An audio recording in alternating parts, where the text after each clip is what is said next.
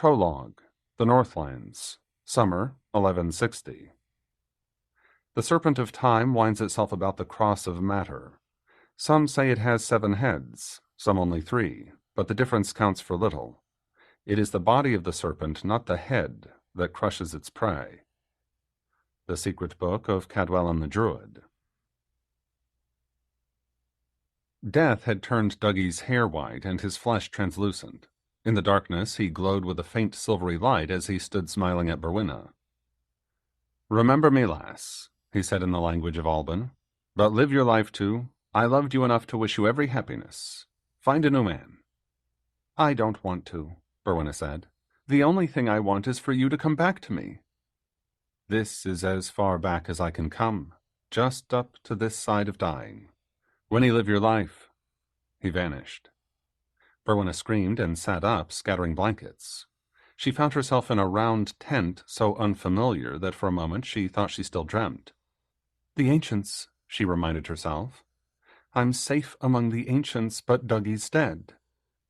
The first light of dawn fell like a gray pillar through the smoke hole in the center of the roof. Across from her on the far side of the tent, a bundle of blankets stirred and yawned. Uncle Mike sat up and peered at her through the uncertain light. "Are you all right?" he said in Dwarvish. "Did you make some sort of a sound just now?" "I was dreaming," she said. "In the dream I saw Dougie, and when he disappeared I screamed." "Aye, my poor little niece." Mike paused to rub his face with both hands and yawn prodigiously. "It sounded like a moan here in the waking world." "That would fit too." Mike let his hands fall into his lap. From outside came the noises of a camp stirring awake. Dogs barking, people talking in an unfamiliar language, occasionally a child crying or calling out. Distantly, a horse whinnied, and mules brayed in answer. "We might as well get up," Berwinna said. "Indeed, and I wouldn't mind a bit of breakfast either." They'd both slept dressed. Mike pulled on his boots, then got up and left the tent. Berwinna busied herself with rolling up their bedrolls. "Berwinna," Delandra pulled back the tent flap and came in. "You're awake, then?" "I am, my lady." "There's no need to call me lady," Delandra said with a smile. "I wanted to tell you that your father's flown off to scout the Northlands. He asked me to give you his love and to tell you he'll be back again as soon as he can." "My thanks." Berwinna bit her lip in disappointment. "I'd wanted to say farewell." "Dragons come and go as they please, not as we want, I'm afraid. He also told me about the lost dragon book." Berwinna winced. Delandra sat down opposite her. In the pale light from the rising dawn, she seemed made of silver, with her ash-blonde hair, steel-gray eyes, and her pale skin, so unexpected in a person who lived most of her life out of doors. Silver or mayhap steel, Berwinna thought, like the pictures on the doors of Linsur. "In a moment, I'll have to go tend the wounded men," Delandra said. "But I wanted to ask you about the book. You've seen it, I take it." "I have," Berwinna said. "Not that I were able to read a word of it, mind. Laz, he did say that it be written in the language of the ancients. Your language that be?" "It was written then in letters." "Be not all books written so?" "They are truly." Delandra smiled at her. "But some also have pictures in them." "I never did see such, but then my sister wouldn't be allowing me to turn its pages, and no doubt she were right about that too. What little I did see looked to me much like the carvings on our walls." "The what?" "Forgive me." Berwinna smiled briefly. "I do forget you've not seen Hainmarn. In the great hall, the walls, they be of wood, and there be carvings all over them, letters and such, I do suppose them to be. Laz, he did call some of them sigils, whatever those may be." "They're a particular type of sign, a mark that stands for the name of a thing, or a place or such like." Delandra paused. "Well, that will do as an explanation, though it's not a very good one." "'Twill do for me, truly. But the book, it were such a magical thing. It does ache my heart that I had somewhat to do with the losing of it." "No one's blaming you, Winnie. Try not to blame yourself. You're exhausted, you're mourning your betrothed, and every little thing's going to weigh upon you now. One of these days your mind will be clearer, and you'll be better able to judge what happened."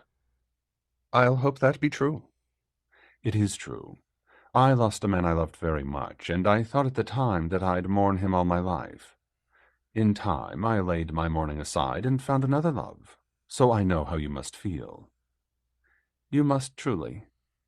For the first time since Dougie's death, Berwinna felt not hope precisely, but a rational thought that one day hope would come. My thanks for the telling of this. You're most welcome. Delandra reached over and patted her on the shoulder. Now about the book, though. I'd like to know how large it was, how thick, how many pages. As to the pages, well, now I be not sure of that. It were a great heavy thing. Berwinna stopped, struck by a sudden realization. At least it were at first, when Dougie did bring it to Hain Marn. But it did shrink. It what? I did carry it once on Hain Marn, and it were so heavy that there were a need on me to clasp it in both arms. Berwinna demonstrated by holding her empty arms out in front of her. But when I did take it from the island, it did fit most haply in one of my saddlebags. That's extremely interesting. Last did talk of guardian spirits. Think you they do have the power to change it? Oh, that sounds so daft. Not daft at all. That's exactly what I think must have happened. A person with very powerful Dweomer made that book. Delandra got up, stretching her back as if it pained her. My apologies, but I truly do have to go now. Your uncle should be here with your breakfast in a moment, but please feel free to leave this tent. Come out whenever you're ready. This will be your first day in a Westfolk Alar, so everything's going to seem strange to you, but your other uncle, Ebony, his name is, will be glad to introduce you around. My thanks. Berwinna rose and joined her. Be there any help I may give you? Not needed. I have apprentices. Delandra cocked her head to one side to listen. Ah, here's Mike now. She strode over and held the tent flap open. My thanks, Mike said as he ducked inside. He was carrying a basket in one hand and a pottery bowl in the other.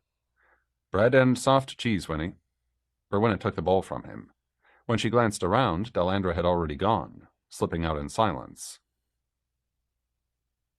Delandra found Neb and Ranaderio at work in the big tent that the Alar had allocated to its healers. Ranaderio was explaining how to bandage a bad wound on the upper arm of one of the Sir Conan men while Neb listened, his head cocked a little to one side as if he were afraid that her words would evade him. Their patient, a beefy blond fellow with the odd name of Hound, kept his eyes shut tight and panted in pain. The wound had cut deep into the side of his upper arm, missing the largest blood vessels but severing muscles and tendons. Delandra doubted that he'd ever be able to use the arm properly again. Ranaderio, Delandra said in Devarian, did you give him willow water to drink? I did, wise one, Ranaderio said. This cut is healing so slowly, though. Hound opened his eyes and stared at her. His breathing turned ragged, and Neb laid a hand on his unwounded shoulder to steady him. Not slowly for a child of Aether. Della paused for a quick smile to reassure him. It's doing as well as we can expect. Don't you worry now. It'll heal up soon. Hound returned the smile, then shut his eyes again. With her apprentices to help her, Delandra tended the wounds of the two Sir Conan men, and did what she hoped was right for the wounds of the others, 4 of them horsekin and 1 a half-blood fellow.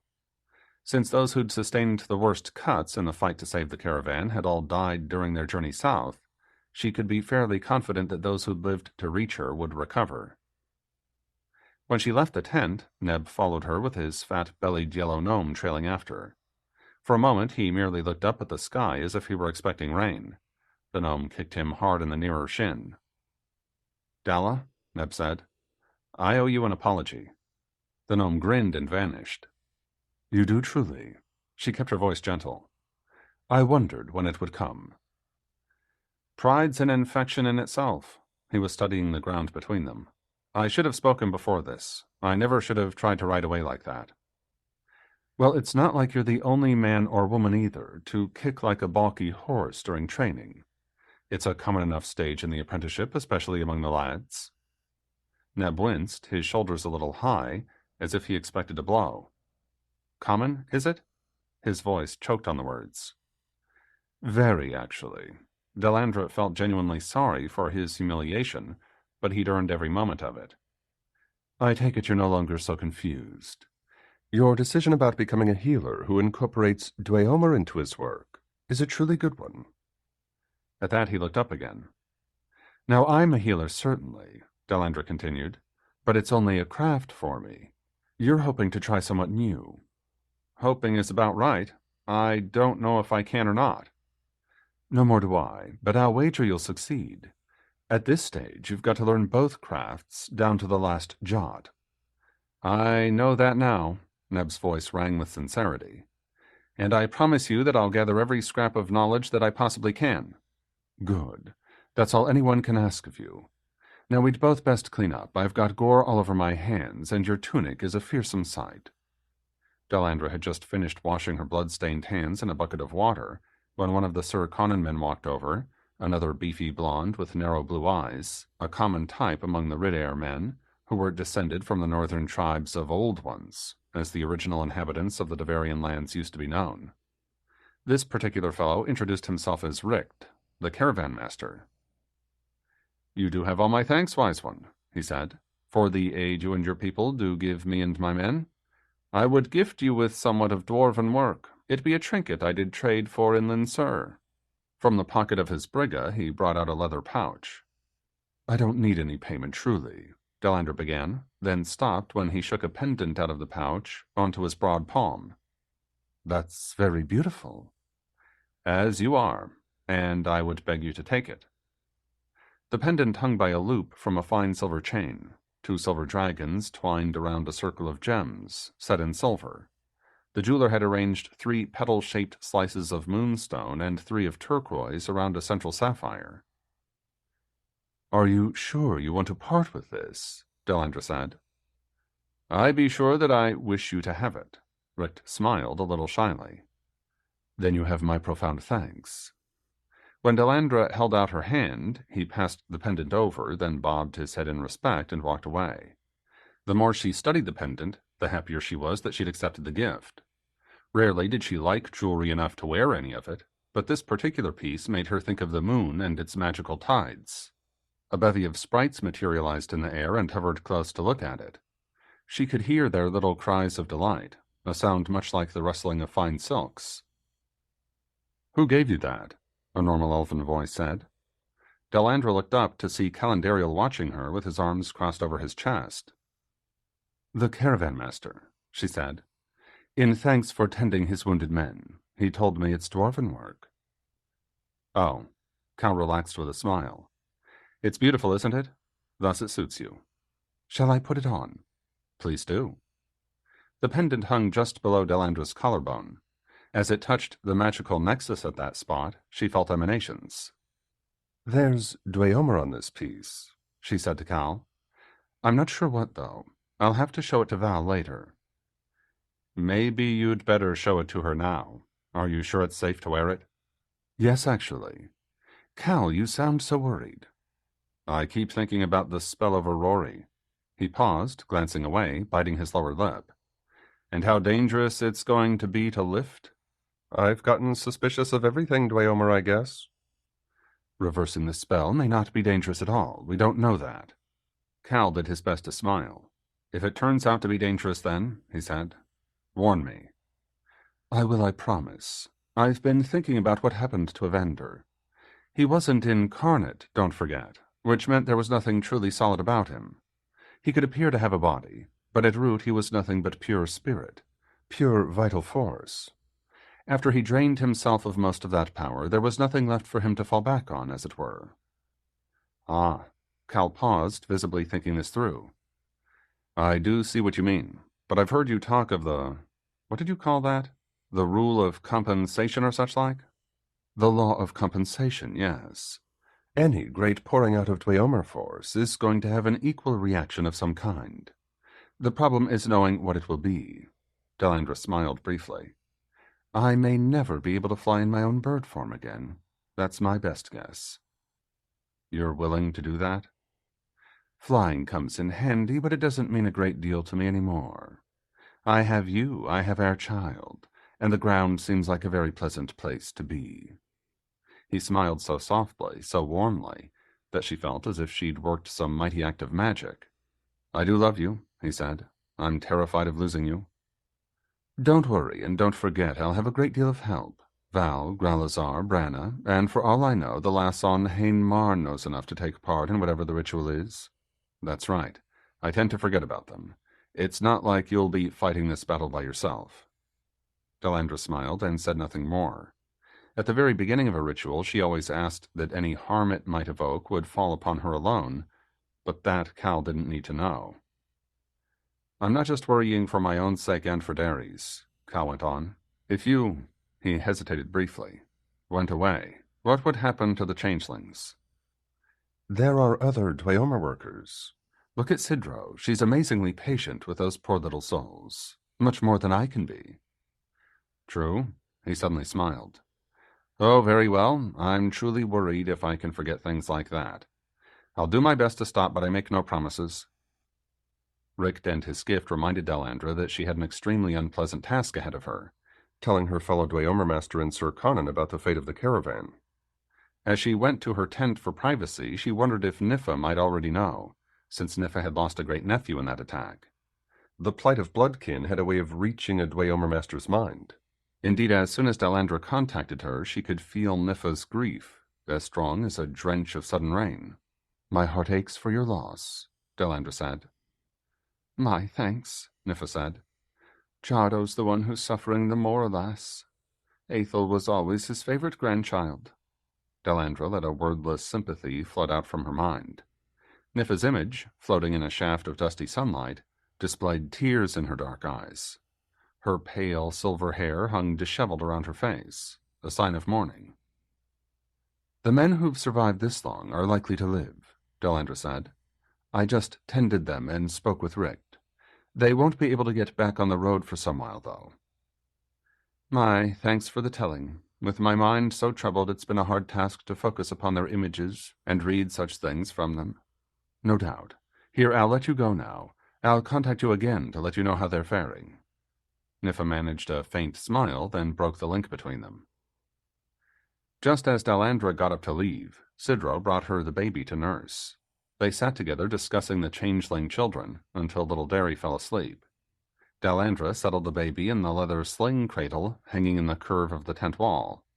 Westfolk infants sleep more or less upright, settled on beds of fresh-pulled grass, rather than in the swaddling bands we Dairy folk wrap our babies in. I was just going to talk with Valendario, Delandra said. Do you think you could watch the baby for me? Gladly, wise one, Sidro said. I'll take her with me to my tent if that pleases you. It does, and my thanks. Ah, here's Val now. I thought she might have heard me thinking about her.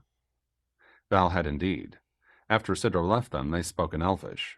Valendario exclaimed over the pendant when Delandra handed it to her, rubbed it between her fingers, and pronounced the Dweomer upon it safe enough to wear. Someone's turned it into a talisman to attract good health, is all. Val handed it back. Huh. And the dwarves claim they don't believe in Dweomer. Probably one of the women did the enchanting. I suppose so. Valendario settled herself on a leather cushion. I've been thinking about the dragon book, and I don't understand how Evander could have written it. He couldn't read and write, could he? I honestly don't know. What? The subject never came up in all those hundreds of years?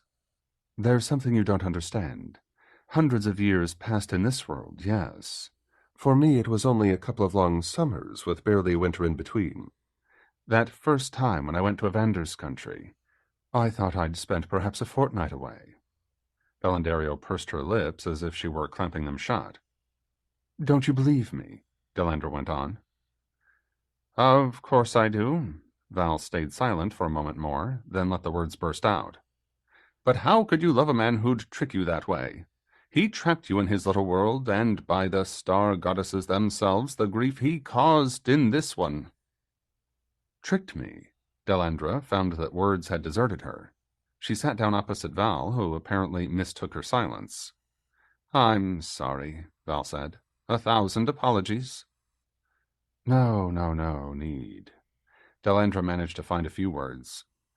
I don't think I ever thought of him, that way before. As what, a trickster? He had to be the consummate trickster, the absolute king of them all from everything I know about him. This book, it's another of his tricks, isn't it? Like the rose ring and the black crystal. I hope it's the last of the bad lot. Well, so do I. The silence hung there, icy in the pale silver light. Abruptly, Val flung one hand in the air. The Dweomer light above them changed to a warmer gold. About the book, Val said. So Evander could have written it. Yes, perhaps he might have. Delandra let out her breath in a long sigh. Though it seems like it would have taken a long time, just from its size, I mean, and he had so little patience. Valendario quirked an eyebrow. Delandra kept silent. What about the archives in the Southern Isles? Val went on. Could it be a copy of something there? I had hopes that way, but no, Delandra said.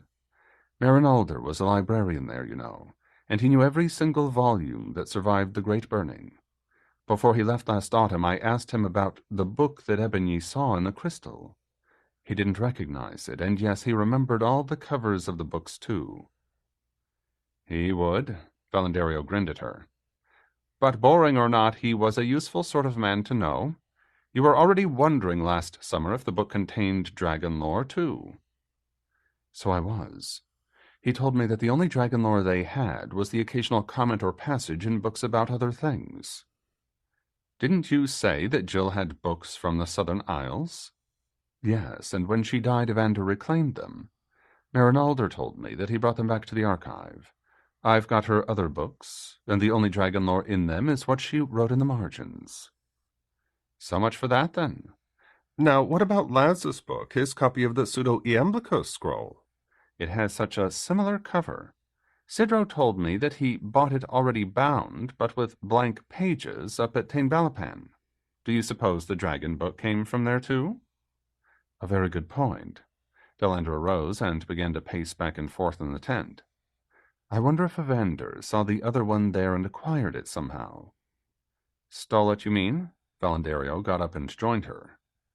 Delandra swirled around to face her and set her hands on her hips. Val's expression revealed only a studied neutrality. She's right, Delandra thought. He really was an awful thief. She wasn't quite ready to admit it aloud. Anyway, to return to the book, Val's expression changed to narrow-eyed disgust. I suppose we'd better talk with Laz Mage about it. You suppose? Val, you look like you just bit into turned meat. He's someone else I have to forgive? Valendario forced out a brittle little smile. After Jav's murder, Adarin and Nevin spent a long time trying to piece together what had happened. A very long time, truly. Things didn't fall into place till after the war where Lodlane died. I was still gone then, Delandra thought. The guilt bit deep. If she'd not gone off with Evander, how different things might have been. It wasn't till then, Val continued, that they realized Alastair lay behind the murder and the war both. Rory told me that Laz was once Alastair. Exactly, and I actually saw him when he was only a lad, a nasty little bit of work named Tiro. He grew up to be a merchant, and it was his ship that carried— She paused briefly. The crystal away, which is why no one could scry for it. They would have been out on the open sea by the time I tried to find them. She means the crystal and Lodlane, Delandra thought. Aloud she said, I'll go speak with Laz, but there's no reason you need to come along. Thank you, I was hoping you'd say that. She hesitated again, then glanced away as if she'd decided not to say some painful thing. What is it, Val? You might as well say it. Why couldn't Evander have just told you about the book on Hainmarn? Val's words floated on a bitter tide. Why all this secrecy and glittering crystals and the like? If that wretched crystal hadn't existed, Lodlane wouldn't have coveted it. Yes, I know that sounds stupid, but he wanted it enough to kill for it. Why all the— She stopped, breathing hard. My apologies. Delandra could think of a dozen reasons why, but faced with Val's undying grief, she found them shallow, stupid, pointless. Rationalizations, not reasons. She sighed and said the simple truth. I don't know why, Val. I truly don't. Oh, Val paused for a long, cold moment. Yes, I suppose you don't. She got up and left the tent. Delandra followed her, but she left Val her privacy and instead went looking for Gralazar. The royal Alar spread out along a sizable stream, tents on one bank, horse herds and sheep flocks on the other. Against the rich green of the grass, the freshly painted designs on the tents gleamed in the summer sun, as if the dull leather had been beaded and bejeweled. Children and puppies chased each other among the tents, followed by swarms of wild folk, crystalline sprites in the air, warty gray and green gnomes on the ground. Now and then this crazed parade ran into an adult who, nearly toppled, yelled imprecations upon them all as they raced on past. Delandra found her fellow Dweomer master standing on the edge of the camp well away from the children's chaos. She was talking with a Geldathay man who wore a filthy gray shirt and trousers, the remnants of a regimental uniform, Delandra assumed. Indeed, Gralazar introduced him as Drav, an officer in one of Bramel's old cavalry troops. "He does want to take his men away from Laz and join us," Gralazar said. "I did tell him that only the prince could decide such a thing." "That's very true," Delandra said. "How many men are there?" "But 4, and one of them wounded. 2 others did die in the rescuing of that caravan." "I can't see, then, why Dar wouldn't agree. By all means, take Drav to him. I think Cal's over there, too. Could you ask Drav if Laz is going to come tell us about that crystal?" The 2 Geldathay conferred briefly. Drav rolled his dark eyes and swung one hand through the air, a gesture that Gralazar had often used when dismissing someone as a fool. "He tells me," Gralazar said in her dialect of Devarian, "that Laz be in a fair foul mood over Sidro. He does walk around swearing and kicking at things that be in his way, so he knows not what Laz might or might not do." "I see. Thank him for the information, will you? Then we can go talk with Dar." By then the Royal Alar had grown used to traveling with individuals of the race they'd always called Meridan, demons, now that they knew that these demons were real flesh and blood, not some faceless horde, but individuals who were capable of changing their minds and their allegiances. The prince was glad enough to have more highly trained warriors in his warband, even if these were Geldathay. "Besides," Dar told Delandra in Elvish, "they understand the horsekin, and they despise them even more than we do." He rubbed his hands together. "Drav has some solid information about their forces." Drav returned to his former camp to collect his men, but not long after he sent a messenger. Gralazar brought him and his news to Delandra. Laz and those of his men who were unwounded were striking camp and planning on riding out. "What?" Dallas snapped. "He's leaving his wounded behind?" The messenger spoke. Gralazar translated, telling her that the wounded men had asked to change their loyalties and stay with the Alar. They would ride under Drav's orders, or so they'd sworn on the names of the old Geldathay gods.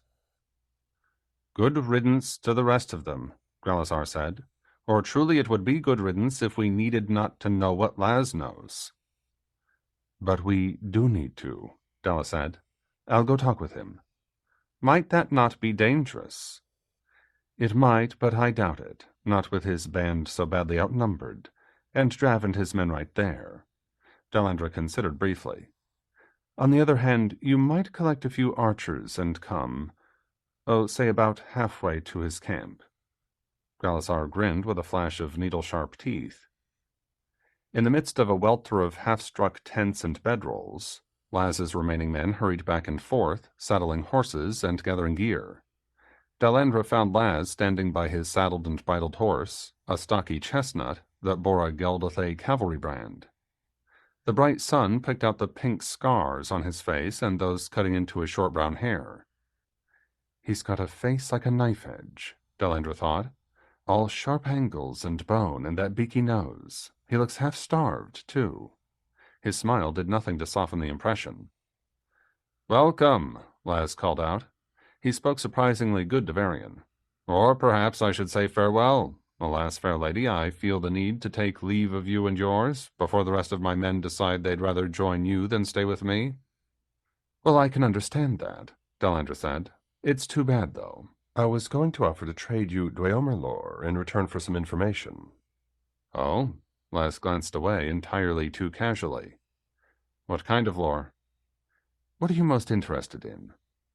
At the moment, the burning questions in my mind concern those wretched crystals. He looked at her again. Who, by the way, was Evander? I can tell you a great deal about Evander. The black crystal, it's largely a mystery to me, though I do know somewhat that might interest you. She paused to glance around them, saw some of his men standing nearby, and dropped her voice to a whisper. You owned it in a former life. In fact, I know somewhat about 2 of your former lives.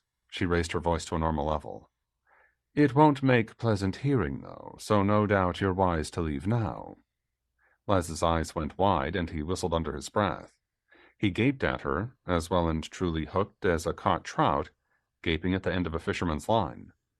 His horse stamped and tossed its head at the sudden slacking of its reins. At last, Laz sighed and turned away to speak to his men in the Geldathay language. Some of them shrugged, some of them raised eyebrows, others glanced skyward in disgust, but they all stopped work on striking the camp and began instead to restore it. We need to find a place to talk, Laz said to Delandra. We can meet between the camps. Very well. You're welcome in our camp for that matter. The West folk will never eavesdrop on a wise one. I will not set foot over there. Laz's voice turned hard. I see no reason to let Pierre gloat over me. Oh, come now, you know Pierre better than I do. Would he truly gloat? I never thought he'd steal my woman either. Laz hesitated, then shrugged. That's unfair of me. No one stole her. She's not a horse. Laz seemed to be choking back either tears or anger, but he arranged a brittle smile. He's trying, Delandra thought. Desperately trying to be fair, to do the right thing. She regretted her slip, mentioning that she had information about 2 of his past lives. Discussing Lord Tren was doubtless safe enough, but Alaster? She felt herself loath to speak of Dark Dweomer. What if it awakened Laz's memories, and worse yet, his desire to use it? Worst of all, what if he already remembered and was hoping to get more information? Sidro had often warned her that Laz lied as cheerfully as most men jest. Well, it was her right to choose. His voice sounded as tight as a drawn bowstring. Alas, let me hand my horse over to Faharn, and then we shall go to neutral ground and talk. Laz shaded his eyes and looked in the direction of Gralazar and the archers. Ah, I see you prudently stationed a few guards out there. I'll dismiss them.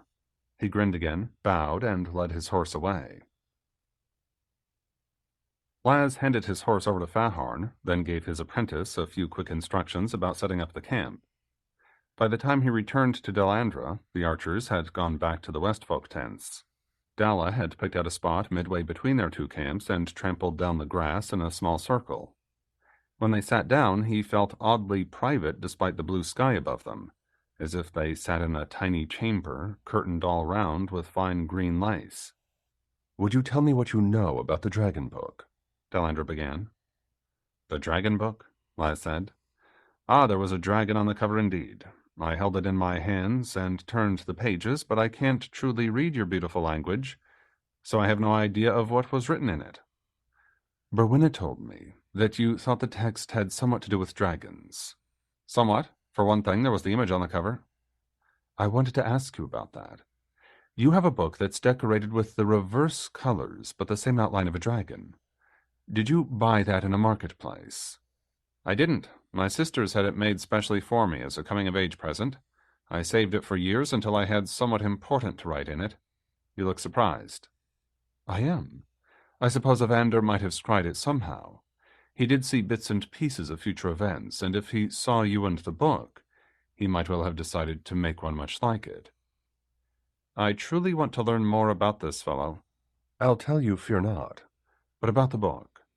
Well, beyond the cover, I could pick out a word here and there, and Draconan was one of them. Laz paused to summon his memories. He could see the pages of the book clearly in his mind. Odd, now that I think of it. That word seemed to recur in the same place on every page. Indeed, about halfway down and to the right of the line, and on every page that I saw. How very strange. Laz nodded his agreement. Did Winnie tell you about the spirits? She mentioned that you'd said some were attached to the book, but no more than that. She apparently can't see the wild folk. She can't, truly, but I did. They were spirits of aether. They appeared once as flames, icy white with strangely colored tips. Another time I saw them as a lozenge floating just over the book.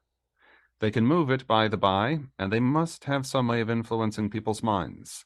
Somehow they tricked Winnie into taking it from the island. That's fascinating. I can see Evander's hand in this all right. Have you ever heard of anything like this? Once. Delandra hesitated, then spoke carefully. It reminds me of a tale I heard a long time ago. Have you ever heard of the Great Stone of the West? I've not. Yet Laz felt an odd touch on his mind, not a memory, more a feeling of danger attached to the name. Delandra was watching him, not precisely studying his face, but certainly more than usually alert. What is this fabled stone, if I may ask? Laz said. An opal that one of the Lichiganda enchanted, a long time ago. Ebony told me about it. It had spirits guarding it too, you see, which is why it came to mind. Ah, I do see. Ebony's Evan the Girthden? He is. My apologies, I forgot you wouldn't know his elvish name. He's Winnie's uncle, by the way. And a Mazrak, I gather? He is that. He's not the Dweomer man who enchanted the opal, though. Nevin, his name was, and I know it means no one, but it truly was his name. The danger pricked him again. Laz felt as if he'd run his hand through the silken grass only to thrust a finger against a thorn. Delandra was smiling, but only faintly, pleasantly. He wondered why he was so sure she was weaving a trap around him. Can you scry for the book? Her abrupt change of subject made him even more suspicious. You've actually seen it, and I never have. I've been doing so to no avail, alas. Laz decided that talking about the book was safe enough. When Winnie took it, she put it into a leather sack, then wrapped the sack in some of her clothing. The bundle's still in her lost saddlebags, or at least I'm assuming that. All I get is an impression of a crowded darkness. Well, that's unfortunate. If I ever see anything more clearly, I'll tell you, though. Does the book belong to you? In a way, I suppose it does. I'm hoping that it contains the spells I need to turn Rory back into human form. The being who wrote the book is the same one who dragonified him, you see. So Enge told us. The being? This Evander wasn't an ordinary man of your people, I take it? He wasn't, but one of the Guardians, their leader, as much as they had one anyway. Ye gods, then he's the one the Alshandra people call Vandar. Just that. He'd never been incarnate, so he could command the astral forces, or play with them would be a better way of putting it. He never took anything very seriously. Laz looked away, slack-mouthed for a moment, then regained control of his voice. Well, he said, I don't know why I'm so surprised. It would take someone that powerful to work the Dweomers we're discussing. Indeed. And I have no idea how to unwork it, as it were. You said you knew him well? I did. He was my lover, in fact, for some while. Laz felt himself staring at her like a half-wit. 100 questions crowded into his mind, most indelicate at best and outright indecent at worst. A beautiful woman like this, and a man who wasn't really a man, but some alien creature in manlike form. The idea touched him with sexual warmth. He could smell the change in his scent, but fortunately she seemed oblivious to it. Working the transformation killed him. Well, I don't know if killed is the right word, Delandra went on. It drained him of the powers that were keeping him from incarnating. That would be a better way of putting it. I'm not sure I understand. I'm not sure I do either. Delandra smiled at him. Evander had no physical body, only an etheric form that he'd ensouled. To be born, he had to remove that form, but he'd woven it so well, and he had so much power at his disposal that it refused to unwind, as it were. Turning Rodri into a dragon left him absolutely helpless, all that power spent, his own form destroyed. He could go on at last to cross the White River. I see. Laz turned his mind firmly back to questions of Dweomer. Speaking of incarnations, you mentioned having somewhat to tell me about mine. I certainly do, thanks to Rory. It turns out that dragons have a certain amount of instinctive Dweomer. He remembers you quite clearly from the days when he was human, and in dragon form he can recognize you. I'd suspected as much, but I'm glad to have the suspicion confirmed. What does he remember that's so distressing? Distressing to me, I mean. Do you remember aught about your last life? Only a bit. That last battle in front of Sengarn where Alshandra, well, died, or whatever it is guardians do when they cease to exist. It's all cloudy, but I think I was a Horskin officer. You were there, certainly. But you were a very lord with an isolated domain just north of Sengarn. You'd gone over to the Horskin side. They probably treated you like one of their officers. Laz winced. Oh, splendid. A traitor to my kind, was I? No wonder I've ended up a half-breed in this life. You're quite right. That does distress me. Well, Rodri thought it was your devotion to Alshandra that drove you to it. Worse and worse. He forced out a difficult smile. Mayhap it's just as well that Sidra left me. She'd gloat if she knew that.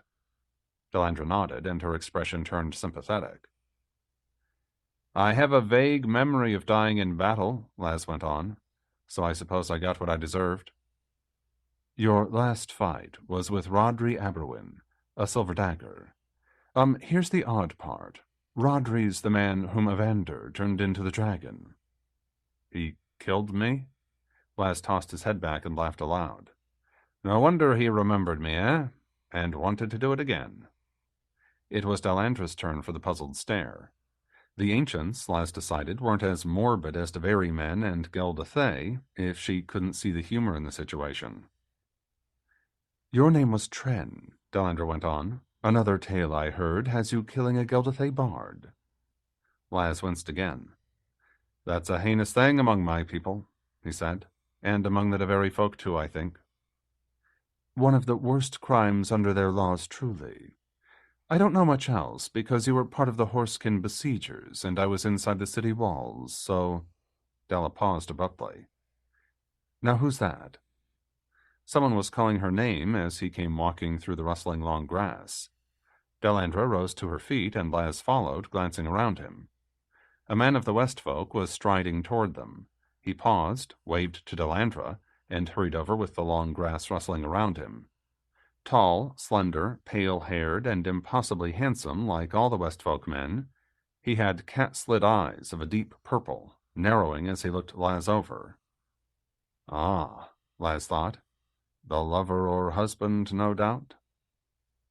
This is Calendarial, Delandra said. Our Banadar, that is. Our war leader. How do you do? Laz made him a small bow. Well, my thanks. Calendarial held out his hand to Delandra. Our daughter's awake. The emphasis on the word our was unmistakable. You'll forgive me, Laz, Della said, but I've got to go. We'll continue this discussion later. I'd like to know what you think of Hain Marn, among other things. Therein is a tale and half indeed. One quick thing, though, Laz said. Little Winnie, is she well? As well as she can be, I mean. She's deep in her mourning, but she's young and she'll recover sooner or later. Evan's doing his best to cheer her a bit. He told me, Calendarial put in, that he was going to take her to meet her stepmother today. Stepmother? Laz hesitated, thinking, then grinned. The Black Dragon, you mean? Just that? Well, I've heard women describe their stepmothers as dragons before, but this is the first time I've ever known it to be true. Calendarial laughed, but Delandra spun around to look back at the elven camp. That could be dangerous, she said, then took off running, plowing through the tall grass. What? Laz said. I don't know. Calendarial shrugged, then turned and trotted after Delandra. Laz set his hands on his hips and stood watching them go, cursing silently to himself in a mixture of Geldathay and Devarian. War leader, is he? Doubtless he could slit my throat without half thinking about it, and no one would say him nay. All his life he'd heard about the fabled ancients, but he'd never met any until the previous evening. Somehow he'd not expected them all to look so strange and yet so handsome at the same time. Despite her peculiar eyes and ears, Delandra struck him as more beautiful than any woman he'd ever seen, certainly more glamorous than Sidro. Delicate yet powerful, he thought. That's Della. And dangerous. The scent of dangerous knowledge hung about her like a perfume, or so he decided to think of it, the best perfume of all. What was that powerful opal, and who was this Nevin? She'd been hinting about something. That he knew. Laz walked back to his camp, which had returned to what semblance of order it had, the shabby rectangular tents set up randomly, the men lounging on the ground or wandering aimlessly through scattered gear and unopened pack saddles. Beyond the camp, their ungroomed horses grazed at tether. One of the men, one of Faharn's recent recruits, lay snoring on his blankets. Laz kicked him awake. "Ye gods," Laz snarled. "Where's Faharn? You lazy pack of dogs, this place looks like a farmyard, not a proper camp." "Indeed?" Krask scrambled up to face him. "Who do you think you are, a Raxan?" Laz raised one hand and summoned blue fire. It gathered around his fingers and blazed, bright even in the sunlight. Krask stepped back fast. "No," Laz said. "Not a Raxan, something much, much worse." He flung the illusionary flames straight at Krask's face. With a squall, Krask ducked and went running. The other men watching burst out laughing. A few called insults after Krask's retreating back, but they got to their feet fast enough when Laz turned toward them. "Get this place in order," Laz said. "Now!" They hurried off to follow his command. Grumbling to himself, Laz ducked into the tent he shared with Faharn, and which apparently his second-in-command had already organized. Their bedrolls were spread out on either side, their spare clothing, saddles, and the like were neatly stacked at the foot of each. Faharn himself, however, was elsewhere. Laz sat down on his own blankets and considered the problem of Sidro in the light of what he now knew about his last life. She was a half-breed, just as he was, an object of scorn among the pure-blooded Geldathay and their human slaves both, no matter how powerful the half-breed Matchfala and how weak the slave. Had she, too, betrayed her own kind, whichever kind that may have been, back in that other life? We must have been together, he thought. We must have some connection. It occurred to him that Delandra might know. She might have told me if that lout hadn't interrupted.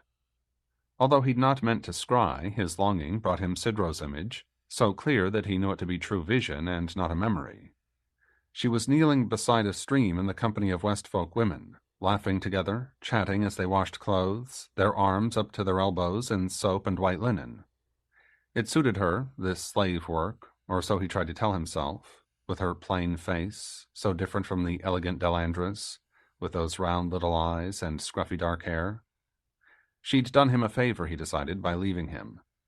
What would I want with her anyway? An ugly mutt without any true power for sorcery.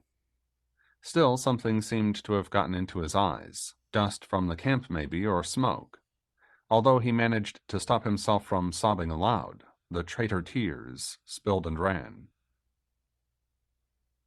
Toward noon, Berwina finally overcame her weariness enough to leave the refuge of the tent she shared with Uncle Mike. She emptied their chamber pot into the latrine ditch at the edge of the encampment, rinsed it downstream, then returned it to the tent. For a few moments, she stood just outside the entrance and looked around her. Talking among themselves, the strangely long-eared Westfolk passed by. Many of them looked her way, smiled, or ducked their heads in acknowledgement, but she could understand none of their words, leaving her no choice but to smile in return, then stay where she was. Eventually, someone she recognized came up to her, Ebony the Girthdin. When he hailed her in Devarian, she could have wept for the relief of hearing something she could understand. "Good morrow, Uncle Ebony, Berwina. May I call you that?" "By all means, though most people in Devari call me Salamander." "I do like the fancy of calling you Uncle Salamander." "Then please do so." He made her a bow. "My full name is Ebony Salamandarial Trandevabarial, but I'm your uncle sure enough." "My father's brother, right?" "Right again, though we had different mothers. But can I turn myself into a dragon? Alas, I cannot." "Mayhap that be just as well. No doubt one dragon be more than enough for a family." "You have my heartfelt agreement on that. I can, however, turn myself into a magpie." The beginnings of a smile twitched at his mouth. "Be you teasing me?" Berwina crossed her arms over her chest. "Not in the least." "Ah, then you be like Laz and the Raven, a Mazrak." "Just so." yet he looked disappointed, as if perhaps he'd expected her to be shocked or amazed. "That'd be a wonderful thing, truly," Berwina went on. "Better than being stuck like in one shape or another, such as that sorcerer did to my daw. Or be it so that a man can get himself trapped in some other form all by himself, I do mean." "He can indeed, and frankly I worry about Laz. Sidros mentioned that he often flies for days at a time." "I ken not the truth of that, but I did see him fly every day, twice at times, when we were travelling." "That's far too often. I should have a word with him about it, a warning like." "Think you he'll listen?" "Alas, I do not. Now, speaking of dragons, did you know that you have a stepmother and a stepsister of that scaly tribe?" "I didn't. Ye gods, here I did think that dragons be only the fancies of priests and storytellers, and now I do find that my own clan be full of them." "Priests?" "Father Colm, the priest we did know back in Alban, did tell me once an old tale that a dragon did eat a bishop. That be somewhat like a head priest, you see. But she did eat a bishop some miles to the south of where we did dwell. But I believed him not." "I have the horrid feeling that this Colm might have been right." With a slight frown, Salamander considered something for a moment, then shrugged the problem away. "Ah, well, the dragons are sleeping the morning away in the sun, but when they wake I'll introduce you. In the meantime, Winnie, come with me, and let's meet some of the ordinary folk." Ordinary was not a word that Berwina would have applied to the West folk. With their cat-slit eyes and long furled ears, they fit Father Colm's description of devils, yet she saw them doing the same daily things that the people of her old world did: cooking food, mending clothes, tending their children. They greeted her pleasantly, and some even spoke the language she now knew as Devarian. Several women told her how sorry they were that she'd lost her betrothed. Not devils at all, she thought. Most likely Father Colm never actually knew any of them. One odd thing, though, did give her pause. Now and then she saw a person talking to what appeared to be empty air. Once a woman carrying a jug of water tripped, spilling the lot. After she picked herself up, she set her hands on her hips and swore at nothing, or at least at a spot on the ground that seemed to contain nothing. Another person, a young man, suddenly burst out of a tent and chased something. Berwina got a glimpse of an arrow traveling through the air, but close to the ground and oddly slowly. With what sounded like mighty oaths, the man caught up, snatched it from the air, and aimed a kick at an empty spot near where he'd claimed the arrow. "Uncle Salamander," she said, pointing. "What does he talk to?" "Just one of the wild folk." "Oh, now you be teasing me." "You don't see the wild folk?" Salamander spoke in a perfectly serious tone. "I would have thought you could." When he hesitated on the edge of annoyance, with a smile he patted her on the arm. "Don't let it trouble your heart," Salamander said. "Oh, there's Branna. Let me introduce you." Branna turned out to be a human lass, blonde, pretty, and about Winnie's own age. A relief, she realized, after all the strange-looking folk she'd seen and met. She also spoke the language that Winnie had come to think of as Devarian. Another relief. "Della told me that you'd lost your man," Branna said. "My heart aches for you." "My thanks," Winnie managed to keep her voice steady. "I'll be missing him always." "Well, now," Salamander said, "I have hopes that in a while you'll—" "Oh, please don't try to make light of it," Branna interrupted him. "It sounds so condescending." Salamander winced and muttered an apology. Winnie decided that she liked Branna immensely, even though it surprised her to see her uncle defer to one so young. Branna accompanied them as they continued their stroll through the camp. As they walked between a pair of tents, they came face to face with a small child, perhaps 4 years old, who held a small green snake in both hands. The child ignored them, and Branna and Salamander turned to go back the way they'd come. Winnie lingered, watching the child, who had eyes as green as the snake and slit the same vertical way. She was assuming that the snake was a pet, but the little lad calmly pinched its head between thumb and forefinger of one hand, then twisted the creature's body so sharply with the other that it broke the snake's neck and killed it. Winnie yelped and stepped back as the child bit into the snake's body. Blood ran down his chin as he spit out bits of green skin. Salamander touched Winnie's arm from behind. "Come back this way," he said. "That's one of our changelings, and he won't move for you." A changeling, Winnie assumed, must be the same thing as a half-wit. She followed Salamander out of the narrow passage, but she glanced back to see the child still eating the raw snake. "My apologies," she said. "He just took me by surprise." "No doubt," Brenna said. "We never know what they'll do." When they reached the last tent, Berwinna looked out into the open country and saw dragons lounging in the grass. She stopped with a little gasp and stared at them. The enormous black dragon, her glimmering scales touched here and there with copper and a coppery green, and the smaller worm, her scales the dark green of pine needles, glinting with gold along her jaw and underbelly. "They be so beautiful," Berwinna said. "How I wish my sister Yvain were here to see them. She does love all things dragonish so deeply." "Well, if the gods allow," Salamander said, "mayhap one day she will. Now, the black dragon is Arzosa, your father's second, well, wife, I suppose she is. The smaller is Medea, a stepsister." As the three of them started toward the dragons, Winnie heard Delandra calling from behind them, though she couldn't understand her words. She glanced back to see the Dweomer Master running after them, waving her arms. "She wants us to stop," Brenna said. The three of them waited for Delandra to catch up. "Let me go ahead," Della told them. "I want to make sure that Arzosa's in a good mood. One never knows with dragons, and she's very jealous of your mother, Winnie." Delandra strode off through the grass to join the dragons. Arzosa lifted her massive head, and Medea sat up, curling her long green and gold tail around her front paws like a giant cat. Although they were too far away for Berwinna to hear their conversation, she could see the results. At first Arzosa listened carefully, then suddenly threw back her head and roared. Delandra set her hands on her hips and yelled right back. "Oh, joy," Salamander said. "It's a good thing Dalla did go ahead, it seems." While the black dragon and the Dweomer Master argued, the green and gold dragon waddled toward Berwinna and Salamander. Although Father Colm had always said that dragons were the absolute peak and zenith of evil, Berwinna had lost her faith in the priest's sayings, but she had to admit that her heart began to beat faster and harder. Salamander went tense, then stepped in front of Berwinna, but the dragon ducked her head and let out a quiet rumbling sound, a dragonish equivalent of a smile. "Greetings, stepsister," she said. "My for-sharing name is Medea, and I assure you that I don't bear you the least ill will." "My thanks," Berwinna curtsied to her. "I do feel a great fear upon me of your mother." "No need," the dragon rumbled a bit more loudly. "She agreed right away to never harm you. They're arguing about somewhat else, the spirit named Evander." "Ah," Salamander sounded greatly relieved. "They argue about him constantly, so we may rest assured that all is normal and summary in life." "Very true."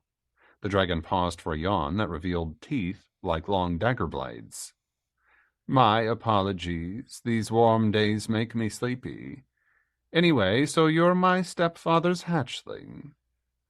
"I am, and I do have a twin sister back home. Her name be Mara." "So I have two stepsisters." Medea seemed honestly delighted with the news. "And you have another stepsister and a brother back home in our Fire Mountain." "Oh, that be splendid," Berwinna said. "We were so lonely, you see, on our island, but now we do have a clan. What be your father like?" "Alas, he's no longer with us. The wretched horsekin slew him." "That aches my heart. They did kill my betrothed as well." Medea stretched out her neck and gave Berwinna a gentle nudge of sympathy. "So sad," the dragon said, "to lose someone so young. Now our father was old and ill. That's the only reason those horrible bastards of horsekin could capture him." "Were your da a fair bit older than your mam, then?" "Truly he was. At least 1,000 years older, maybe more." "Aye, you lived so long a time." "We do at that. But Papa was so ill that he wanted to bathe in a hot spring near our lair. When he didn't come home, Mama left me to watch my younger hatchling while she went off to find him." Medea hissed as if she were remembering the day. "Papa never came home. The horsekin slew him while he tried to get free of the spring, and then they gloated about it." "Did your mother kill them for it?" "As many as she could catch, truly. They couldn't harm her. I can't imagine anyone capturing Mama." No more can I. She be magnificent. I'll tell her you said so. She'll like that. Medea turned around and waddled off, heading back to her mother, who was still in full argument with a furious Delandra. Salamander sighed and shook his head. They can go on like that for half a day. He waved a hand toward the pair. Truly, Branna said, I think we'd best go back to camp. Indeed, Salamander said. Winnie, I'll introduce you later. By the time she finished talking with Arzosa, Delandra's mood had turned foul. It seemed to her that all of her female friends, whether Westfolk or Wormish, were taking entirely too much pleasure in telling her their low opinions of Evander. She stalked back to camp to find Calendarial waiting for her. Where's Derry? She snapped. Sidro put her down for a nap in our tent, Cal said. I want to talk with you, beloved. I don't want you going off alone with that Laz fellow. If you don't want me to go with you, take some of the men. He's not trustworthy. Delandra sighed, considering him as he stood with his arms crossed over his chest, his eyes narrow. Arguing with him in one of his jealous moods would only waste a long, valuable part of the day. Very well, she said. I'll ask Ebony to go over and finish our talk. She glanced around and saw him standing nearby with Branna and Berwinna. Ah, there he is now. That'll be much better, Cal grinned at her. And my thanks. Salamander left Berwinna in Branna's care, then went to his tent with Delandra. She stood watching while he took the black crystal from his saddlebags. She repeated his instructions all over again. But don't talk to him about Alastair, Delandra finished up. I don't want to awaken any memories of Dark Dweomer. The temptation to use it might be too great, you mean? Just that. Sidro told me about their teacher back in Tain Balapan. Itch, a truly loathsome Dark Dweomer refugee from Bardek, back when the cities were breaking the power of the Dark Guilds. Apparently he escaped the Archon who was trying to hang him and managed to take ship for Surmor. How he made his way north, Sidro didn't know. I'll wager that Laz learned plenty of dubious things from him. Very well, then. Salamander made her a bob of a bow. My lips are sealed with the wax of circumspection and the signet of prudence. As he walked over to Laz's camp, Salamander called up from his memory what he knew about Alastair, whom he'd seen in the flesh only briefly when he was a very young child, and Alastair a young lad who went by the nickname of Tiro. Salamander had been gone from the camp when a full-grown Alastair had helped Lodlane murder Valendario's lover, but he'd of course heard the tale. Many years later, he'd helped Nevin track down an utterly corrupt Alastair, who preyed upon young children of both sexes not merely for pleasure but also to drain their life force for his evil Dweomer workings. Although Salamander had never actually seen the dark Dweomer Master Tiro had become, Nevin had told him the tale in some detail. A thoroughly loathsome soul, that Alastair, Salamander thought. And yet, when he sat down with Laz to discuss the Black Crystal, Salamander found him no fiend. Berwinna had told him how Laz had risked his own life to save the caravan. Laz seemed concerned about her, asking Salamander how she and her uncle fared, expressing sincere sorrow over the death of her betrothed, and the deaths of the other men as well. But in the end, Laz said at last, death takes us all, and life on the caravan road is generally short. True enough, and alas, Salamander said. They shared a brief silence in the memory of the slain. Salamander took the chance to study Laz's aura, a strangely mottled swirl of purple and green. Laz, he supposed, was doing the same to his. I see you've brought that black crystal with you, Laz said eventually. Do you know somewhat about it? Dalla mentioned that I'd owned it in a former life. Salamander had sudden thoughts of doing Delandra bodily harm. How was he supposed to gain Laz's trust by telling him the truth but never mention Alastair? Fortunately, Laz misread his silence. I take it you don't know, Laz said. Well, Salamander found a dodge just true enough to pass muster. Delandra doesn't like to tell tales of other people's past incarnations unless they've told her she may. Very honorable of her. I do know a bit about the crystal, though. Whenever I look into it, I see the same vision of Evander standing on the pier at Hainmarn. Laz mugged shock. Evander again. Very strange. Even stranger, Salamander went on, is this. I've never been to Hainmarn, and yet in the crystal I'm apparently scrying it out. What have you seen in it? Only the location of the white crystal, which is unfortunately now at the bottom of Hainmarn's lake. They're linked in some way, but I have no idea of how. Have you ever thought of using it to scry for the dragon book? I haven't, but that's a good idea. When Salamander held out the crystal, Laz took it in both of his maimed hands, using them like a pair of tongs to set it down on the ground in front of him. He leaned over and stared down through the square-cut tip. After some little while, he swore with a shake of his head. When I think of the book, Laz said, the interior of the crystal changes to a thick black darkness. I suspect I'm seeing the inside of Winnie's saddlebags. Not very helpful, then? Maybe, maybe not. I felt my mind touch those spirits attached to the book. I have no idea, though, if they knew it did. They might have. If they're spirits of Aether, they're more highly developed than most. I suspect that this crystal and its brother are attuned to Aether, too. May I ask you where you came upon the White One? In the ruins of Rin Baladellan. Laz grinned, a gesture sharp as a knife edge, as if he were expecting a reaction. Salamander saw no reason to deny him. He whistled under his breath in sheer surprise. I went there on a whim, Laz continued, just to see what I could see, which wasn't much. The city's been taken back by the forest. The walls are split, the streets crumbled, the towers fallen, and over everything grows trees and ivy and the like. I was poking around, pulling off a vine here, a cluster of weeds there, and along one wall I poked too hard. It started to collapse, and when the dust cleared, lo, I saw the remains of a wooden casket. Inside was the white crystal. You found it just like that? Salamander said. By chance? Not chance, Laz frowned, remembering. Someone or something had left a trail. Some of the underbrush was cleared away or trampled down, so it was easier to walk up to that particular wall, and the casket itself looked big enough to hold a pair of crystals, but only one remained. I think we can guess who made that trail. Evander? So I suspect. Very well, you found the crystal he left for you. Oh, ye gods. Laz stared, the grin gone. How would he have known I was going to go there?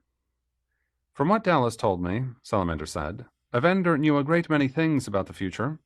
Unfortunately, they were all small details, mere glances, glimpses, and flashes of things to come, like lines snatched randomly from a long poem.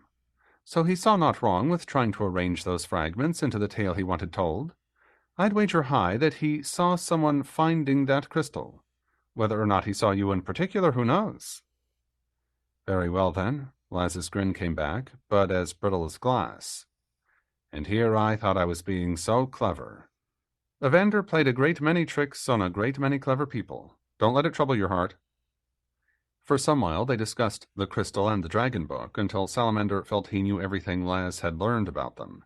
Not that such amounted to a great deal. Laz, however, seemed pleased with their talk. When Salamander stood up to leave, Laz joined him and invited him to come back whenever he wanted. It's a relief to find people who will talk openly of Dweomer matters, Laz told him. No doubt after being surrounded by Alshandra's believers. Laz laughed and agreed.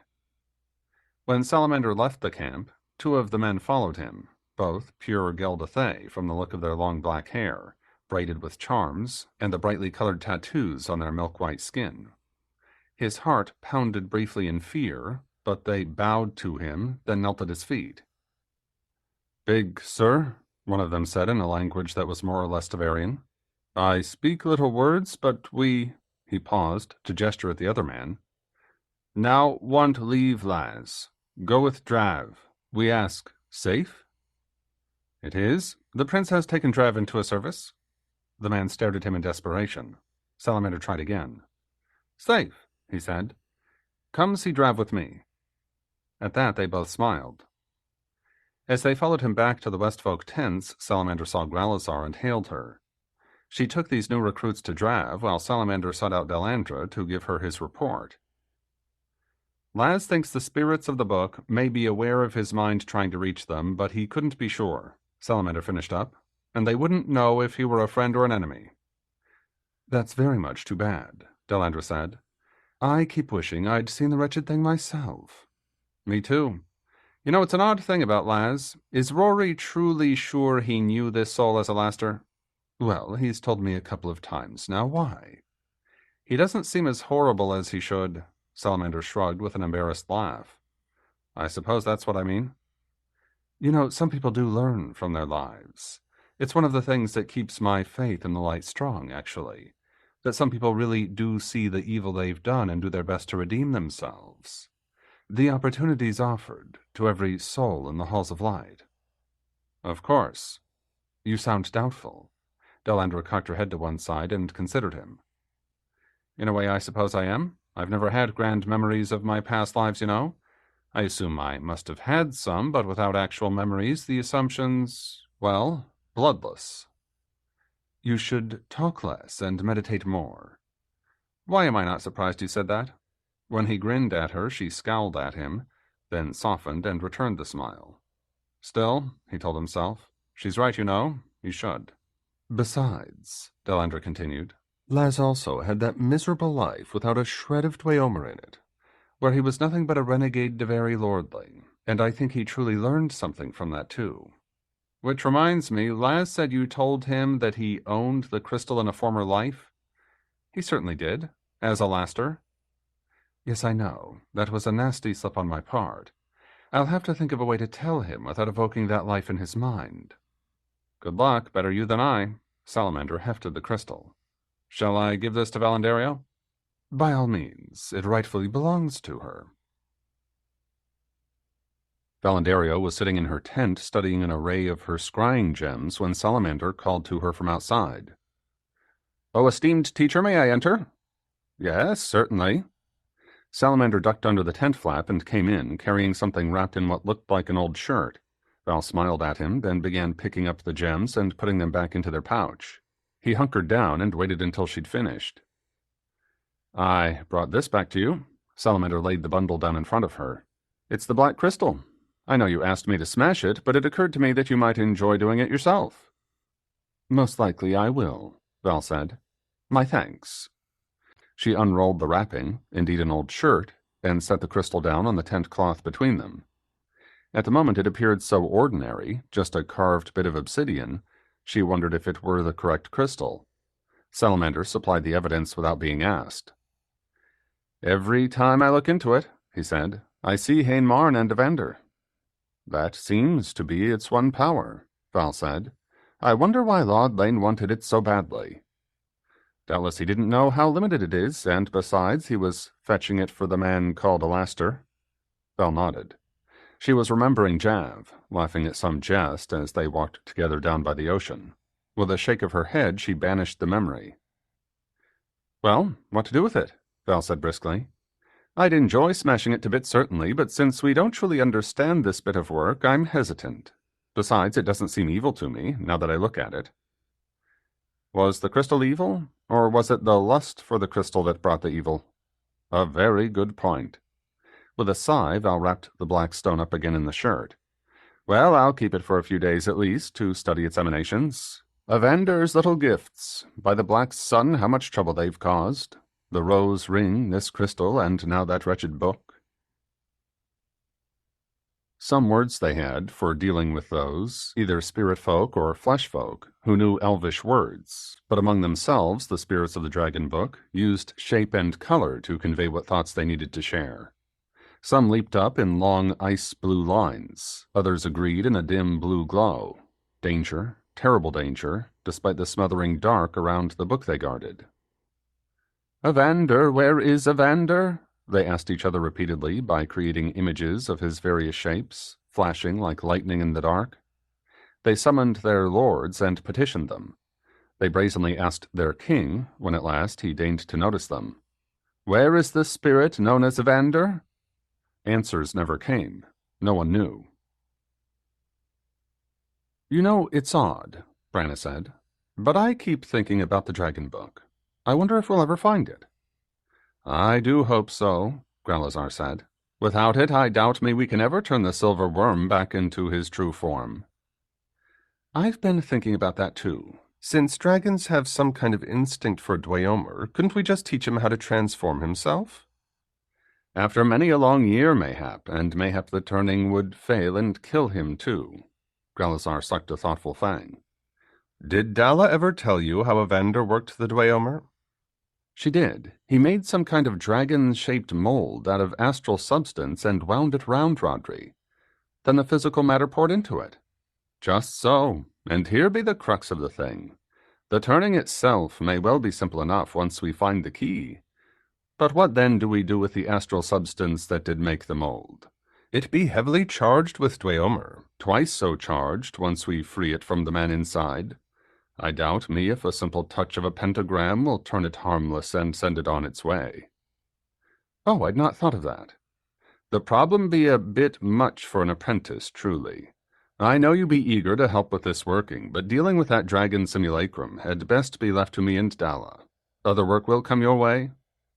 Very well, then. Of course, I'll do as you say. Grelazar smiled briefly. It gladdens my heart to see you listen to your master in the craft. Well, after what nearly happened to Neb. Indeed, at least some good did come of it, since you did take the lesson to heart. I have, I promise, but it's a bit more than just my wanting to help with the working when it comes. I feel like I have to do this for some reason I don't understand. I mean, I know Jill wanted to spare him this weird, but it seems like there's more to it than that. Indeed? Grelazar paused to study her face for a moment. That be a good theme for your meditations, then. See what symbols rise around your thoughts, and we shall discuss them. Well and good, I'll do that. She paused, glancing to one side, where she'd seen a flash of movement. Her grey gnome had appeared. He sat down cross-legged, imitating her, and began picking his nose. When she shook a finger at him, he vanished. Grelazar rolled her eyes at his antics, but she was smiling. Now it be time to stop thinking of dragons and the like, Grelazar said. Let me hear you recite the true names of the spirit lords of each sphere. With a sigh, Branna began the lesson. Thinking about the silver worm held a great deal more interest than all the memorization that Dweomer entails, but she knew that the one was the key to the other. Delandra, however, cut that particular lesson short. Branna heard her calling Grelazar's name in a voice brimming with excitement. With a sigh, Grelazar got up and stuck her head out. I don't mean to interrupt, Delandra was saying, but... Do come in, Grelazar said, being as you've interrupted already. When Delandra ducked under the tent flap and came in, she was smiling, her eyes gleaming with delight. And what be all this? Grelazar said. I've just had a talk with Laz, Delandra said. He's told me about the true nature of Hain Marn, so my apologies.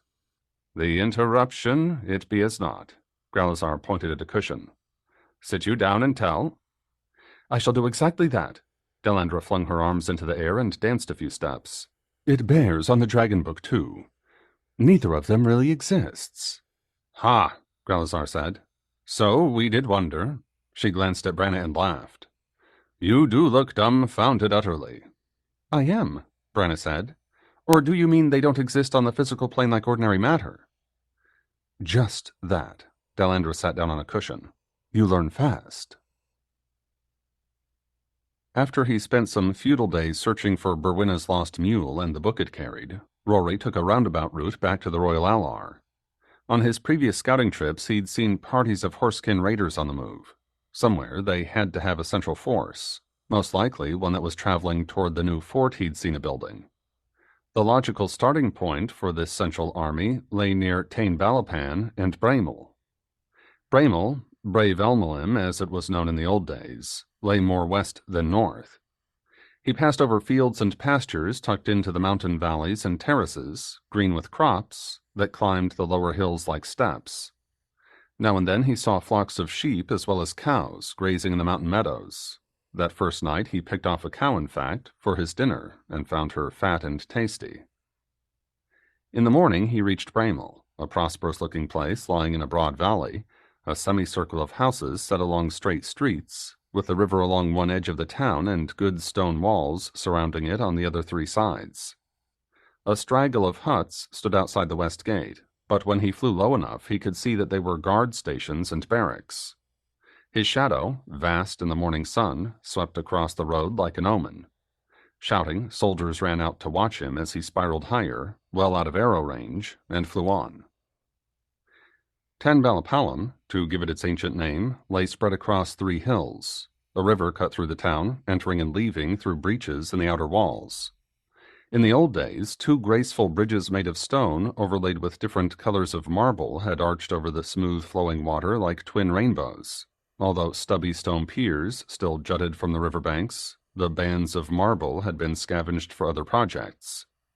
The Geldathay had built new bridges of wood, reinforced here and there with plain stone. When Rory flew over the town, he saw only one wooden bridge still whole, and the other burned down to the waterline. Fire had swept through the eastern sectors, leaving nothing standing but the occasional blackened stone wall.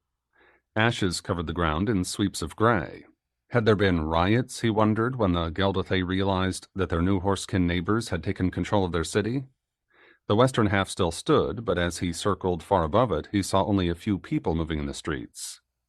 Not far south of Tan Balapalam, Rory found what he'd been looking for. An army marched down the road beside the river, several thousand men by his rough estimate, more than half of them riding, the rest spearmen. Behind them trailed a long supply train, and small boats glided beside them on the slow-flowing river. He circled them several times to study, then headed for the mountains to the west. At a mountain pass above Bramel lay another ancient site. On the off chance that the Horsekin had decided to occupy it as well, Rory flew there, only to find it deserted. As he drifted on the wind high above it, Rory saw why the ancestors of the Westfolk had named it Garan Beltangam, the Reaching Mountain. Ancient layers and slabs of rock make up the western mountains, all twisted and folded, heaved out of the earth by some colossal cataclysm perhaps, then washed bare by millennia of rain and snow. The old tales of giants may be true, that in their final war they threw huge rocks and slabs at one another, and in the process built the peaks of the far west. Be that as it may, the highest peak of all is Garangva, to give it its modern name. Like hands, 3 huge slabs of sea stone reach up to the sky and form a semicircle around the high terraces that once held Ranadar's fortress. The hordes from the north never conquered Garangva, though they did take over the lower slopes and the farms that had previously supported Renadar and his men. For an entire year the fortress held out, living on its stores, until the last grain of wheat, the last fleck of cheese rind, and the last mouse and rat had been eaten. Just when starvation threatened the defeat that the Horsekin couldn't deliver, the horde broke the siege and fled. Their lookouts had spotted a relieving force headed their way. While the rescuers did bring food, they also brought the worst news of all, that Rin Baladellan had fallen, and the Vale of Roses lay destroyed, covered in ashes and cinders. Renadar was king of precisely nothing worth ruling. Revenge alone remained to him. For its sake he left the Reaching Mountain, and he never returned.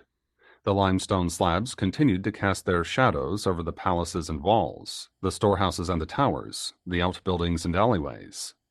The roofs fell in with time and the snows. Mosses, the sparse mountain grass, and a scattering of twisted, stunted trees pried apart the fine paving stones of the courtyards.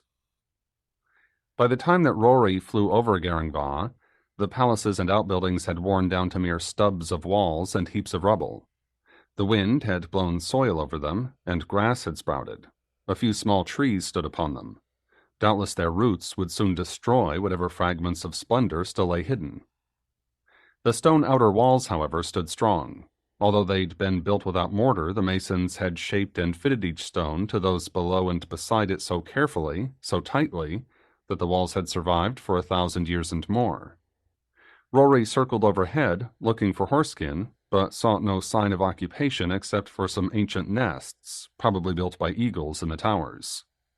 A few foxes darted across the ruined courtyard to their burrows in the palace mound to hide from the silver apparition in their sky. Since Rory had flown all day, he needed immediate rest. He found a place on the outer wall where the stonework looked as if it could support his weight.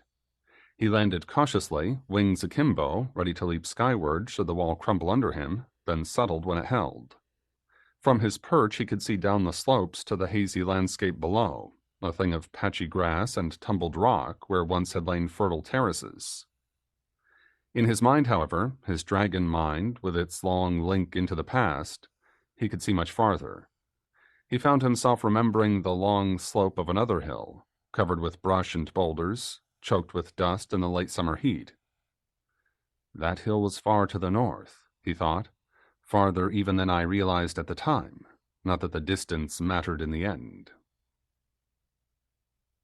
Part 1. The Northlands, Autumn, 5 years before the founding of the Holy City. The Gregan astrologers tell us that the end of a thing lies curled in its beginning like a tree inside an acorn. The Secret Book of Cadwell and the Druid. You should leave me, Garanto said. Just leave me here and save yourselves. Never. Rodorix laid a blood-stained hand on his brother's shoulder, then glanced at the druid standing nearby. Think your god will intervene and save us? Galerinos merely shook his head, too exhausted to speak, and leaned, as bent as an old man, on his heavy staff. Rodorix considered his cousin's wounds, slight if Galerinos had been a warrior, but grave enough for a softer man. The young priest's arms, bare in his linen tunic, bled from 100 scratches, the work of the thorny bushes and low-growing trees of this stretch of countryside. Blood stained the hem of his tunic as well from the cuts and scratches on his bare thighs.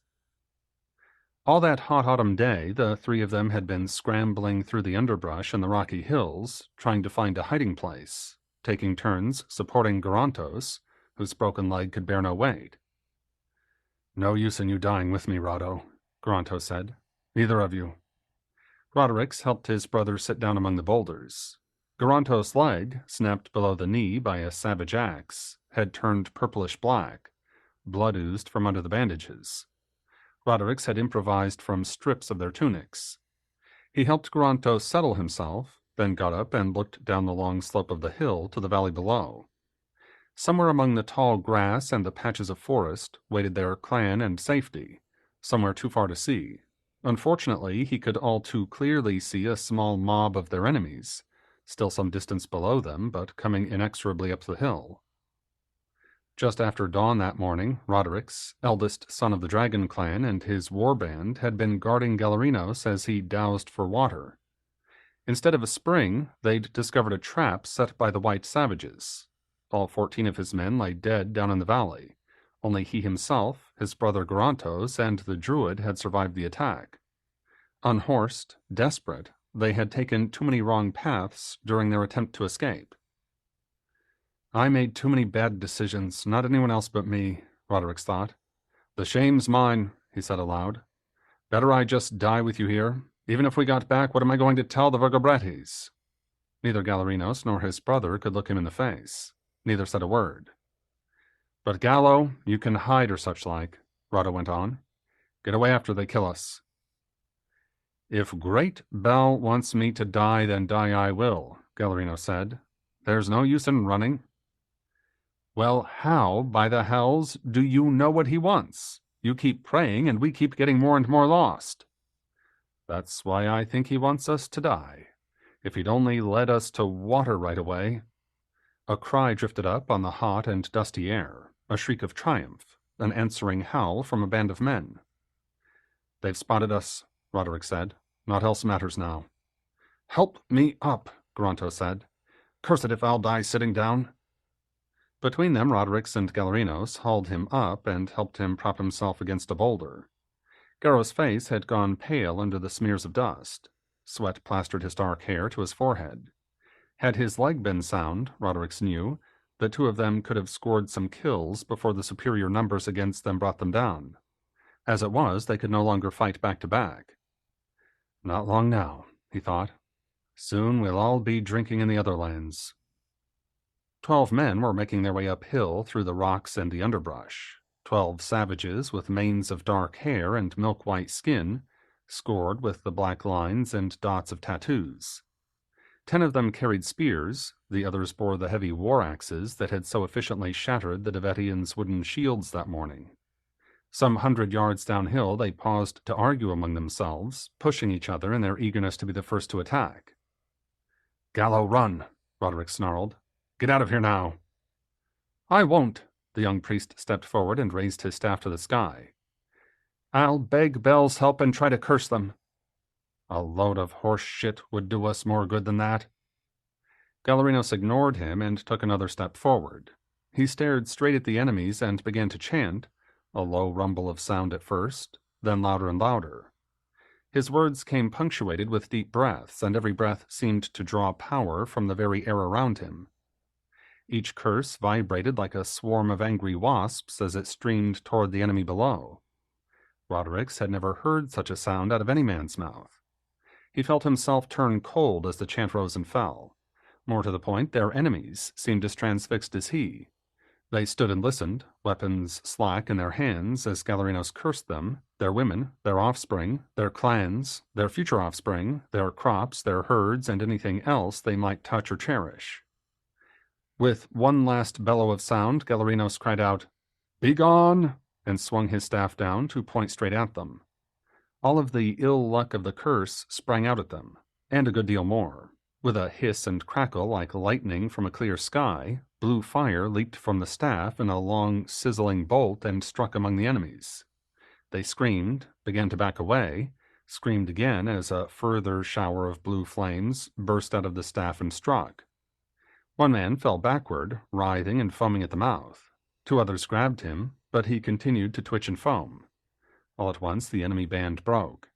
They ran this way and that for a brief moment, hysterical and leaderless, then turned and began to race downhill, howling as they ran. A last bolt of blue fire followed them. Galerinos stood staring, his mouth half open, his expression stunned. "What did you do?" Rodericks grabbed him by the shoulders. "How did you do that?" "I don't know." "What? You have to know." "The curse never worked like that before. Back in the homeland, I mean." Galerinos paused to gasp for breath. "You heard me. I asked the god to send ill luck down upon them, and from the look of things, I'd say he did." Laughter sounded behind them, an odd laugh, more like the plucking of a cithara's strings than a sound made by a throat. Roderick spun around. The strangest man he'd ever seen stood leaning against a tree trunk and smiling at them. A slender fellow, he had yellow hair as bright as the paint on a Romani standard, and his lips were a paint-pot red as well, while his eyes gleamed sky blue. His ears, however, were the strangest feature of all, long and furled, like lily buds. "I doubt if your god had anything to do with those bolts of fire," the fellow said. "You know sorcery, don't you?"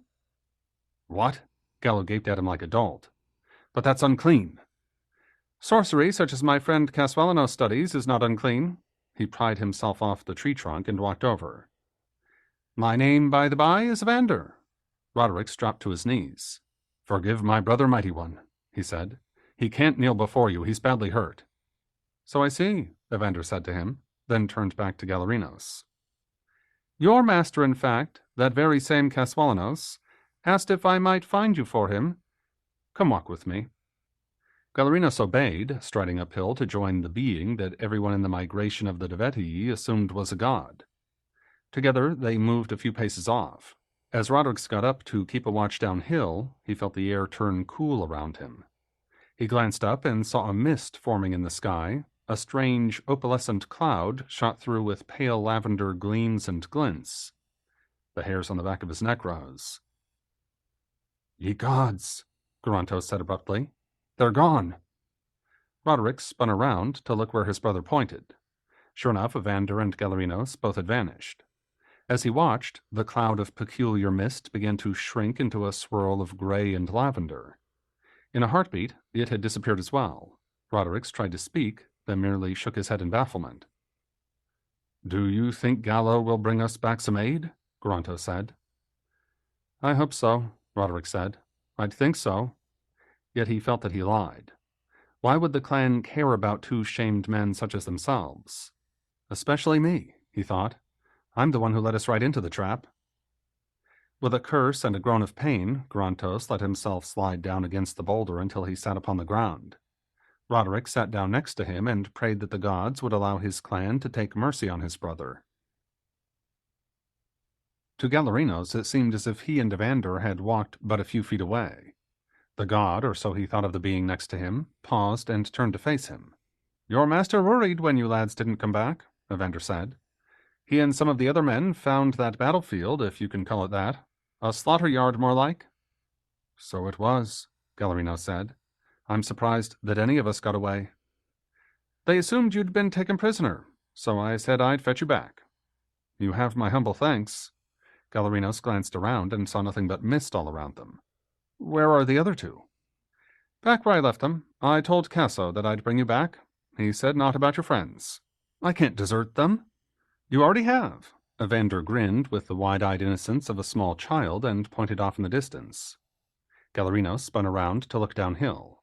The mist was lifting, revealing a clear view of the camp only some 500 yards away. Horses, wagons, people, they spread out in a dusty spiral on the plain, desolate except for grass, crisping in the autumn heat, and a few straggly trees. A faint umbrella of brown dust hung in the air above the conjoint tribes of the Devetii, refugees from the Romani Wars. Out in the open grass stood Kaswalanos, his hands on his hips, his staff caught between his side and the crook of his left elbow. For someone so blessed by divine power, he was an unprepossessing fellow, almost as skinny as his staff, and bald except for a fuzz of gray stubble round the back of his skull.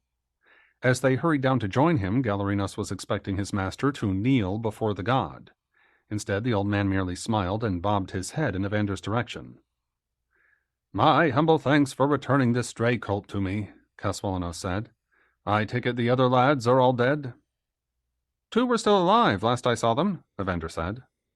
Then where are they? Still up on the mountain. They were wearing iron, and so I left them there. Kaswalanos sighed and ran a hand over his face as if he were profoundly weary. What have I told you about Weird? He said, and how things undone redound upon you? Do you think those 2 are part of my Weird? Evander said. They are now, since you left them somewhere to die. But they were wearing iron. Evander stamped his foot like an angry woman. Iron swords, iron shirts. It aches me. I know that, Kaswalanos said. No one was asking you to touch them. The supposed god, Gallerinos found his belief in Evander's divinity crumbling, stared at the druid for a long moment, then turned away. He seemed to be watching the white clouds drifting in from the south. We need our 2 lads back, Kaswalanos said, and we need water. You're not far from a big river. Evander kept his back to the druid. Head to where the sun rises. It won't take you long to reach it. I wish you'd told me that this morning. Evander merely shrugged.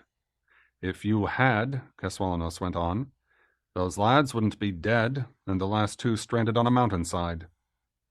Oh, Evander turned around to face him. Mayhap their Weird is mine, then. It is. Evander pouted down at the ground for a long moment. I suppose you're right, he said at last. But I shan't bring them here. Why not? Because you'll be leaving to find that river. Will you bring them to me there? I shan't. Why not? Because the river's too wide. Too much water. He vanished, completely and suddenly gone, without even a shred of the opalescent mist to cover his departure. Kaswalanos muttered a few words under his breath, something highly unpleasant from what Gallerinos could hear of it.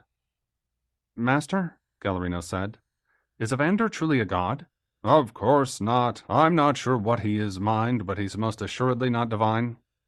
But he opened the sea road for our ships, and he comes and goes. Just as the gods are supposed to come and go, Kaswalanos snorted profoundly. In the old tales, fancies of the bards, lad, fancies of the bards. I'll explain later. Come with me. We need to tell the Vergobretes about this river. True spoken. We'd best get there today. The horses have to have water. Indeed, my heart aches for your 2 friends, but I'm afraid we'll have to leave them to Evander. Kaswalanos paused to look Gallerinos over. Ye gods, your arms, lad. It looks like you've been fighting a few savages yourself. By the by, did Evander drive your attackers off? He didn't. Gallerinos paused, wondering if his master would believe his tale. I did. Not that I know what I did, I mean... What, by all the hells, do you mean? I cursed them by the power of great Belinos, just as you taught me. I pointed my staff at them, but then these long bolts of blue fire leaped out of it. Evander called it sorcery. Kaswalanos glared at him with narrowed eyes. He opened his mouth to speak, seemed to think better of it, opened his eyes wider, then shrugged.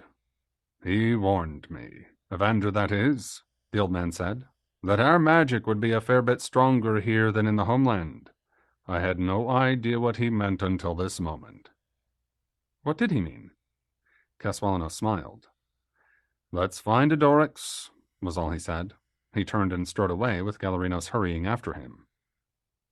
The tribesfolk stood beside their horses or sat on the ground in the little squares of shade cast by the loaded wagons.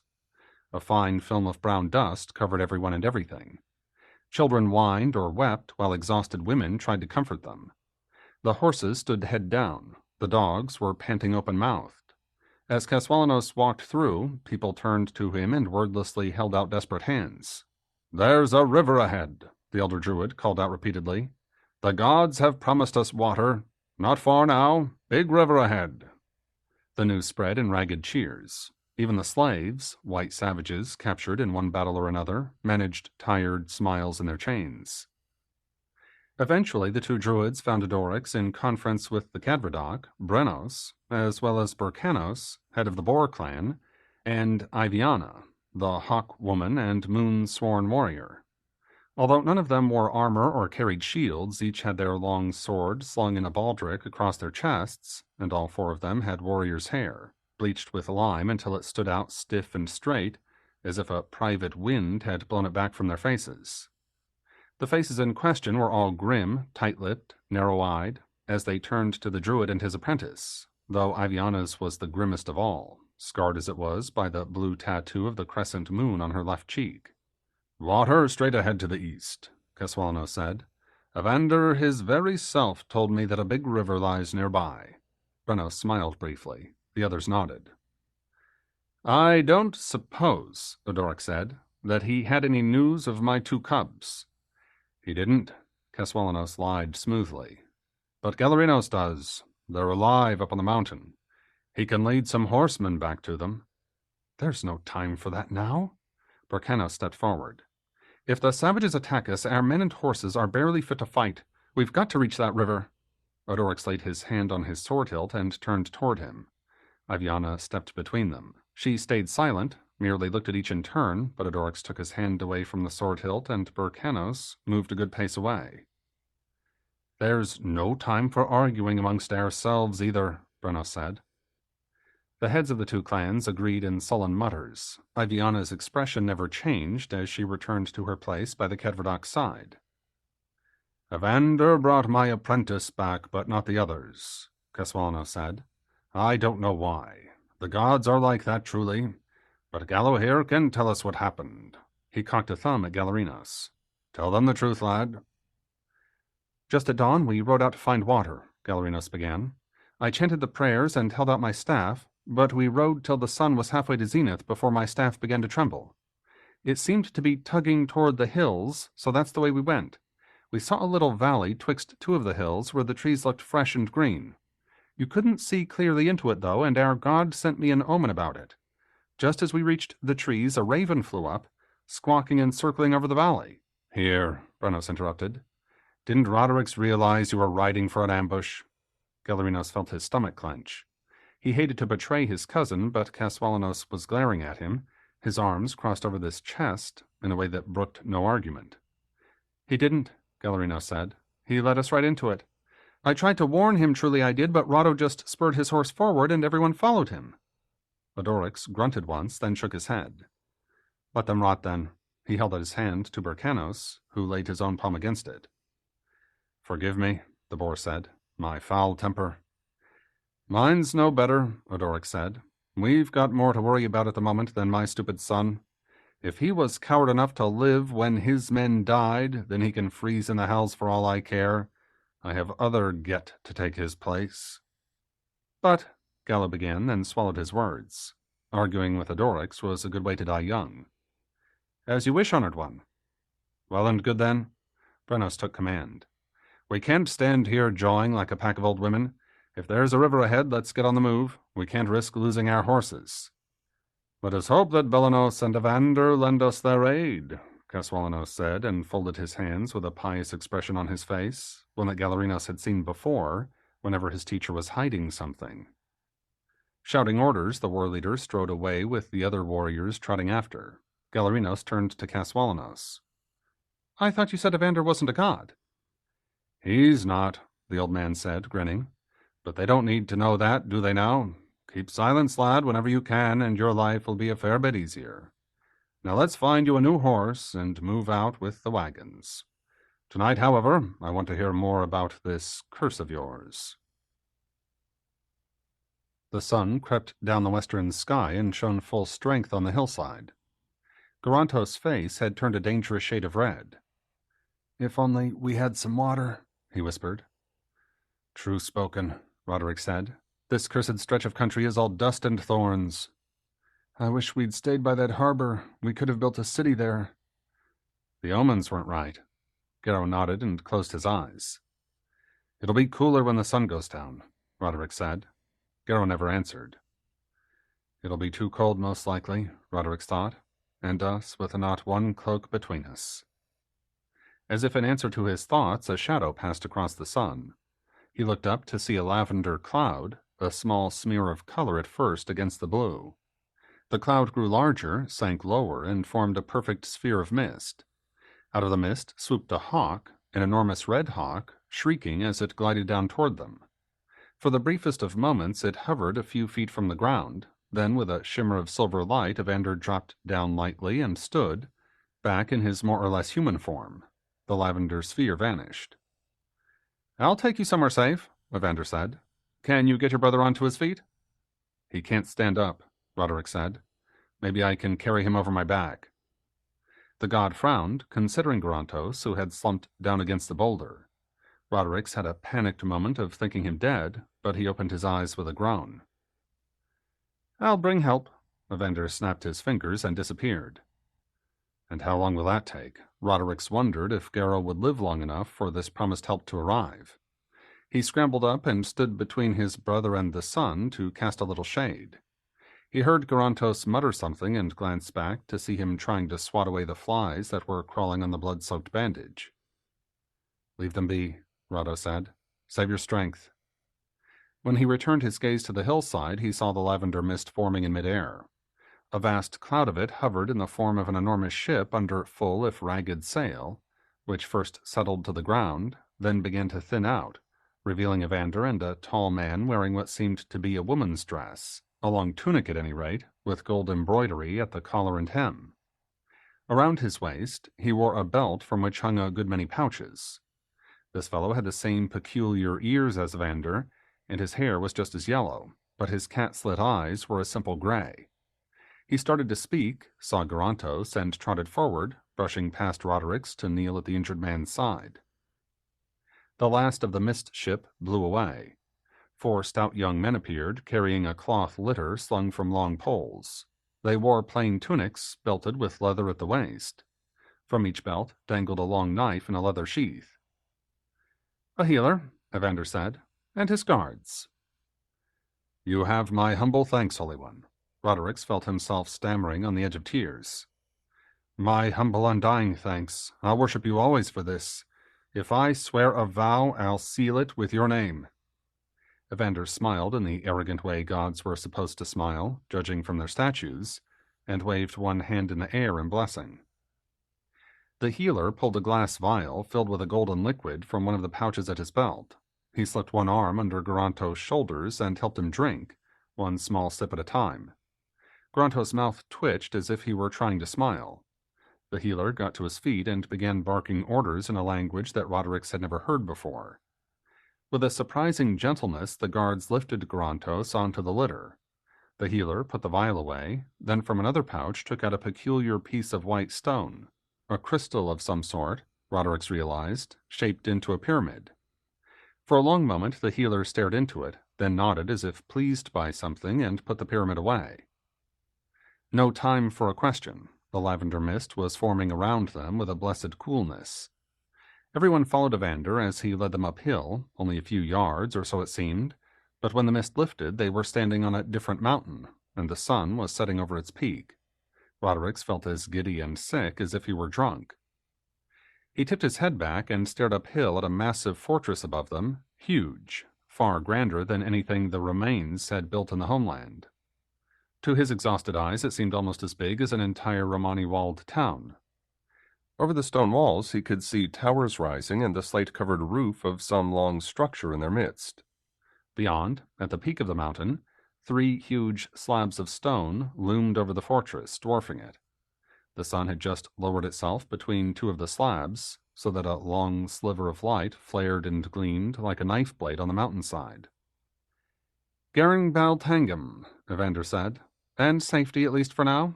He tipped back his head and laughed in a ringing peal. "Indeed, at least for now?" His laughter lingered, but the god had gone. As they walked the last few yards, massive wooden gates bound with bronze bars swung open with barely a squeak or puff of dust. Roderick looked around him, gaping at everything, as he followed the healer inside. Big slabs of gray and reddish slate covered the courtyard in a pattern of triangles that led to a long central building. Its outer walls gleamed with tiny tiles of blue, white, and green, set in a pattern of half circles so that the enormous rectangular structure seemed to be rising out of sea foam. To either end stood towers, built square like Romani structures, but far grander, taller, and the top of a third tower standing behind the main building was just visible. Off to each side he could see various small huts and houses. Even the lowliest shed bore a smooth coat of bright-colored paint. A number of people were standing around watching their procession straggle into the courtyard. They all had the same furled ears and cat-slit eyes as the healer. They all wore tunics and sandals like his as well. Off to one side someone was leading a horse around the end of the main building, a stocky war horse whose coat shone like gold and whose mane and tail flowed like silver. Roderick's had a brief moment of wondering if he'd died without noticing and now walked in the other lands, but his thirst drove the fancy away. Dead men didn't long for water. Bells chimed over the courtyard, followed by the louder boom and reverberation of huge metallic gongs. The sound came from the top of the tower to his left. When he looked up, Roderick saw men on the roofs, and the gleam of metal swinging as they struck the gongs. Up on the mountain peak, the sun slipped a little lower. The long knife blade of light disappeared. The gongs fell silent as the healer urged his men forward again. They entered the largest building by a narrow door at one end. More colors, more mosaic walls. They turned down a corridor with walls painted with images of trees and deer, then past red-curtained alcoves and went through a gilded room into a mostly blue corridor, decorated with a long frieze of circles and triangles. Glowing cylinders, topped with flame, burned in little tiled alcoves on the walls. In this maze of design and brightness, Roderick could barely distinguish what he was seeing, nor could he tell in what direction they walked. At last, the healer ushered them all into a small chamber with a narrow plank bed, a round table, a scatter of chairs, and a window open to the air. The men with the litter transferred Garantos to the planks, then pulled off his hauberk and his boots. They bowed to the healer and left. Roderick was just wondering how to ask for water when 4 cat-eyed servants came trotting in. He assumed they were servants because they carried plates of bread, silver pitchers, and a tray of golden cups. One of them filled a cup with water and handed it to Roderick without being asked. Thirst and dust choked his mouth so badly that he could only smile for thanks. The fellow pointed to the food on the table with a sweep of his arm that seemed to mean, "Help yourself." Other servants carried in big baskets and set them down beside the plank bed. The healer took out several sticks with spikes at one end and put them on the table. Onto the spikes he put thick cylinders of wax with a bit of thread coming out of their tops. When he snapped his fingers, the threads caught fire, and a soft glow of light spread through the shadowed room. Roderick took a fast couple of steps back. The healer smiled at his surprise, then pointed to the food and water before returning to Garantos' side. Roderick drank half a pitcher of water before his head cleared enough for him to consider food. He took a chunk of bread and stood eating it while he watched the healer and 2 of the servants washing Garantos' broken leg. By then his brother had fainted. And a good thing, too, Roderick thought when the healer grabbed Garantos' ankle with one hand and guided the leg straight with the other. Garantos woke with the pain, groaned, and fainted again. A servant came forward with a bowl of some thick reddish substance. At first Roderick thought it blood, but the smell told him that it was in fact honey mixed with red wine and some ingredient that made the liquid glisten. The healer dipped strips of cloth into the mixture, then bound them round the break in the leg, over and over until he'd built up a thick layer. A servant came forward with a bowl of water and held it out while he washed his hands. Another slipped a pillow under Garantos' head. At that, Garantos woke again, groaning repeatedly, turning his head this way and that. Roderick strode over to the opposite side of the bed from the healer and caught his brother's hand. Grontos fell silent and tried to smile at him. His mouth contorted into a painful twist. Two servants hurried over to help Grontos drink from a cup of a yellow liquid. A third handed Roderick a cup of red wine, which he sipped, watching his brother's pain ease with every swallow of the yellow drink. The healer himself considered Roderick's, seemed to be about to speak, and then smiled a little ruefully, as if perhaps remembering that Roderick's wouldn't understand a word he said. He went to the doorway and spoke to someone standing just outside. A woman's voice answered him. Then the woman herself strode into the chamber. She stood by the bed and set her hands on her hips to look Grontos over while the healer talked on. Now and then she nodded as if agreeing with something he said. Tall, nearly as tall as Roderick's, she wore her pale hair pulled back into a pair of braids. Under thin brows, her eyes were the blue of river ice and deep set in a face that most likely became lovely when she smiled. At the moment, frowning in thought as she considered Grontos' leg, she looked as grim as a druid at a sacrifice. Grontos looked at Roderick's and quirked an eyebrow.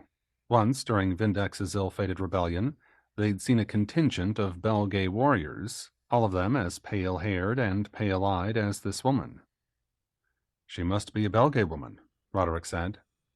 "Indeed," Grontos whispered, "unless she's from Germania." Neither the woman nor the healer took any notice of their talk. She wore a long tunic, belted at the waist like the healer's, pinned at one shoulder with a gold brooch in the shape of a bird with outstretched wings. Around her neck hung a cluster of what Roderick's took to be charms on leather thongs. One of the Belgae wise women, he assumed. He'd heard about them, back home in Gallia. Eventually, she turned to him and spoke. He understood nothing. All he could do was shake his head and spread his hands to show confusion. Her eyes widened in surprise. The healer came over to him, made a questioning sort of face, and pointed to his ear. "I'm not deaf," Roderick's made a guess at the meaning. He pointed to his own ear and smiled, nodding, "I can hear you."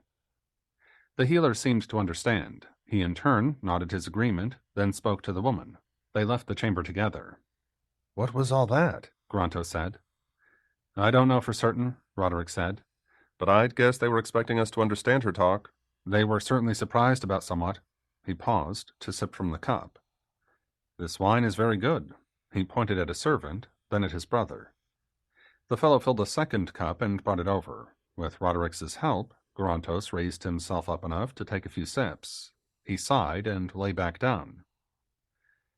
"Enough for now," Grontos whispered. "Go eat. I have to sleep." The servants took themselves away. Roderick got up and returned to the table, but even though he ate, he was considering suicide. He could go outside to the courtyard, find a corner where no one would see him, and fall upon his sword. Or if the guards would let him, he could climb one of the high towers and step off into death on the stones below. Death seemed the only honorable act left to him after his failure of the day, yet at the same time how could he abandon his brother here among these strange folk? If only Galerinos were still with them, he could ask the young druid to cast omens or deliver some kind of opinion based on the holy laws, but Gala was far away. Safe, or so he hoped. He finished his wine, downed what Grontos had left, then poured himself more. Lacking a holy man, he sought his answers in drink. After the fourth cupful, the room began dancing around him. Roderick lay down on the carpeted floor and slept. "I don't understand," Nala Tenedario said. "If they don't belong to your people, who are they?" "I don't know," Huili said. "But they certainly didn't understand a word I said to them." The two apprentice healers, one human, one elven, were sitting in Huili's tiny chamber, Huili cross-legged on her bed, Nala on a high stool beside Huili's slant-top lectern. On the walls, frescoes of rose gardens gave the small chamber illusory depth. Distant birds flew in the painted skies. While they discussed the two strangers, resting in a chamber just down the corridor, Nala kept combing her silvery pale hair. It tumbled in waves about her slender shoulders and down her back, so different than Huili's own fine, limp hair that would have hung in ugly tendrils, or so Huili felt, had she worn hers free like Nala did. "Could Master Jen Talibert tell you anything more?" Nala said. He thought perhaps they belonged to some northern tribe. With the Meridan on the move like this, their lands might have been attacked too, and their tribe might have fled south. Willie shrugged uneasily. If that's true, there must be thousands of Meridan out there. It makes my flesh crawl thinking that. Mine, too. Nella looked down at the carved bone comb in her hand. Her fingers clenched tight around it. I wonder sometimes what's going to happen to us, I truly do. Willie turned and looked out the small window, set into the frescoes at the chamber's end, that looked out to the actual sky. She could just see the tops of the fortress towers gleaming in moonlight. We'll be safe here, she thought. Won't we? Nalla shuddered as if she were wondering the same. She resumed combing her hair, then paused, and with a quick frown shoved the comb into the pouch hanging from her belt. Anyway, Willie said, the Master's going to ask the Guardians for help. He thinks the crystals Evander gave him might allow us to talk to the men, since they transfer thoughts and images, but he doesn't know how they could actually translate our speech. No one's ever sure how Evander does anything. That's very true, and Evander might not help with this either, so I suppose there's nothing we can do but wait and see. That's the Guardians for you. Nalla slid off the stool and walked to the door. Are you coming to the refectory? The men will be waiting on table tonight in the great hall, so it'll be just us women. Good. I don't want to sit in the hall with the prince and his warriors. Willie got up to join her. All they talk about is the war. What else is there to talk about? You have a point, unfortunately. The Master did say he was going to consult with the prince about the strangers. He was thinking that the prince might want to send out a squadron to find the tribe they came from and see if they'd join the people. Ah, to be allies, you mean? Nalla frowned, considering something. I wonder where Evander found them, though. They could have been up on the roof of the world for all we know. Quite so. I'll wager that the prince realizes that. I doubt if he'll want to risk losing any of his men on a scouting expedition. The Guardians never seem to grasp the idea of distance. That, alas, is very true. Or the idea of time, either. Nalla abruptly shuddered with a little shake of her head. What? I don't know, maybe an omen, maybe not. There's so much to be frightened of these days. Well, that's true. Yet Willie assumed that some long wisp of the cloud that covered future events had touched her. Nalla's marked for the Dweomer, Willie thought. Well, I'm only here to learn herbs and the like. Master Jan Taliber had made it clear to her from the beginning that only the people could use Dweomer, never the humble village folk that they treated like children at best and slaves at worst. As she and Nalla walked down the long corridor to the special dining area, set aside for the healers in the fortress, Willie fought her endless battle between gratitude and envy. Once they were sitting in the refectory with food spread on the table in front of them, gratitude won a temporary victory. Willie reminded herself, as she generally did, that she'd been lucky to be chosen to study with a master healer, to live here in the fortress and have plenty to eat. She'd been born and raised in huts that always smelled of the manure and mud that filled in the chinks in the walls. Her parents had worked so hard that their backs were permanently bent and aching. Her father had died, feverish and half-starved, long before he'd grown old. Her own life, even though brief compared to the spans allotted to the people, would be comfortable and respected because of her knowledge. But so brief, she thought. Still so brief. Envy rose like bile in her throat. While the other women ate, chatting and laughing, she crumbled a bit of bread between her fingers and watched them. Despite their cat-like eyes and furled ears, they were beautiful, young and beautiful, and they would still be lovely hundreds of years on, when she'd been dead and forgotten for those same hundreds of years. Willie, Nalla said, try some of this roast partridge. She leaned over and placed a choice slice onto Willie's plate. It's awfully good. My thanks. Willie managed to smile. I was just thinking. About that handsome stranger? Nalla said. And he is handsome, or he will be after a bath. His brother's good-looking, too. Now don't deny it. Oh, yes, I suppose they are, for men of my kind. Well, Nalla paused for a grin, if you shut your eyes, you could ignore their ears. When the other women laughed, Willie decided that hatred tasted like sour wine. She gathered a few bitter remarks, but when she looked Nalla's way, Nalla rolled her eyes with a shrug toward the laughter, and Willie kept the remarks to herself. Caswalanos, or so he'd often told his apprentice, had also realized that distance and time meant nothing to Evander. but much to the elder druid's surprise and Galerinos' relief, the river did lie where that supposed god had told them. As they came down from the hills, they could see the gleam of water far ahead, winding through a grassy plain scattered with huge boulders and dotted with the occasional copse. Laughter and cheers rippled up and down the line of wagons. The horses and cows raised their heads and sniffed the air, then walked a little faster. As they hurried across the plain, Galerinos noticed several long and oddly straight lines of small stones. The savages had laid them out, he assumed, though the landscape made him think of old tales about the giants of olden times and their furious wars. Perhaps the Devetii had wandered into an armory of sorts, with rocks laid ready for some battle that had never occurred. Just at sunset, they reached the river. The Devetian line of march spread out along its banks to allow their weary horses to drink. After them came the cattle and sheep. Only when the animals had drunk their fill and the mud had had time to settle, did the humans wade into the river to drink and to collect the precious water in amphorae and waterskins. As priests, Galerinos and his master received their share first. After they slaked their thirst, they stood by their wagon and looked out across the stone-studded plain. "This is a very strange place," Keswalanos remarked. "It certainly is, Your Holiness. All those rocks. Do you know why they're here?" "The wild folk told me that a big sheet of ice crawled down from the north. When it melted, it dropped them." Keswalanos shook his head sadly. "The wild folk lack wits, as we know wits." "So they must." "But rocks or no rocks, the land looks good enough to plant a crop in. We need to get the winter wheat in the ground." "Are we going to settle here for the winter?" "We can't march in the snow, can we? Think. Besides, we're going to have to build a bridge to get the wagons across that river. It's far too deep to ford." "You're right, and my apologies, but it wearies my heart. This will be our second winter in Evander's country. Do you think we'll ever stop wandering?"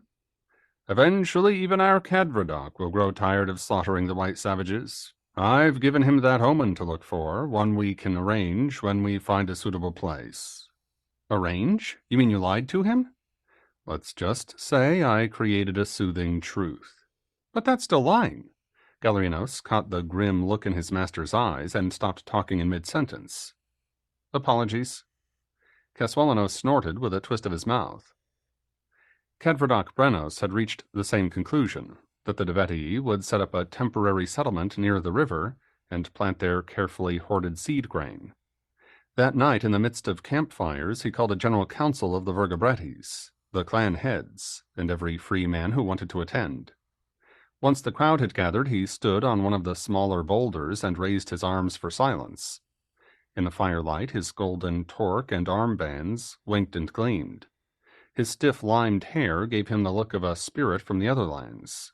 "You all know," he began, "that we travel east in search of the omen granted to us by the gods.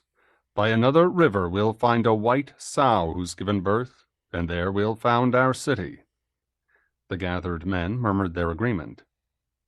"But the year turns toward the dark," Brenos continued. "According to the bronze marker of days that our druid carries, soon Semovantos will be upon us. We must plant our crops somewhere and build ourselves shelter. Now right here the gods have given us plenty of stones to work with, an omen, or so I take it. I'd say that this is the place for our winter camp." More murmurs, a few cheers. As usual, Brenos had carried the day. Not even Berkenos of the Boars stepped forward to argue, an omen in itself, or so Galerinos thought of it. "For the first days here," Brenos began speaking again, "we'll camp in our usual order, all together in case the savages attack us. After that we can build farmsteads and walls to protect ourselves." More cheers, more murmurs of assent. "While everyone was watering our stock," Brenos continued, "I rode a little ways south. I found a grand supply of stone, waiting for us right beside a spring. We can use that to build the dun that'll strike fear in the hearts of the savages. What say you?" The entire assembly cheered him.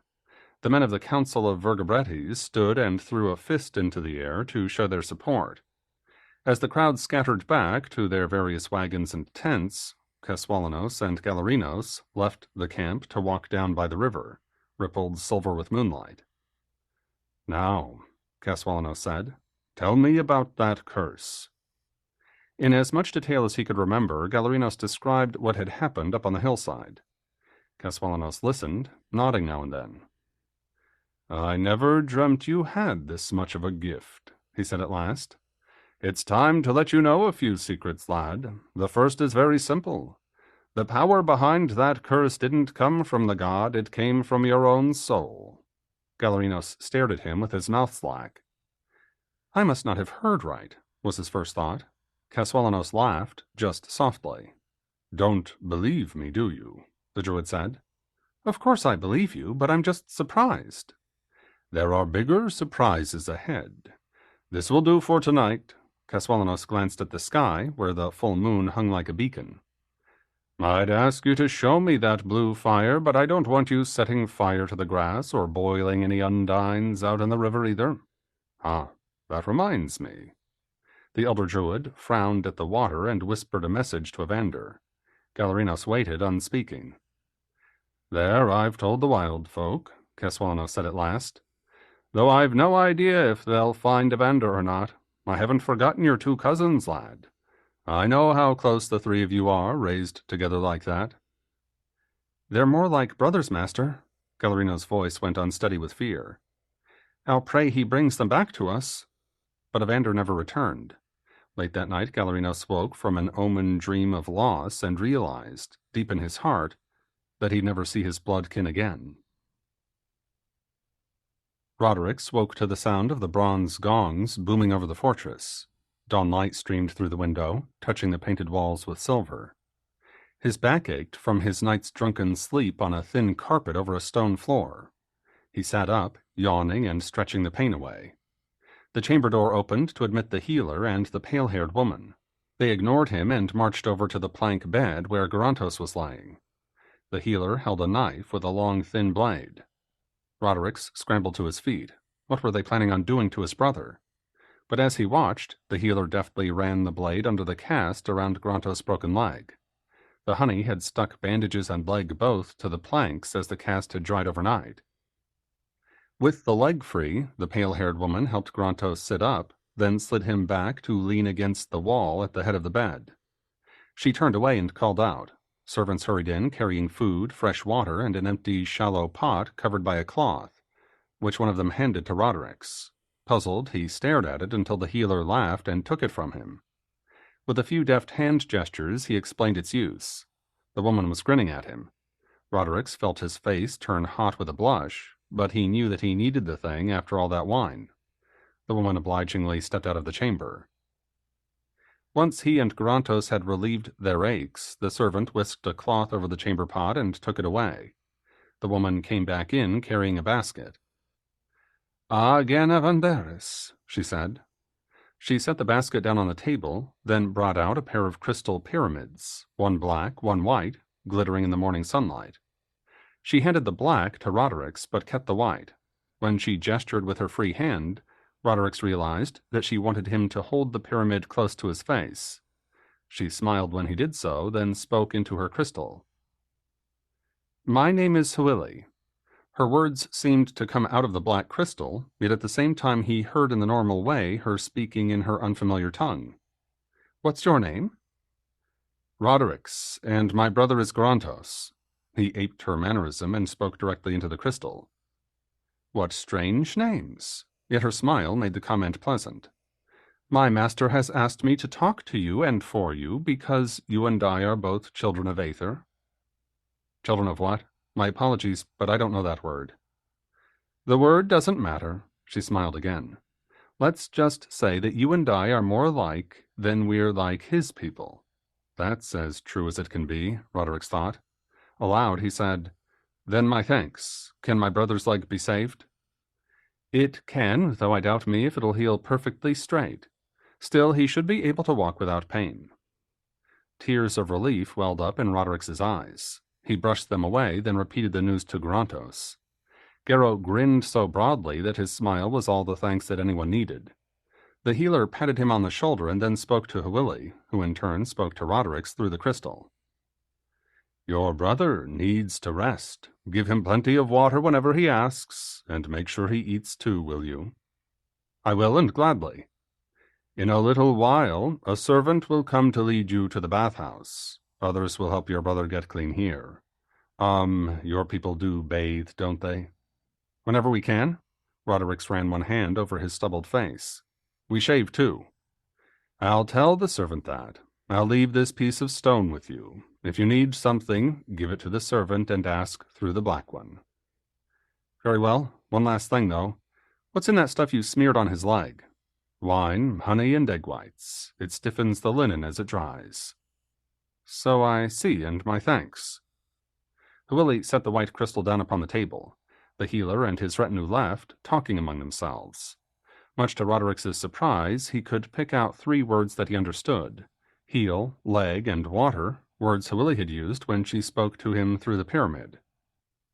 A bath, a clean tunic, and a good bronze razor went a long way to making both Roderick and Grontos feel like men again. Later that day, Willie returned with a flock of servants and a litter. She put the crystals into their basket, then gave orders to the servants. Roderick's followed as they carried Grontos to another chamber, this one with a bed that sported a straw mattress and blankets, big enough for the 2 brothers to share. Once they'd gotten Grontos settled, Willie dismissed the servants. She handed Roderick's the black pyramid and took up the white. "You're a fighting man," she said. "I am that." He hesitated, then decided that she needn't know of his shame. "So is my brother. We know swordcraft." "Good. Alrix needs swordsmen. Will you fight for him?"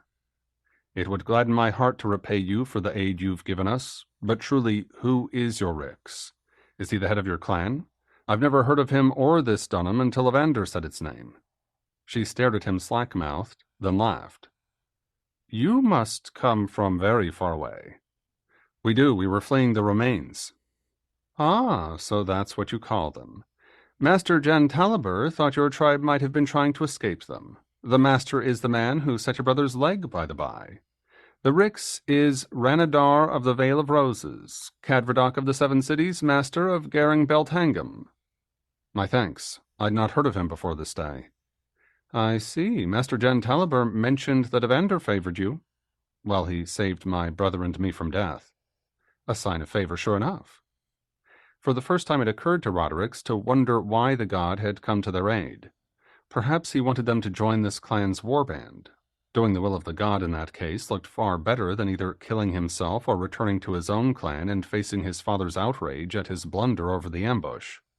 "Is your Rix fighting those white-skinned savages?" "He is." "Then it will gladden my heart to serve him." He glanced at Grontos, who was listening intently, at least to Roderick's half of the conversation. "Evander brought us here to help the Rix who's the master of this Dunham. His name's Ranadar." "Then as soon as I can stand, I'll fight for him," Grontos said. "I owe these people my life." "So do I." Roderick's returned to speaking into the crystal. "It will gladden our hearts to swear loyalty to your Cadverdoc." "Splendid," Willie said. "I'll tell the Master of Arms." Some of the words she spoke in her own language, those he heard as an echo to the words from the crystal, made sense to him, he realized. Somehow the crystal was teaching him her speech at the same time as it transformed it into his own. "I wish we'd had these in the homeland," he thought. "It would have made learning that wretched Romani tongue easier." As the eldest son of a clan head, he'd been expected to learn Latin in order to speak to the conquerors and a little Greek as well in order to bargain with merchants. Roderick and Grontos received their chance to swear to Renatarix, as they called him, when the prince himself came to their chamber. His retinue, 6 men with spears, 4 with swords, marched in first. They all wore polished bronze breastplates, each inlaid with a red enamel rose over their tunics. The prince followed unarmed, wearing no armor, though a glittering belt, inlaid with gems in a pattern of overlapping triangles and circles, clasped in his rich red tunic. Round his neck he wore an enormous sapphire, as blue as the winter sea, set into a gold pendant 3 fingers wide. He was a tall man, dark-haired, with lavender cat-slit eyes and the strange furled ears of his people. Behind him came a child, dressed in a simple white tunic, who looked so much like him that Roderick could assume him to be the prince's son. A swordsman picked up the white crystal and handed it to the prince. Roderick took the black, then knelt on the floor in front of the Cadverdoc. I understand that you've chosen to join my warband, Renaderic said. We have, Honored One, Roderick said. In gratitude for the aid your people have given my brother, we both can fight on foot with swords or on horseback with javelins. On horseback? The prince suddenly grinned. Well, now, this is a welcome thing. None of my men can do that. Horses are new to me and my people. Roderick stared, his mouth slack, then remembered that he was talking to a Cadverdoc and a Rix. Forgive me, Honored One. That surprised me about the horses, I mean. We'll be glad to show you what we know. Splendid. Then you shall be weapon masters and serve me doubly. He turned and beckoned one of the swordsmen forward, a pale-haired man with deep-set green eyes. This is Andariel, the leader of my personal guard. In the morning he'll fetch you, and he'll show you what horses we have. Obviously your brother needs to rest. So he does, Honored One. If Andariel approves of my skill, then I'll teach your men everything I know. Renaderix repeated this to Andariel, who smiled and nodded Roderic's way. Renaderix set the white crystal down, then turned and walked out with his son and the guard following. Roderix got up from his kneel and sat on the edge of the bed to talk with Garantos. What's so surprising about the horses? Garantos said. He told me that they were new to his people. New? That's cursed strange. So I thought too. Well, it's good luck for us, though. If we prove ourselves, we'll be weapon masters and have some standing here. Splendid, Garantos abruptly yawned. Ye gods, I tire so easily, but truly Evander's brought us good fortune. This Renaderix must be as rich as a Romani propraetor. And a lot less corrupt. Huh, who isn't? They shared a laugh, interrupted by the boom and clang of gongs from the towers outside. When Roderix went to the window and looked out, he saw that the sun had reached zenith. Servants appeared, carrying food, which they silently put on the table, then bowed their way out. While they ate, Roderix found himself thinking about Huili. If he and his brother became weapon masters, he'd have the standing he needed to keep a woman. She appealed to him a great deal more than the long-eared people who ruled this dun. When he considered their cat-slit eyes, he wondered if they were truly human. He doubted it, but as long as they treated him and his brother so well, he would serve them as faithfully as he could. Since they kept the herb room locked, the scent of the pharmacopoeia lay heavy in the air. When Huili walked in, she could smell 100 different tangs and spices. Master Jantaliber was standing by the marble-topped study table. He was turning the pages of a small leather-bound book, but when he glanced up and saw her, he shut the book and shoved it to one side. Huili glanced at it, but saw no name on the plain brown cover. Beside it on the table sat a basket of dried plants. A good morrow to you, child, he said. I am not a child. Huili drew herself up to her full height. By your own reckoning, I've seen 17 winters. That's true. He smiled at her. I call you child out of affection, you see. Huili felt her anger spill and run like water from a broken glass vessel. I'm sorry. Come now, I know it must be hard on you living here, so far from your own kind, but you have a mind, Huili. True wits, something I've not noticed much among your people, and you belong with us. Who has the leisure to grow their wits? We work too hard growing crops for your kind to gobble up. Aloud, she said, Thank you, I know I'm lucky to be here. And some day, after you've passed over the great river and seen the black sun rise in the other world, you'll be reborn as one of us. I know that deep in my heart. Tears filled her eyes, hot tears of rage at a promise, oft repeated, that seemed utterly empty to her, but she mumbled another thank you. When the master turned his back to arrange the dried plants on the study table, she wiped the tears away before he noticed them. He set the empty basket down on the floor. Before we start our lesson, I want to ask you about those strangers, Jantaliber said. Have they ever told you where they came from? Only that it's very far away. Their name for the Meridan is Remains, though. Rose Prince told me that much. Rose Prince? Is that truly his name? Well, that's how the crystals translate it. It sounds like Roderic's in his own tongue. His brother's name is Old Man, or Garantos. Ah, I see. The crystals find the root meaning of words. Yes, the stranger's word for prince seems to be Rix, but I have the feeling it doesn't mean quite the same thing as our word. Hewley considered for a moment. The words that come from the crystals have odd echoes to them. I'm afraid I can't explain it any better than that. The whole thing is very odd. But then what else would one expect from the Guardians? They shared a smile. Every now and then, Hewley continued, Roderick uses a word that sounds familiar to me. One that my own kind would use, I mean. I see. No doubt his people are related to yours somehow, then. You see, that's what I mean about your wits. You observe things. You're precise. Thank you. Hewley could barely speak. The master rarely praised any of his apprentices. He smiled as if he understood her confusion. Now you've studied very hard and you've learned remarkably fast. I'm going to put you in charge of healing Garantos' broken leg. You can always ask me for advice, of course, but the decisions will be yours. Do you truly think I'm ready? Yes, I do. In a bit you can go to his chamber and take a look at him. See if he's feverish or ill in any way beyond the pain of the break. Report back to me when you've finished. Now, however, let's look at our plants. These 5 are all vulneraries. When Hewley returned to the sick room, she found Garantos sitting up. His color looked normal, his forehead felt cool, the skin on his thigh above the cast looked normal as well. You're doing as well as we can expect, she said through the crystals. The remains smashed the bone, I'm afraid, and there are chips.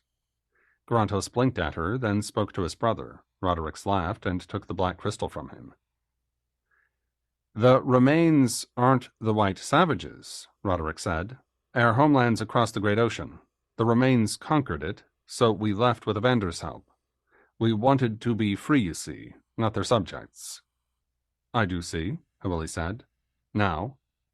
Roderick grinned at her. He had an open, engaging smile that made her feel pleasantly warm.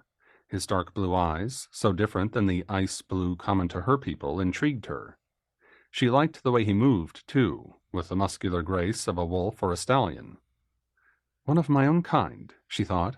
It's a relief to see a man of my own kind after living here so long. So, Hewley said, your homeland lies to the west, then? Well, he hesitated, and his eyes narrowed in puzzlement. It must, except when we left, we sailed west, you see, toward the setting sun.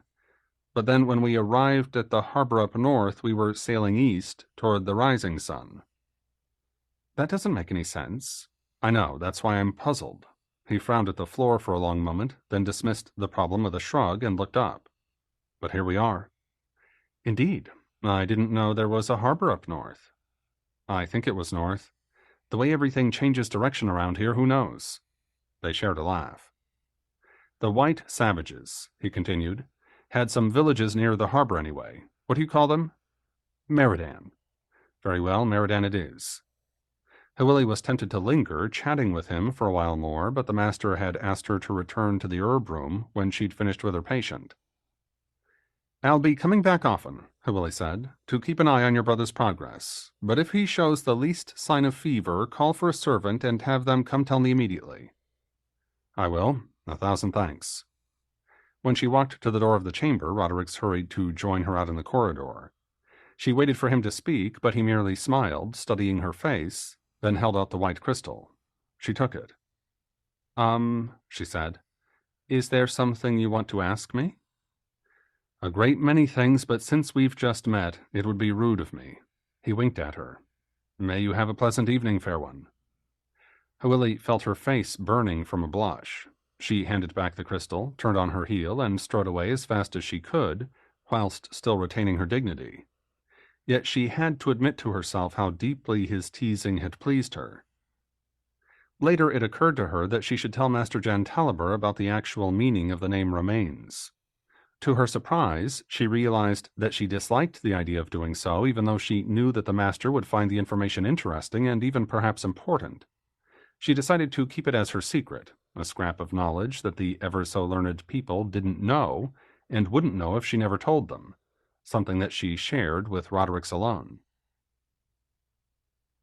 In the morning, Roderick went with Andariel to examine the herd of 42 horses, mostly roans and greys, which they kept in a paddock behind the fortress, all of them captured in the various battles with the white savages. Some had been wounded. They trembled at the approach of the two-legged beings. Others came right up to the fence to nose the men's tunics in the hope of a bit of extra food. All of them showed good breeding with their long legs and deep chests. 2 white cows with rusty red ears stood against the back fence. Rodericks had never seen that particular bovine variety before. Since Rodericks had brought the pair of crystals with him, he could talk with the captain. "Those cows?" Rodericks pointed to them. "What are they doing in here?" "Oh, they belong to the priests. They'll be the midwinter sacrifice," Andariel said, grinning. "We do know the difference between a cow and these new beasts." That's why they're white, Rodericks thought. That's always best for the sacrifices. Not far from the cows stood the golden warhorse with the silver mane and tail that Rodericks had seen on his first day at Garing Beltangam. "Has anyone spoken for that horse?" He gestured at the golden gelding. "No one's spoken for any of them," Andariel said. "Very well, I'll take him then." Should each man have a particular horse?" "He should truly. And he should be caring for it as well, not leaving it to the servants. It makes a bond, like, 'twixt horse and rider." Andariel looked utterly surprised at the idea. "How many of your men know how to ride?" Roderick said. "None," Andariel smiled, a wry twist of his mouth. "We save these beasts when we can, and we have some captured seat things and some head-strap things, but riding on their backs, we don't know what to do or how to climb onto them." "I see. Do you know how to feed them? They need grain, not just grass." "I'm truly glad you're here. We didn't know that either." As they examined the riding stock, Andariel told him more. The people, as they called themselves, live mostly in the mountains and foothills, where the narrow valley croplands and the terraces cut into the slopes raised barely enough food for themselves. Goats and sheep could graze on mountainsides too steep for terracing. Horses were a luxury, better suited to flat ground. Still, when the Meridan warbands had swept down on them, the people had seen the value of speed. The savages never fought on horseback, but the ability to ride fast from one scrap to another, or to make a quick retreat, had given the Meridan too great an edge in the constant raiding and skirmishing. Rodericks and Garantos had arrived like one of Evander's best gifts. With Andariel's help, Rodericks chose 40 guardsmen to learn riding and some of the men servants in the fortress to help tend the horses, then returned to his chamber to see if Garantos had need of him. Rodericks found his brother sitting on the edge of the bed and contemplating a wooden crutch, while Huili stood nearby, watching him. When Rodericks walked in, she grabbed the white crystal out of the basket. "I wish you'd leave them here," she snapped. "My apologies, but I had to talk with the captain," Rodericks said into the black. "Here, Garrow, I hope that leg is going to heal up fast. We've got a lot of work ahead of us. For starters, these people don't even know how to build a stall, and if they did, they wouldn't know how to rake it out." "I hope I'll be up and around soon." Garantos looked at Huili. Rodericks repeated the question through the crystal. "He's doing well," Huili said, "but I don't want him walking very far." "Out to the courtyard?" Garantos said. She shook her head. "Too far. In a few days, maybe." "When can I ride again?" "I don't know. I've never seen anyone ride a horse, so I don't know how difficult it is." Huili paused, thinking. "Well, you'll have to get well enough to walk first. We'll decide about the riding later." "It's probably too soon to start training with the actual horses anyway." Rodericks perched on the end of the bed. "I told some servants how to build a couple of wooden horses. We'll put them out in the courtyard so the men can learn to vault and mount." "It's always best to start at the beginning," Garantos grinned at him. "That'll keep them busy until I can walk."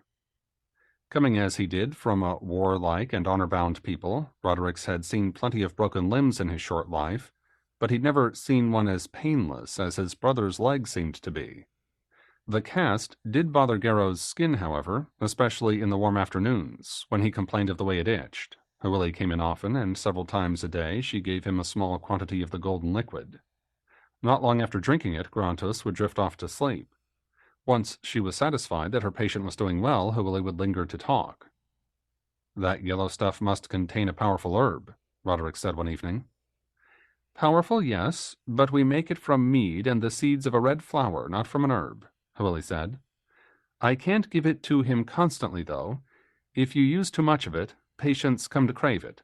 Then when you tell them they can't have it anymore, they weep and rage and carry on like madmen." "Dangerous stuff, then." A great many things here are. Was that a warning? Of a sort, perhaps. About yourself? What? Hardly. She smiled at him, then let the smile fade. I meant the Meridan, the white savages as you call them. They're bound to attack us sooner or later. Now that's true spoken, alas. With a Cadverdoc like Renatorix commanding us, we'll beat them off again. We can hope so. Her voice wavered. You're frightened, aren't you? Roderick walked over to her. Of course, any sane person would be frightened. Well, true spoken. Fortunately, men like my brother and I were born insane. He grinned at her. So we'll protect you. Ranadar's men are just as crazed as we are. I'll hope so. Are any of them mad for you? Hurley blushed. I'll wager they are, he went on. May I escort you back to your chamber? You may not. She drew herself up like a great lady. I'm going to join Master Jantaliber in the herb room. Then I'll escort you there if you'll allow me. She wavered, looking away, glancing back at him, then shook her head. It wouldn't be seemly. She thrust the white crystal toward his hands. Reflexively he took it. With her head held high, she hurried out of the chamber. With a yawn, Garantos woke and propped himself up on one elbow. Huh, Garantos said. You never stop hunting, do you? Why not? We'll be here the rest of our lives. Roderick walked over to him. I thought you were asleep. Awake enough to hear you chattering away. Garantos lay down again. How long will we live, once the fighting comes our way? From the things Andariel's been telling you. True enough, it doesn't look good. Roderick paused to pull over a chair. But once these men can fight from horseback, we'll have better odds. They're cursed good with bows, Garrow. Andariel set their arms masters to making javelins. He was talking about some kind of bow that they can learn to aim and loose from the saddle. That'll give the Meridans somewhat new to worry about. And give us some hope. Good. I wonder if Hawili has a sister. Garrow smiled at him. Or at least a friend who's from our kind of people. A lass who'd favor a weapon master's brother. I'll ask her. It'll be somewhat new to talk about besides your gimpy leg. At first, Willie doubted that Roderick was courting her, not in the midst of the beautiful women of the people. Why would he want her, so plain and awkward? The other women knew how to smile in a wicked way and say witty things, how to hold their hands just so, and how to look at a man they fancied slantwise with just the right amount of invitation. She felt so sure that she'd look ridiculous that she never tried to imitate them. Yet Roderick spoke only to her. He smiled only at her. He kept asking to escort her places and giving her compliments. Of course he's interested, Nella told her. Doesn't he follow you around? Well, he does, but what? If not else, he's a man of your people, and he's new to our country. He's not used to us like you are. Nella laid a hand over her ear. I'll wager he thinks we're all very strange and ugly. Wrapped in her envy as she was, Willie had never considered that possibility before. Ask him, Nella went on, grinning. But if he says yes, he does think so, then don't tell me. They were walking together on their way to the herb room, where Master Jantaliber taught groups of students every afternoon. When they arrived, they found the long, narrow room already half full, and the master laying out herbs on the marble table. In one corner, Parabarial, a pinch-faced young man with moonbeam-pale hair and emerald eyes, sat on a stool, but he was reading in the book that had no name on its cover, rather than looking at the herbs or the herbal that sat open on the big lectern. With a smile, Jantaliber called Hawili and Nella over to him. There's no need for you two to stay, he told her. I'm going to review some very basic principles for the slowest pupils. Go amuse yourselves if you'd like. Thank you, they said it together, glanced at each other, and laughed. Nella hurried off on some errands of her own, while Hawili decided to go see what the horse riding looked like. She went outside to a cool afternoon that threatened autumn rain and hurried across the ward to the back wall. She climbed the ladder up to the catwalks and leaned between two merlins to look out.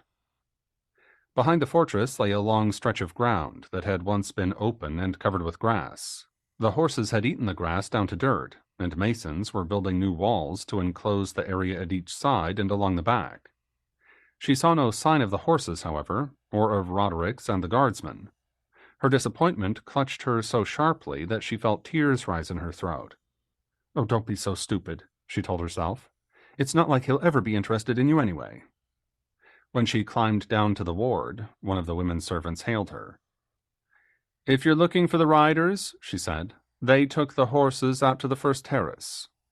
"Thank you," Hwili said, "but I was just looking at the clouds. Do you think it will rain?" "Tonight, maybe. Winter's on the way." Hwili argued with herself all the way to the front gate of the fortress, but in the end she left and walked down the hill to a spot just above the first terrace, a narrow strip of tall grass that ran along the face of the mountain for some hundreds of yards. At one end, some of the men were harvesting the grass with scythes, while others laid it out in the sun to dry. Seeing the arrogant men of the prince's guard working like farmers made Hwili laugh aloud. They could barely handle the scythes, though they did keep at the task with a certain grim determination. Good, she thought. Let them see what my people go through to feed them. At the other end of the terrace, the horses were grazing in the grass, watched over by the fortress kennelmaster and his dogs.